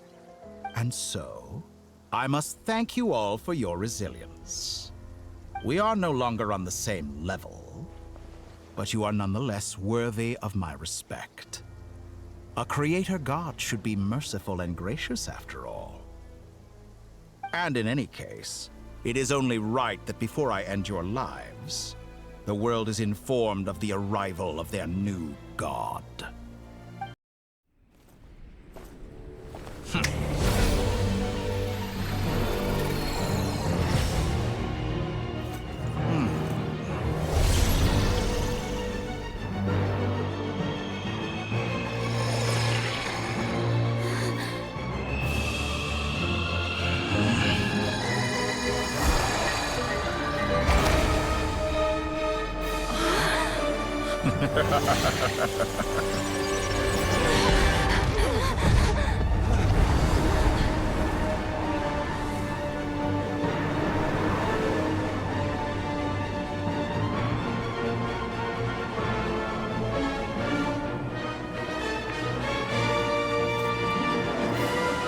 The experiment begins.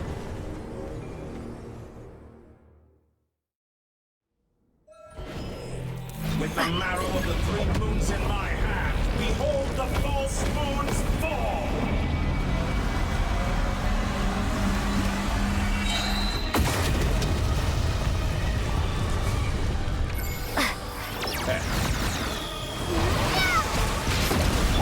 Can't hide the truth.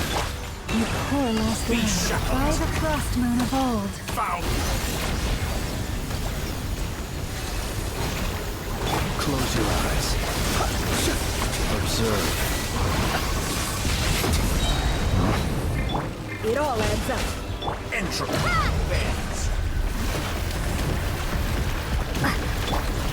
Forest? Such a simple attack. Can't hide the You're truth. already It all struck. adds up. That's more like it. Some results of that.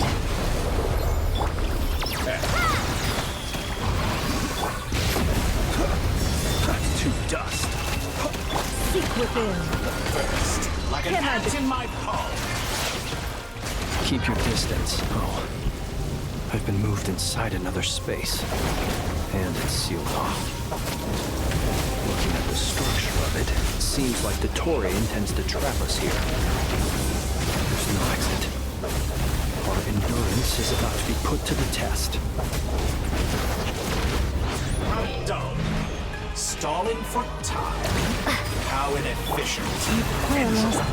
It all adds up. Me. Can't hide the truth.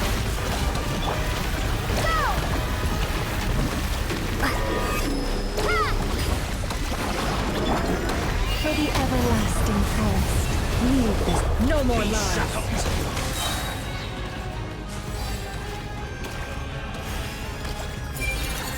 Did you honestly The think deception ends here. It all adds up. On the way! By the frostman of old, forest, protect. Can't hide the truth. How dull. Moon's remnant. Leave this place. It all adds up.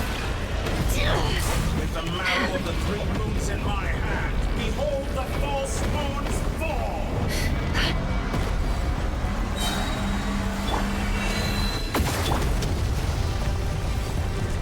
Pathetic. With one heart, we pray. Tell me, where will you try scurrying off to next? Looks like Dottore has opted for a divide and conquer strategy. But we will not allow him to triumph. Now, I shall pray for our victory.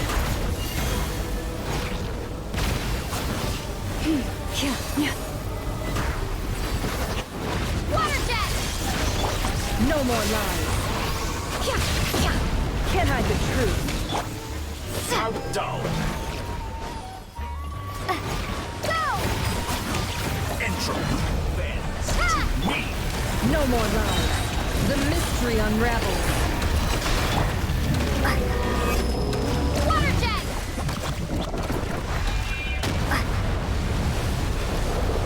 Be shackled. It all adds up.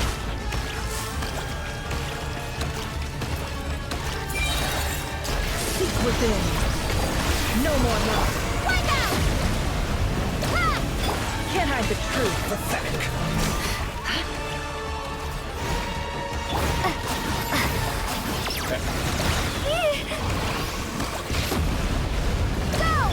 No more lies.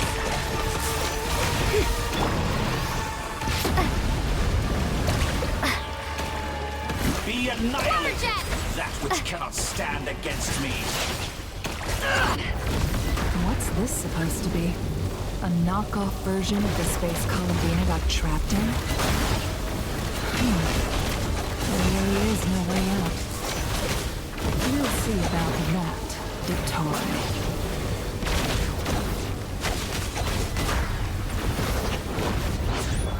My fault. I had not intended to take your teammates from you. But you have a choice. Obey, and I can release them. An excellent deal, if you ask me. Won't you consider?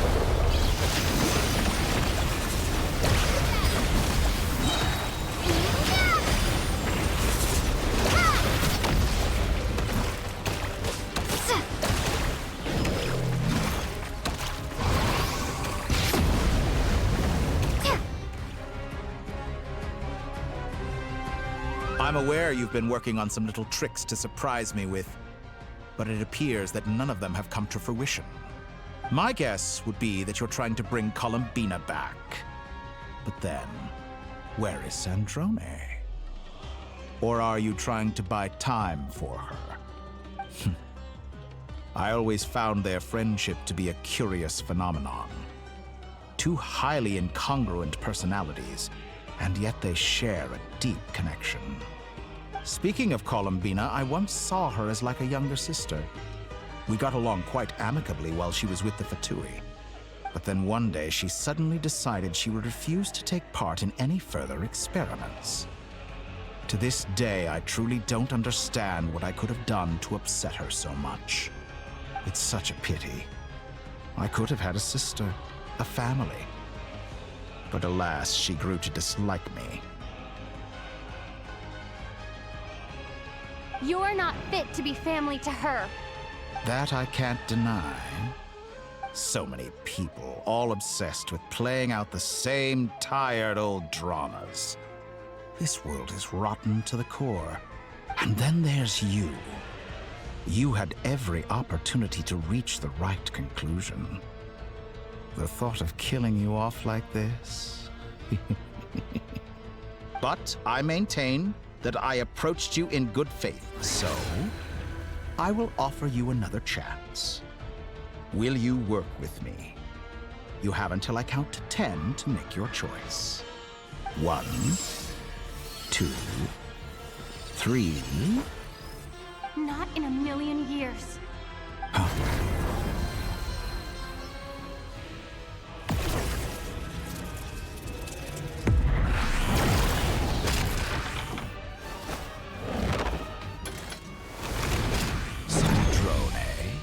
What a pleasant surprise.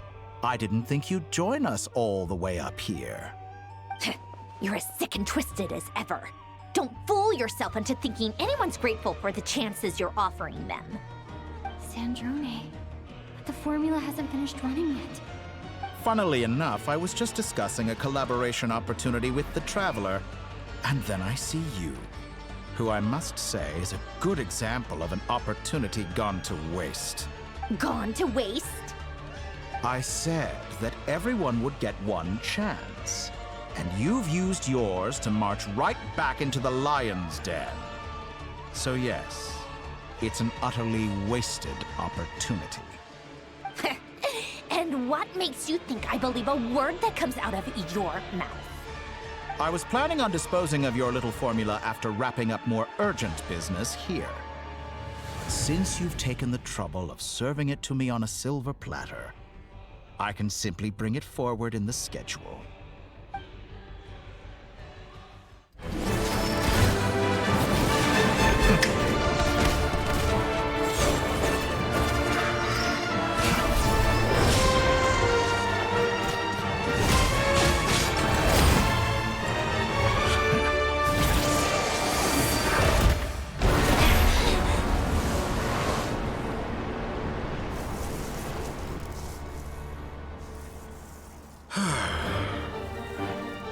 Is this your life's work? This piece of trash?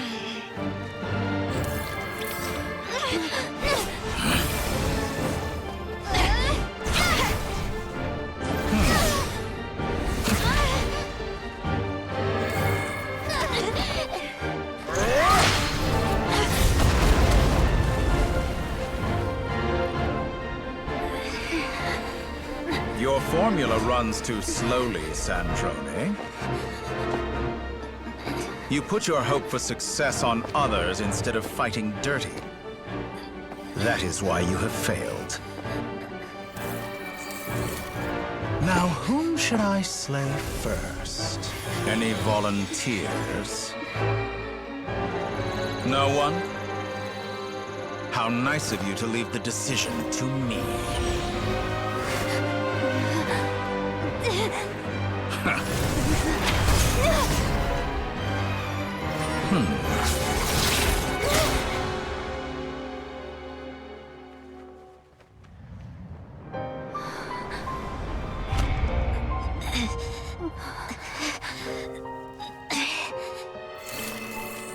Oh, how unexpected. Sandrone, any last words for me, comrade?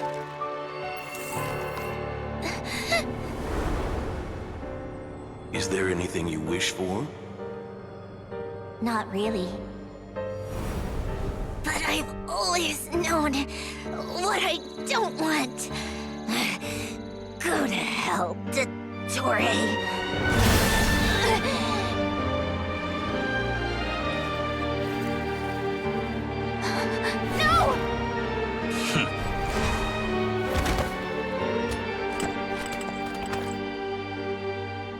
And now, you have failed.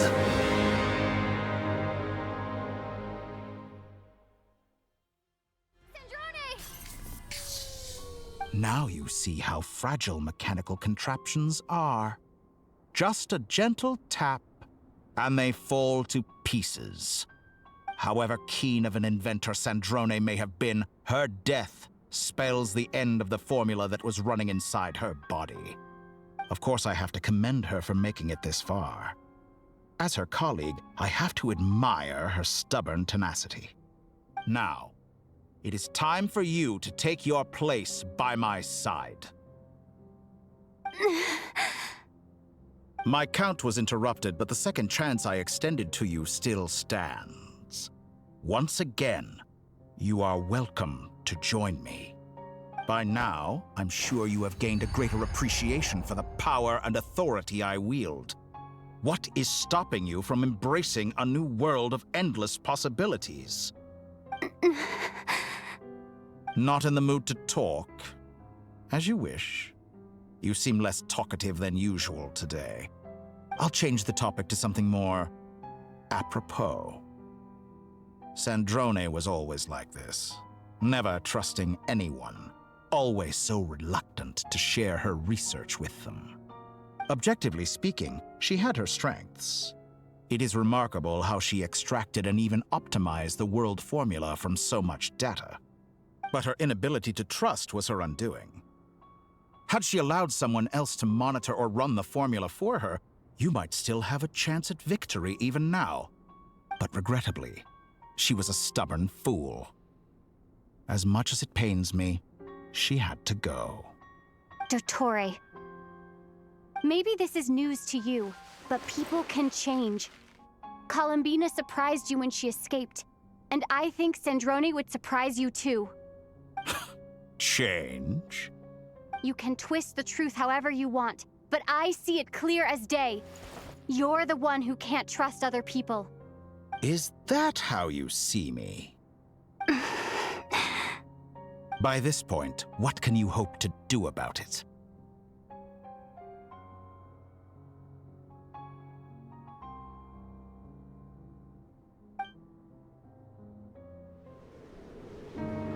It is pointless to fight on. You've already lost.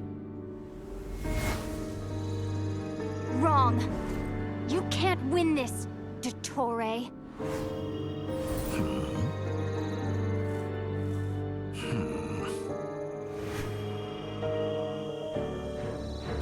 What?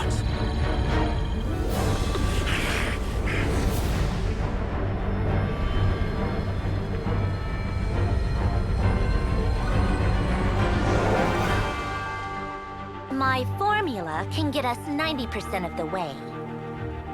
It will connect you to Columbina. Then, I will bring the formula's output to the Traveler's side. For the last 10%, do whatever it takes. Just bring the moon down.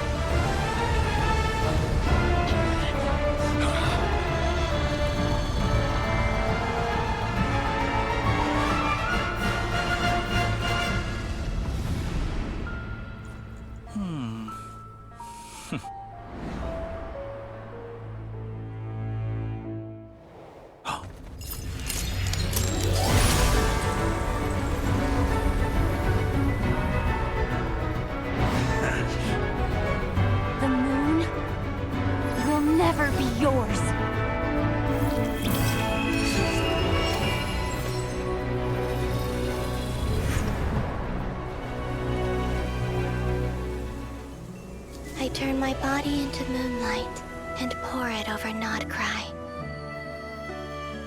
My soul, I leave here to inform my future friends. Lastly, I will hide the Trilune Authority within the Frost Moon. And when my body, soul, and authority are reunited, finally...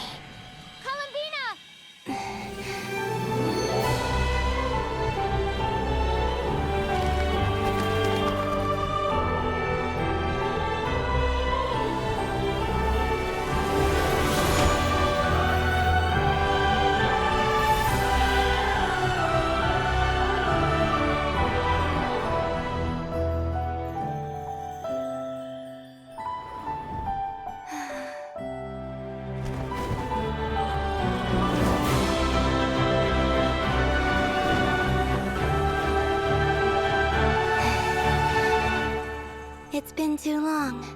I'm back.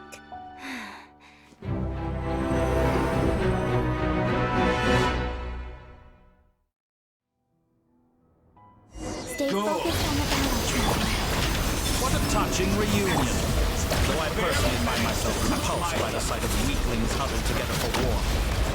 Now, you're quite finished patting yourselves on the back.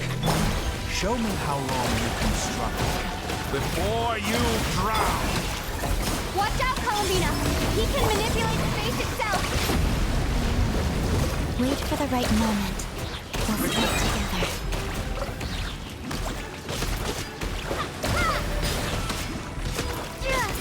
Water jet! Did you honestly think that would hit me? Bombs away! Entropy bends to me.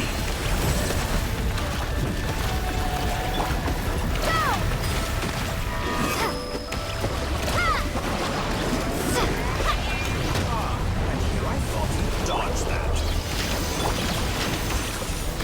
Water jet!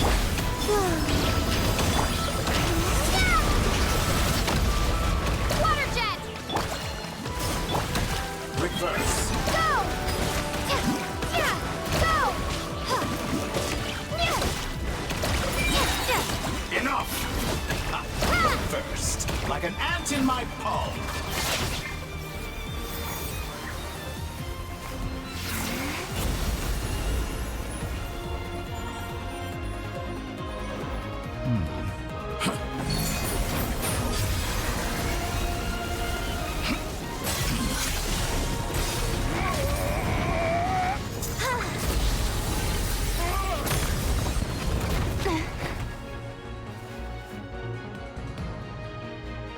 I grant you the new moon's blessing.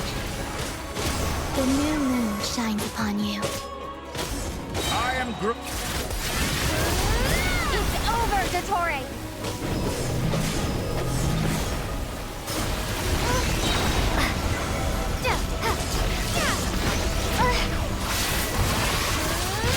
Time to pay for your heinous crimes! No longer must the world cower in the cold night. Our future is not yours to command! Let the moonlight dispel the darkness. In this rotten, decaying world!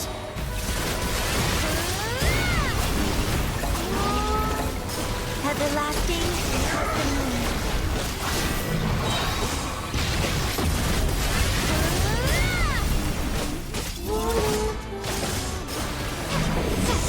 Rather wallow in this rotten, decaying world!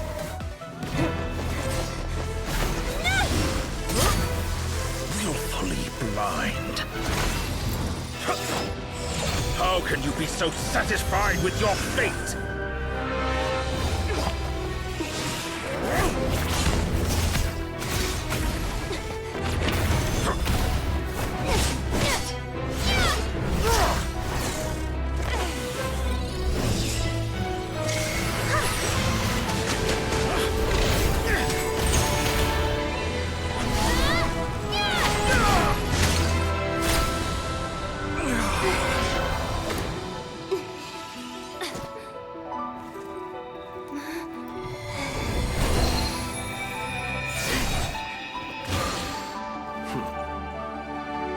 This battle was never about fate.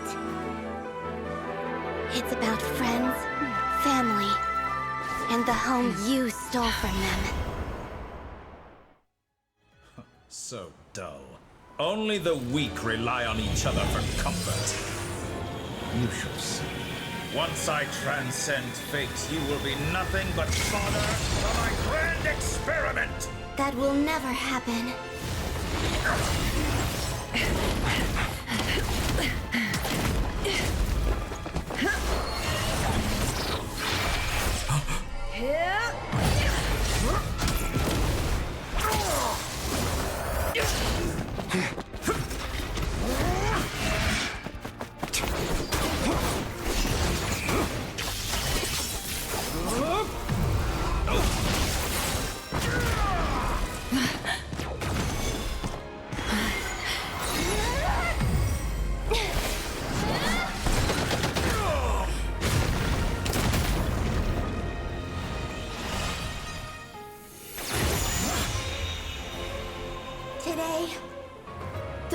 lights up this world once more!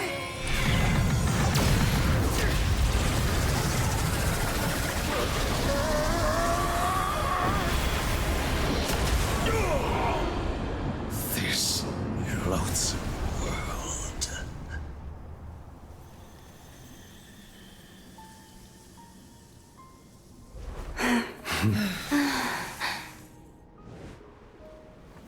No, this world is our home.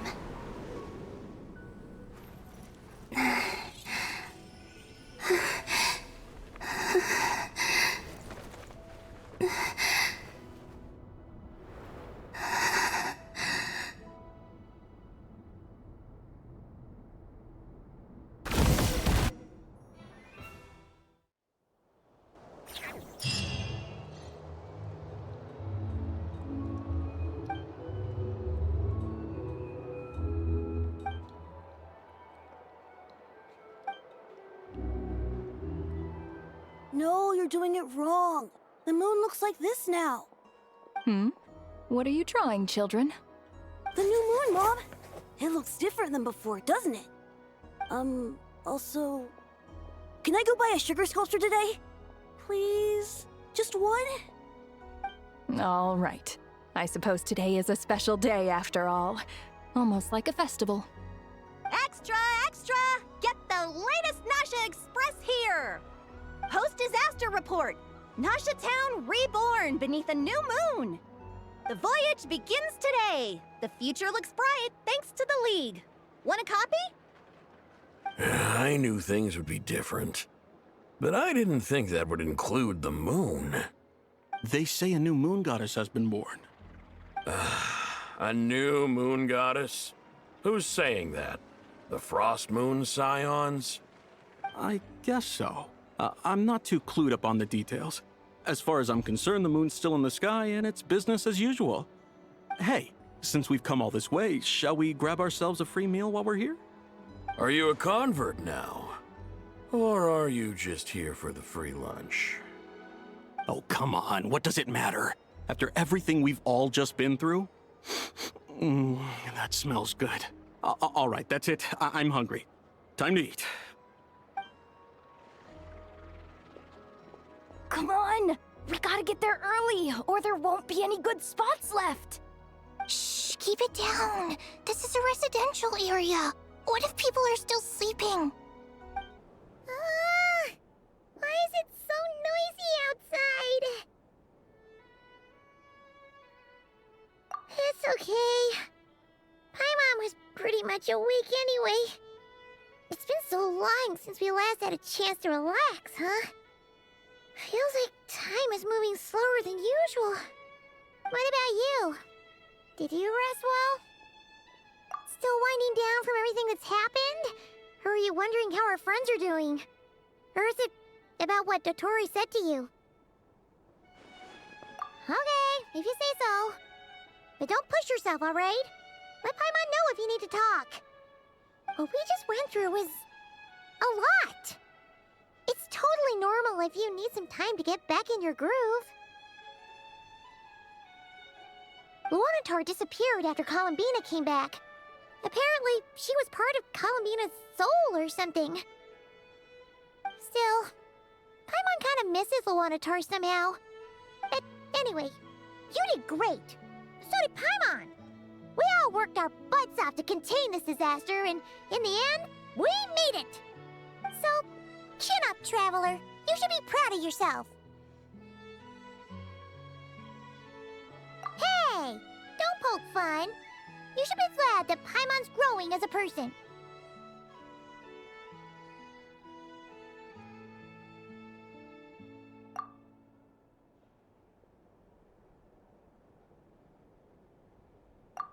Paimon didn't think you'd mention it. You have no idea how anxious Paimon was. She was worried sick about you. Well, if you really want to show Paimon you're sorry, you're gonna need to make it up to her. You better be ready to splash out on a lavish meal.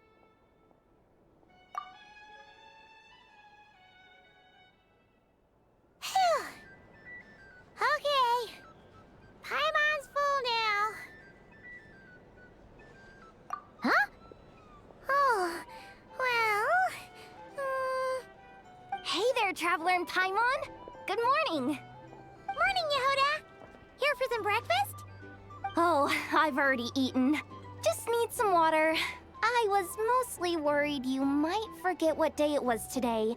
So, I came over to remind you. Careful there, Paimon. Too much food will make you drowsy. Don't let anyone catch you hiding at the back and nodding off during the League meeting. You should probably be saying that to Aino. She's the baby of the group, if anyone. True. You know, I'm surprised that all these competing groups are actually coming together to try to solve things together. Definitely a first for Nod-Krai. Well, nothing like a region-wide calamity to bring people together. After that, surely even the most self-interested people have to realize that going it alone isn't worth the risk, right? Try telling Boss Neff that. She's not exactly convinced that people are gonna get with the program. Really? But if she's so pessimistic about it, why'd she agree to be the Curatorium's representative in the League? Probably 'cause even though Unity sounds like a pretty far-fetched idea, the benefits it would bring make it worth a shot. I think things will work out, though. I swear, Nod-Krai feels like one big family now with everything that's happened. More than it used to, anyway. Paimon's with you on that one.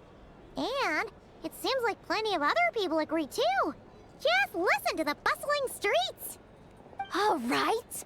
Everyone's been rebuilding these last 2 weeks, and the evacuees have been coming back in droves. Life's slowly returning back to normal. Which means my workload's probably gonna shoot back up.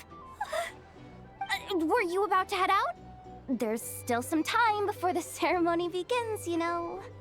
Yeah, we were gonna take a stroll around the square and say hi to some friends first. Sounds good. See you later then. Please accept today's boon. Have a nice day. Are Paimon's eyes deceiving her? Or is that Nefer handing out food for the Frost Moon Scions? Hello there. Would you like a feast of the moon, along with some snacks of the day? So, what's new, Nefer? It was only a few days ago when we last saw you, but it looks like you've joined the Frost Moon Scions in that time. And I know too? What are you talking about, Paimon? We're just here to help. Duh. In the wake of the disaster, it's all hands on deck. We responded to Lauma's request for support.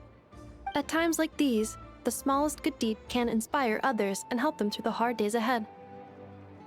And we're using eggs and heating tubes to make that a reality. In true Krumkake Craft Shop style! Nefer! Did you hear that? The Traveler said I did good. The Traveler!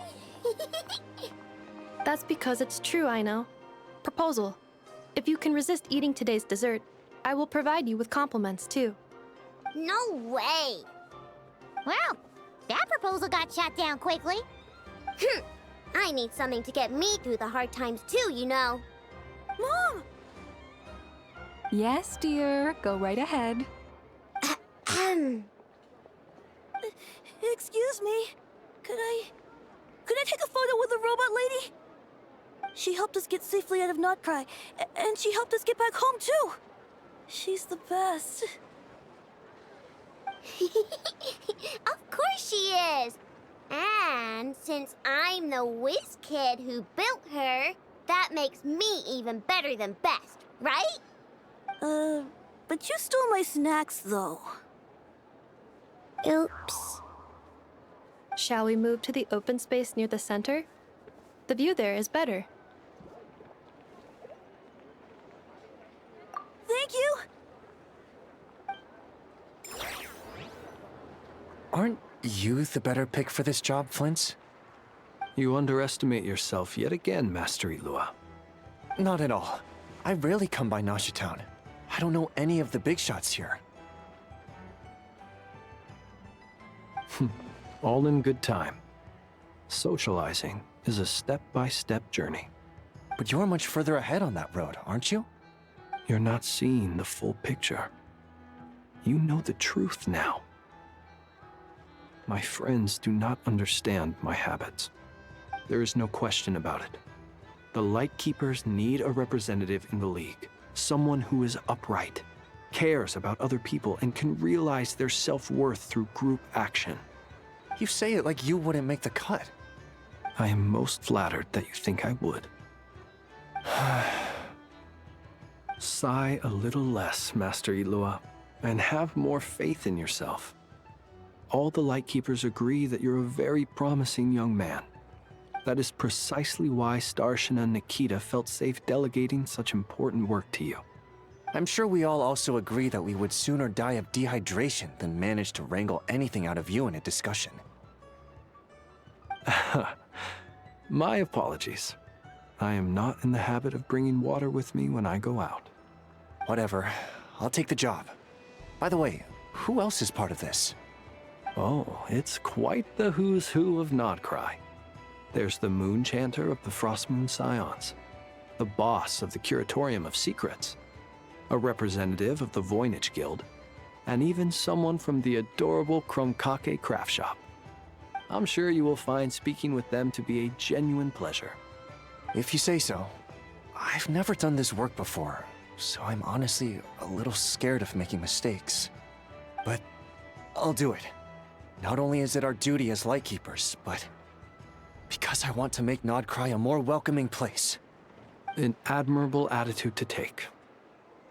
The beacons are lit, Ilua. We're but one step away from breaking through the blizzard. We have the chance to band together and build our shared homeland into an Elysium. This is unprecedented for Nod-Krai. An opportunity not to be missed. Yeah. You're right. I'll do my best. Quite a few familiar faces have arrived. Let's go, shall we? You look so cool when you fly, Miss Robot, and when you use your spear, too!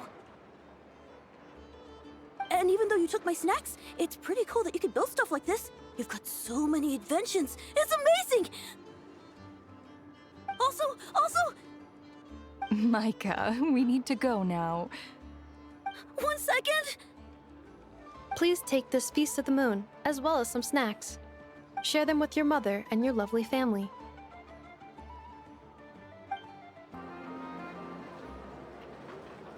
Wow! Everyone's here! You seem well rested. I know no one's asked, but I'm sure you all want to know, so let me just say, we're doing great. Thanks. Well, great, but not perfect. Starting to lose my mind from boredom. Can't drink a drop of alcohol while I'm waiting for my wounds to heal. I'm sure you had a sneaky swig or two. Wait, how'd you find out? I'm sure you must be missing Mondstadt after all these years away, Grandmaster. Yeah, you could say that again. Every time I get news from Mondstadt, it makes me want to go back and see the place for myself. Honestly, once things are wrapped up here, I think it'll be time to head back home. Hey, looks like someone's taking the stage. Can everyone see okay? Anyone need a boost? I'll just listen from the back. It's fine.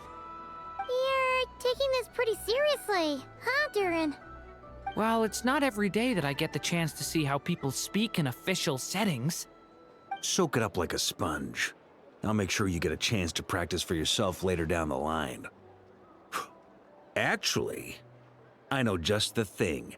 You can debrief the Knights of Favonius for me.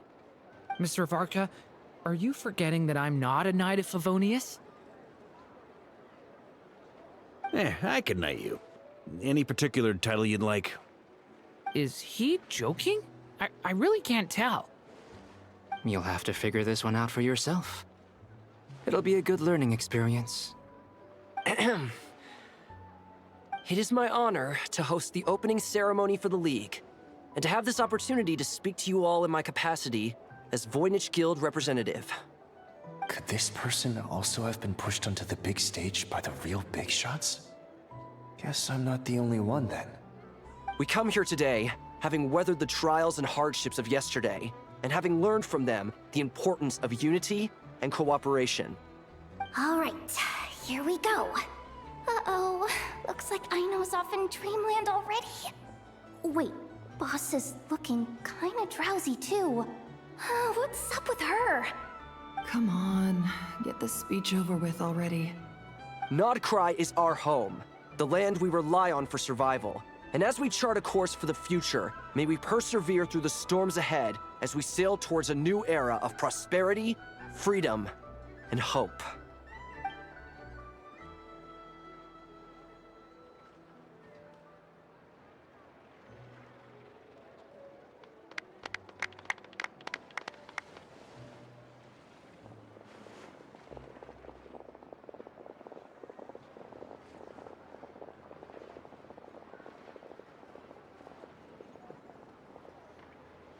Looks like we'll have more opportunities to travel in the future. I'm sure you'll cope, Lady Moonchanter, given how fleet of foot you are. Unfortunately, I suspect I'll be too busy at the Curatorium to act as your host. We have a busy schedule, not to mention an international network of contacts to manage. That'll be all right. I'll just check your schedule with Yehoda well in advance. And if she's not available, I can simply ask Ashru. You... So giving my employees extra workload isn't enough for you? You're really going to drag my cat into this too? I thought you'd approve. Aren't you forever increasing your employees' workloads? That's a bold statement. Are all the Frost Moon Scions feeling more audacious now that your moon goddess has returned?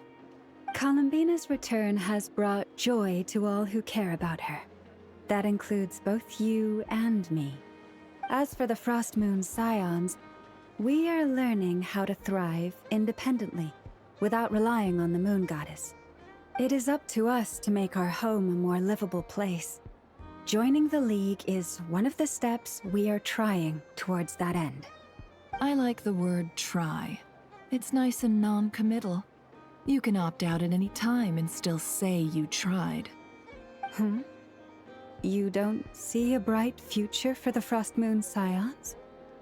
Or did you mean the League? I'm just not as optimistic as you. The Frost Moon Scions should count themselves lucky that they have a leader as stubborn and enterprising as you. But Nod-Krai's a big place, with all kinds of people. Most of them don't enjoy answering to a leader, or even listening to reason. Well, that's where you and your methods come in.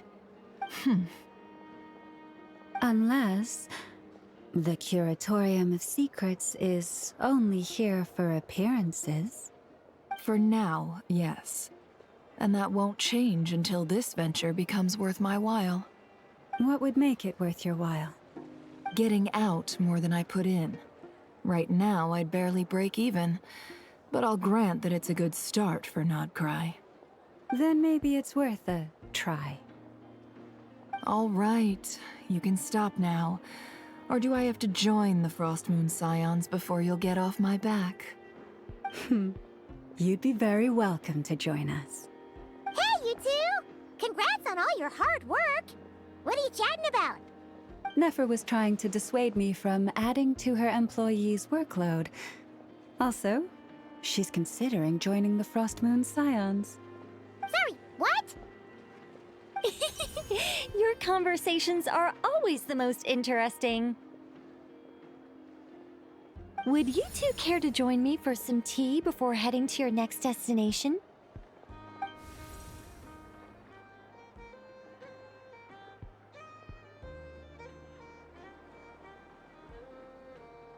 Nicole?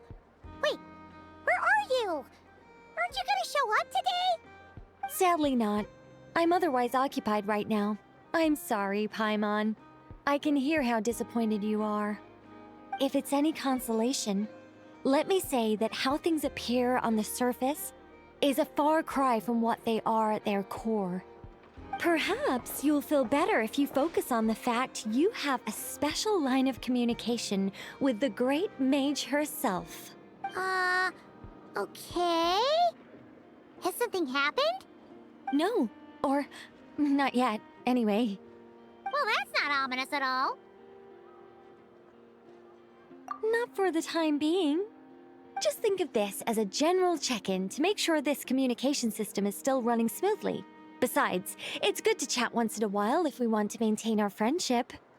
You could have just said so. Paimon got all worked up for nothing. Still, the best friendships are built through face-to-face interaction, you know. It's never gonna stop being weird having tea with you when you're not there and just talking to thin air. All right, fair point. I'll bear that in mind for next time. Yeah. Any update on that crisis at the world's borders? Alice just informed me that they had their work cut out for them. And now everyone's thoroughly exhausted. But they did finally get things back under control. Still, we can't let our guard down yet. The disruption caused by this disaster has made Teyvat easier to detect from the outside universe. She plans to wait for things to stabilize, then reschedule her Mondstadt vacation plans. As for me, I agree with Hat Guy's perspective. This is a time when many new variables are emerging, and the situation is changing constantly. Plus, most of this change is for the worse. We have to remain vigilant and ensure that the embers of chaos are not rekindled. I did notice that the energy in Nod-Krai changed somewhat after the War of Funerary Flame, but since it was still aligned with the Light Realm, I never gave it a second thought. It looks like I'll have to examine the connections between phenomena I observe more closely in the future. Just doing my duty. It's more or less second nature by now. Of course. To give you the full picture, I'd have to start with the substance from which angels were formed. Never mind. Paimon's right. Showing off my knowledge would be much more satisfying in person. By the way, you did receive the gifts from the Hexen Circle, yes? I'm not trying to claim credit or anything, but my pride demands that I at least mention it. They're quite similar to the protective talisman that Alice gave Dory, but with some very special enhancements. Oh! So that's what kept our friends safe when Dotori trapped them. Indeed. We went to great lengths to make sure they were invisible to his eyes. I'm so happy they came in handy. Still, not fishing for gratitude, by the way. I just want you to be aware that sometimes your friends may be protecting you in ways you cannot perceive. Anyway, I'll contact you if anything else crops up. If not, you know what they say, no news is good news. Oh, my angelic instincts are tingling. They say you should head to the docks next. Your friends are about to board their ship home.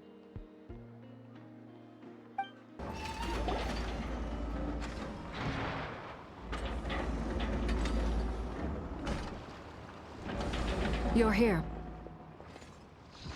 You're here too, Hat Guy. Are you heading back together? No.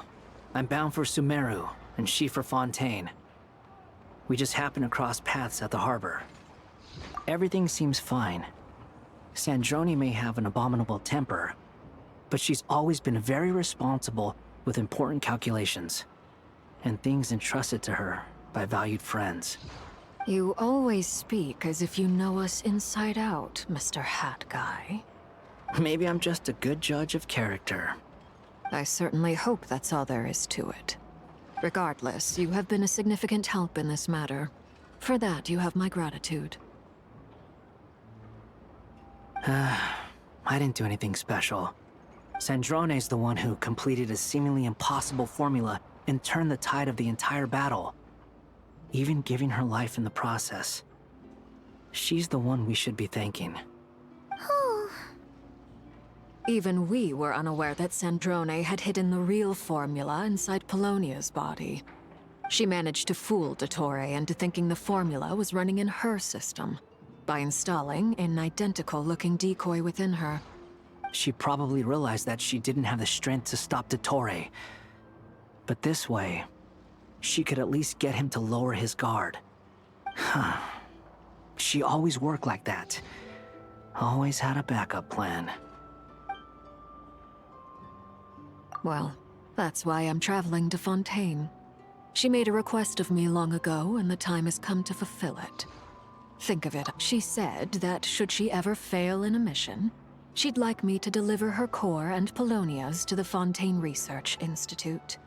She also mentioned that she had made arrangements for people there to set her affairs in order. Some of her personal effects, such as her notes, were left to me. I've decided to take them back to the House of the Hearth, for safekeeping primarily, but also as mementos, I suppose. However, there is one book among them that I'd like to leave in your care. I'll have someone deliver it to your residence at the flagship at a later date. No, I was specifically warned not to tell her. This is her last wish, and I will abide by it. I can only hope so, but none of us here can know for certain. I bade farewell to Columbina earlier today. As promised, she turned the iridescent moon's marrow over to me. She spent a long time with Sandrone's body, saying her goodbyes. Oh, is she alright? Sandrone's passing has left a great wound in all of our hearts. It will take time to heal, but Columbina surprised me. She offered me some words of comfort before I departed. Despite being grief-stricken herself, she showed an awareness of the feelings of others around her. She never used to act like this. Clearly, she has grown. And I suspect that we have you to thank for much of the change we are seeing in her. Huh. After these recent events, the Tsaritsa has revoked the Pale Star Edict. Snezhnaya now realizes that the arrest warrant for Columbina was just a ploy by Dottore, who coveted her powers. I shall return to Nod-Krai to see her as soon as I find the time. I hope that from now on, she too will explore more of the world. Columbina Hyposelenia's journey is only beginning. My ship is here. Traveler, Paimon, we shall meet again. You too, Hat Guy. What are you still bumming around for? Isn't Columbina waiting for you? I thought today was the day you'd agreed with her to go find out the truth about your sibling.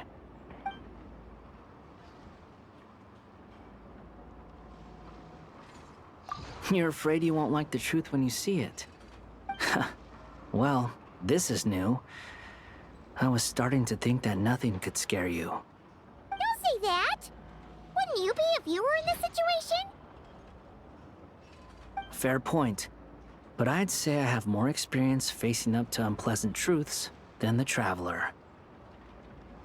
They say blood's thicker than water. I know how much you need your family back.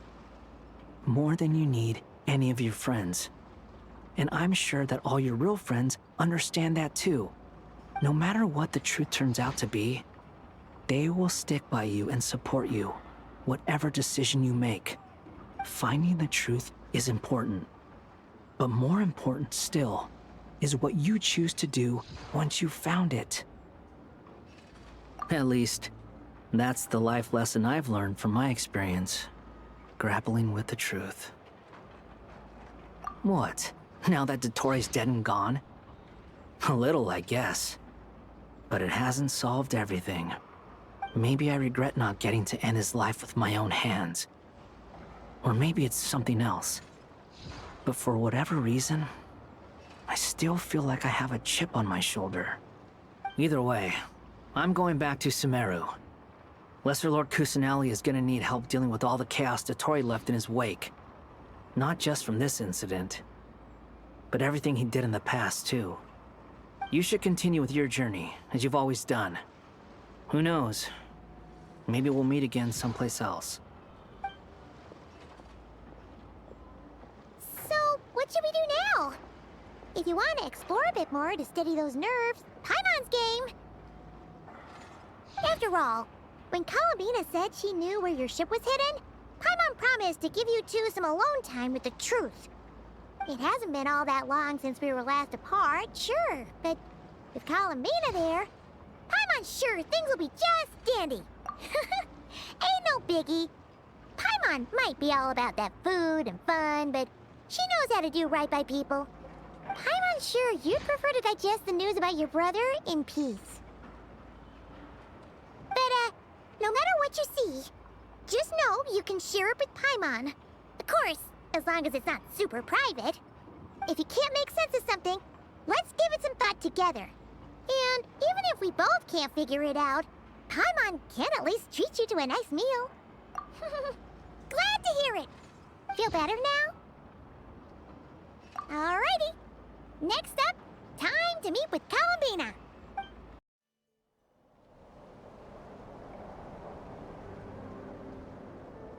Columbina, we're here! Can't quite believe we're meeting out here. We've gotten used to walking over to Silver Moon Hall whenever we go see you.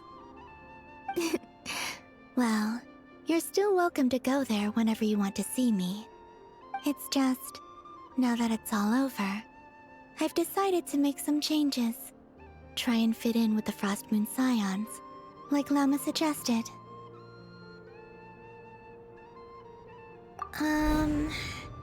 The older generation are still timid around me.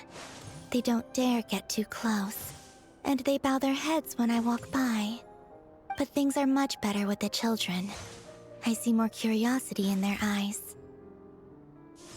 Hopefully, by the time the next Moon Prayer night comes around, I can enjoy the festival with them as myself, without having to pretend that I'm only dressed up as the Moon Goddess.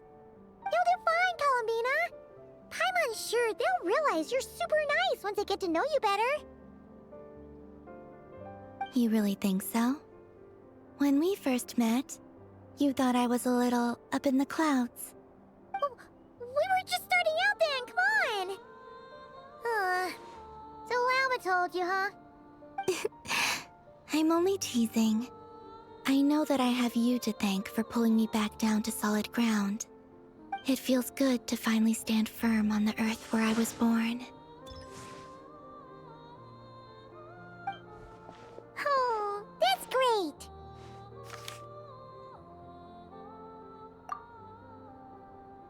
Thank you. I'll make sure not to lose it this time. Well then, are you ready? Ether, what happened to our spaceship back then? Why did you leave? It's time to learn the truth at last. I'm ready as I'll ever be. Good. Then let me open the way for you.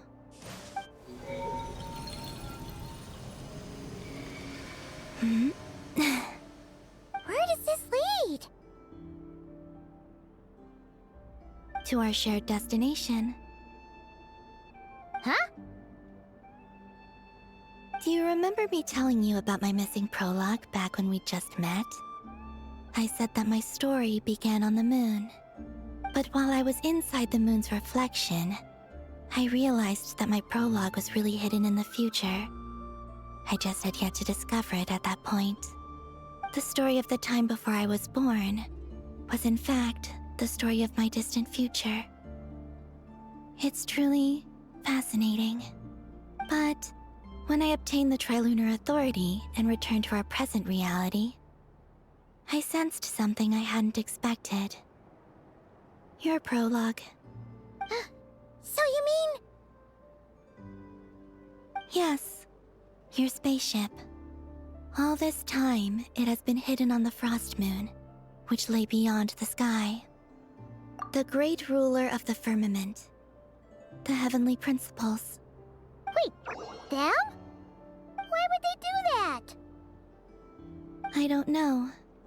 Perhaps your ship contains something that is incompatible with Tevat.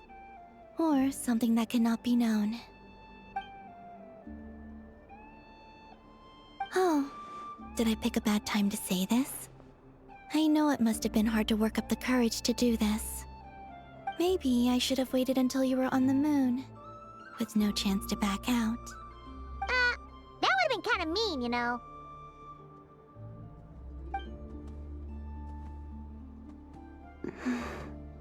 Take me there.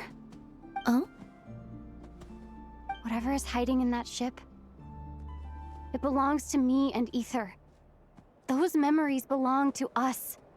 No one else has the right to decide whether I should or shouldn't know about it. Not even the Heavenly Principles. Very well. Then let's go. You two take care, alright? And don't forget to come back soon! Rest assured, Paimon. We will. Traveler, after you. Thinking about the story that we'll find hidden on the moon? Yes. And hoping that it has a happy ending. Stories like that don't exist, you know? You don't believe in happy endings? I don't believe in endings. Where am I? This is the pathway I built between Teyvat and the Frost Moon. The moon is very far away from us, so it could be a long journey.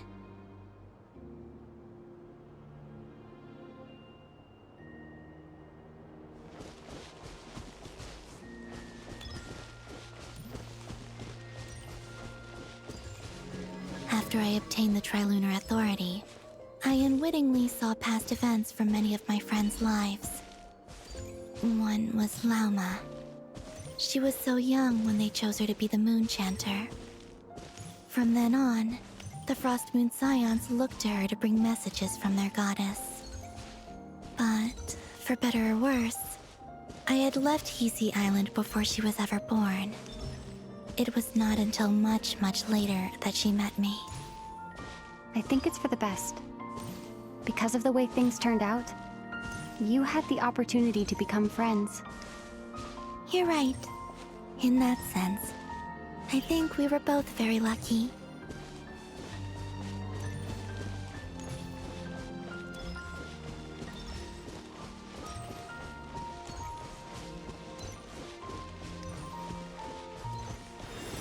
Oh, and about that mage, Nicole. I only recently learned that she has lived in Teyvat since the time of the Three Moon Sisters.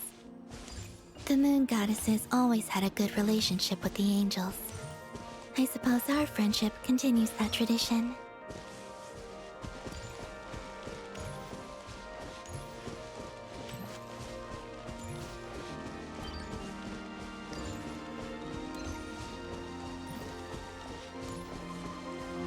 And then, there's Sandrone. I never knew that much about her, beyond the fact that she was created by someone called the Lord Artificer. She, too, suffered for a long time before joining the Fatui.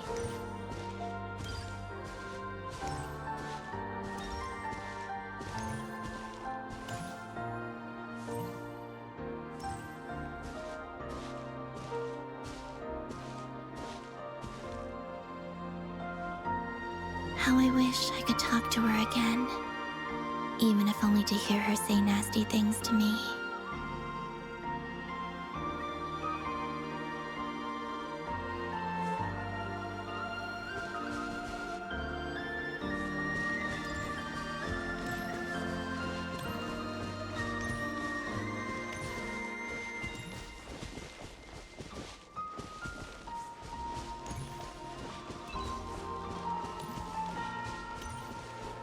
Also, I saw your sibling's story.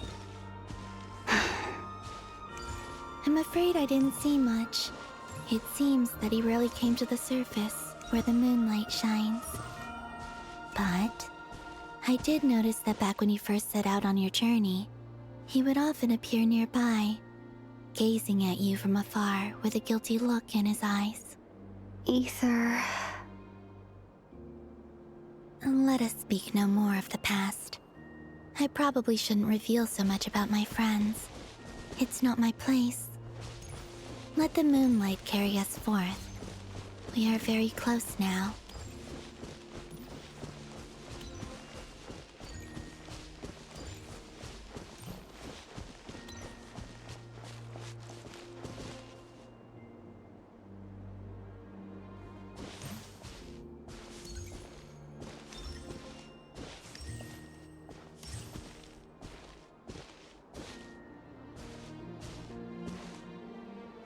After this, I'd like to bring some kuhenki to the moon as well. If they're willing, of course. What about your other friends? Will you bring them to visit too? Certainly. But I'll need to tidy the place up first. This home hasn't received any guests in a long, long time.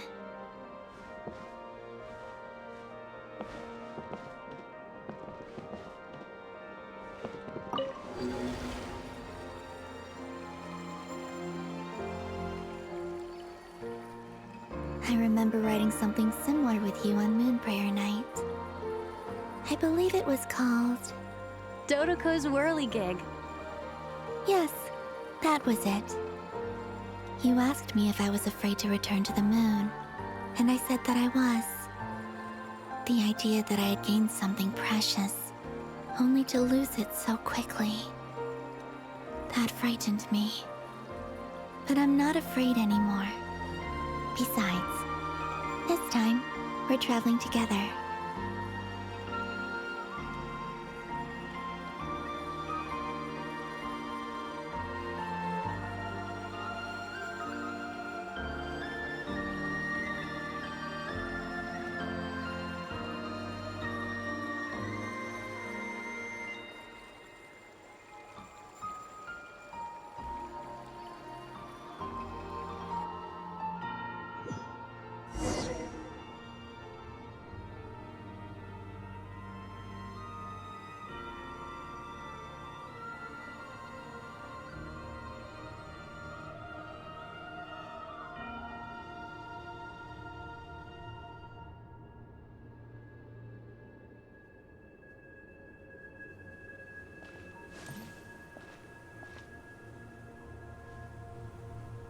We're here.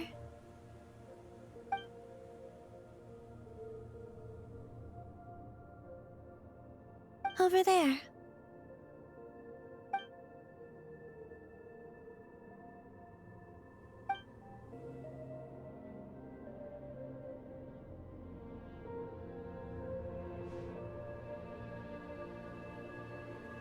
Our spaceship.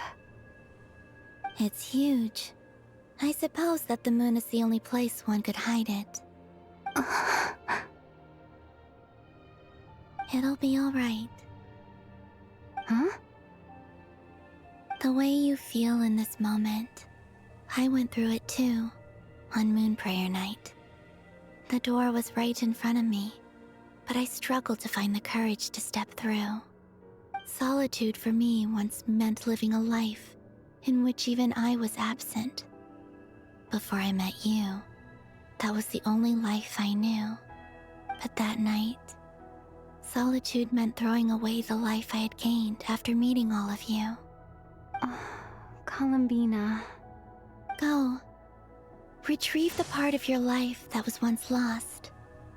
Trust me, you will lose nothing by doing so. Look, Teyvat is right there. All of our friends are down there, waiting for us. You're right. Thanks, Columbina.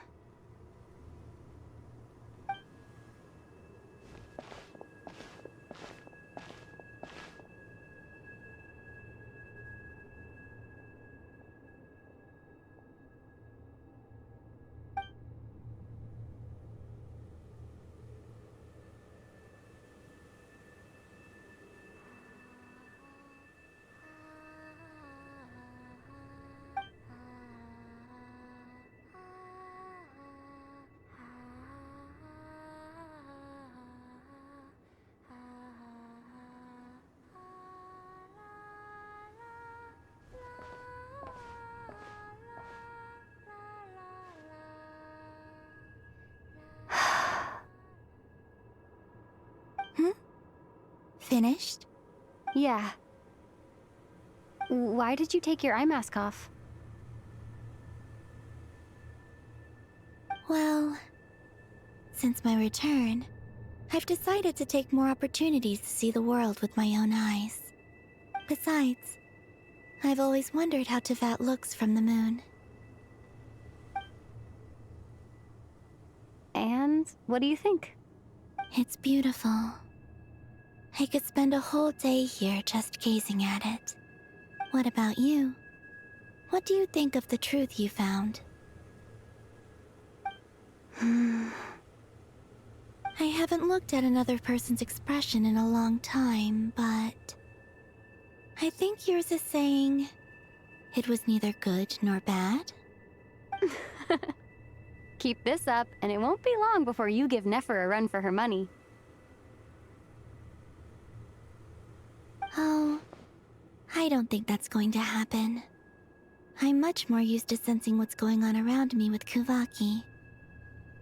I think I'll save my eyes for seeing special moments I really want to remember. I read the spaceship's flight logs. I always assumed that this was my first time in Teyvat. I thought that Ether and I must have been hibernating in space for centuries on end, but the logs show that our spaceship flew over the skies of Teyvat once before. A long, long time ago. Flew over? So you didn't land? No. The ship barely came to a stop before flying on again. After that, it continued traveling through space for a long time. Some of the data is corrupted, but I suspect that it kept flying for thousands of years. It was only after that that the ship made a forced landing in Nod-Krai. When Ether found me, he came from outside the ship. Could this mean that he left the ship long before I did? Maybe even during our first pass over Teyvat? Are you all right? Yes. I can feel that the truth is coming together, one small piece at a time. I remember Ether telling me that when he first arrived in Conria, he could not recall the past. So this might be something that even he doesn't know. Here, I made some space for you. Your mind must be racing, and this seems like the perfect place to relax and clear your head. Oh, wait, there's one more thing. What is it? Wait here a moment.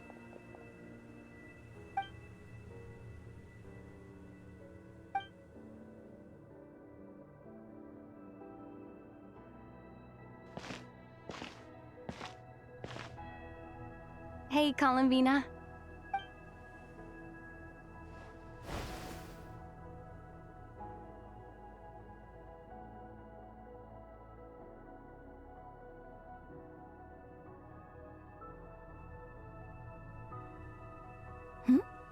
Is that a new outfit? An old one, technically. It's been in a cabinet inside the ship this whole time. It's a matching pair with Ether's. He always liked this set more. Huh. I don't think there's a huge difference. Really? Yes. It's still the same you. You're the same person, no matter what clothes you wear. Only Columbina would make an observation like that. Traveler, do you consider Teyvat your home?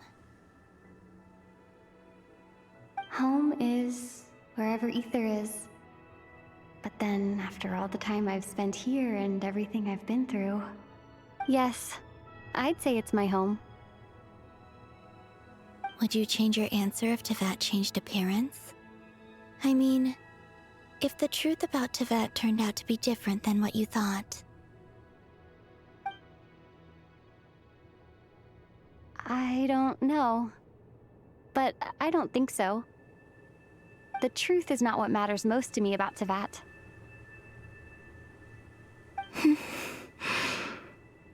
When I was first born, I longed for a home.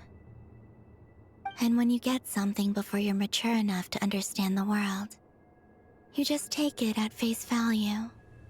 I thought that a home was a transaction. You give me what I want, and I'll do the same for you.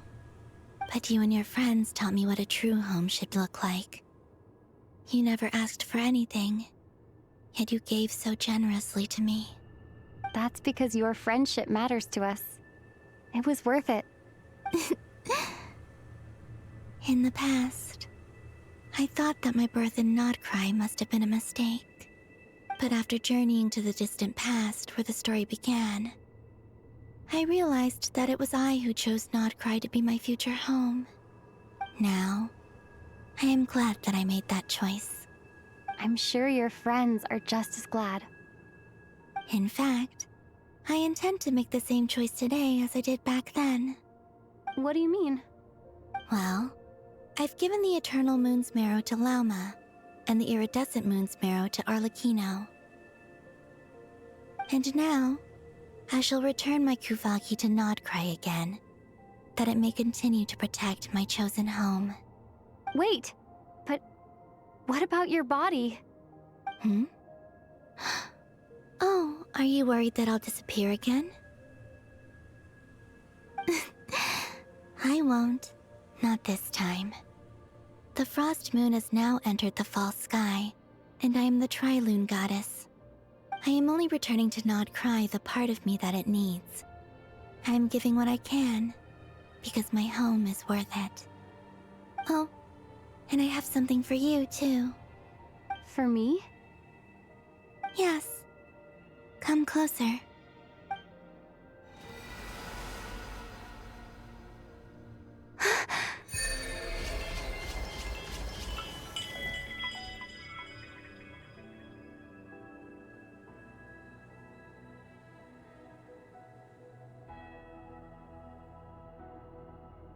What was that? I lifted some of the restrictions this world placed on you. I trust this will help in your future adventures. My power. It feels like it's grown. I can use the elements more freely now. Thank you. This will be a great help. You're welcome. I see you as family, and after everything you've done for me, In fact, no. It's not because I owe you. It's because you're worth it. Here, this flower is for you.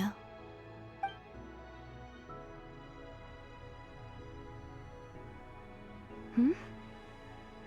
Isn't this a moon prayer blossom? Yes. Don't worry. You will never see these flowers lose their color again. I'm finally discovering the joy of giving. How I wish I'd learned this sooner. Hey, better late than never. What are you thinking about now? Why don't you take a guess? You get one shot. I don't think I'll get it in one guess, but I'm sure it's a happy thought. That's kind of a sneaky answer. I can't say you got it wrong. Down into that, the moon seems so far away. I felt it might always lie beyond my reach. But on the moon, everything feels so close by. The haze that once enshrouded the skies has finally been dispersed. I feel like a traveler on a winter's night, starting a new chapter in my tale by the warmth of a bonfire. I don't have a lot of luggage, but I do have a lot of hope for the future. Well, what's next? Next? To start with, I want to stay here just a little longer. After that, let's return home and continue our journey.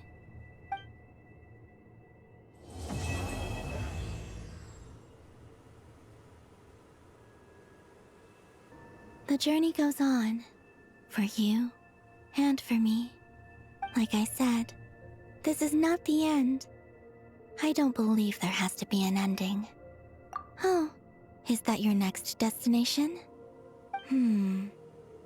Most people would probably tell you to pack some warm clothes. But I experience things differently than most people, so I can't know how cold it is. In fact, it is home to quite a wondrous heat source. I think they call it Kreshnik's torch. Every city in Snezhnaya is built around one of those. I sensed the energy it gave off as I was passing by on a railway train. It felt grand and distant. I also recommend the Korolievsky troupe in Snezhnograd. They give performances quite regularly, and entry was free for harbingers. I liked them a lot. Ice cold and sharp. Crystal clear in some ways, yet profoundly unfathomable in others. Like the thick layer of ice on top of a frozen lake. That's just the impression that Tsaritsa gives me. I was never able to glimpse what truly lies beneath that icy exterior.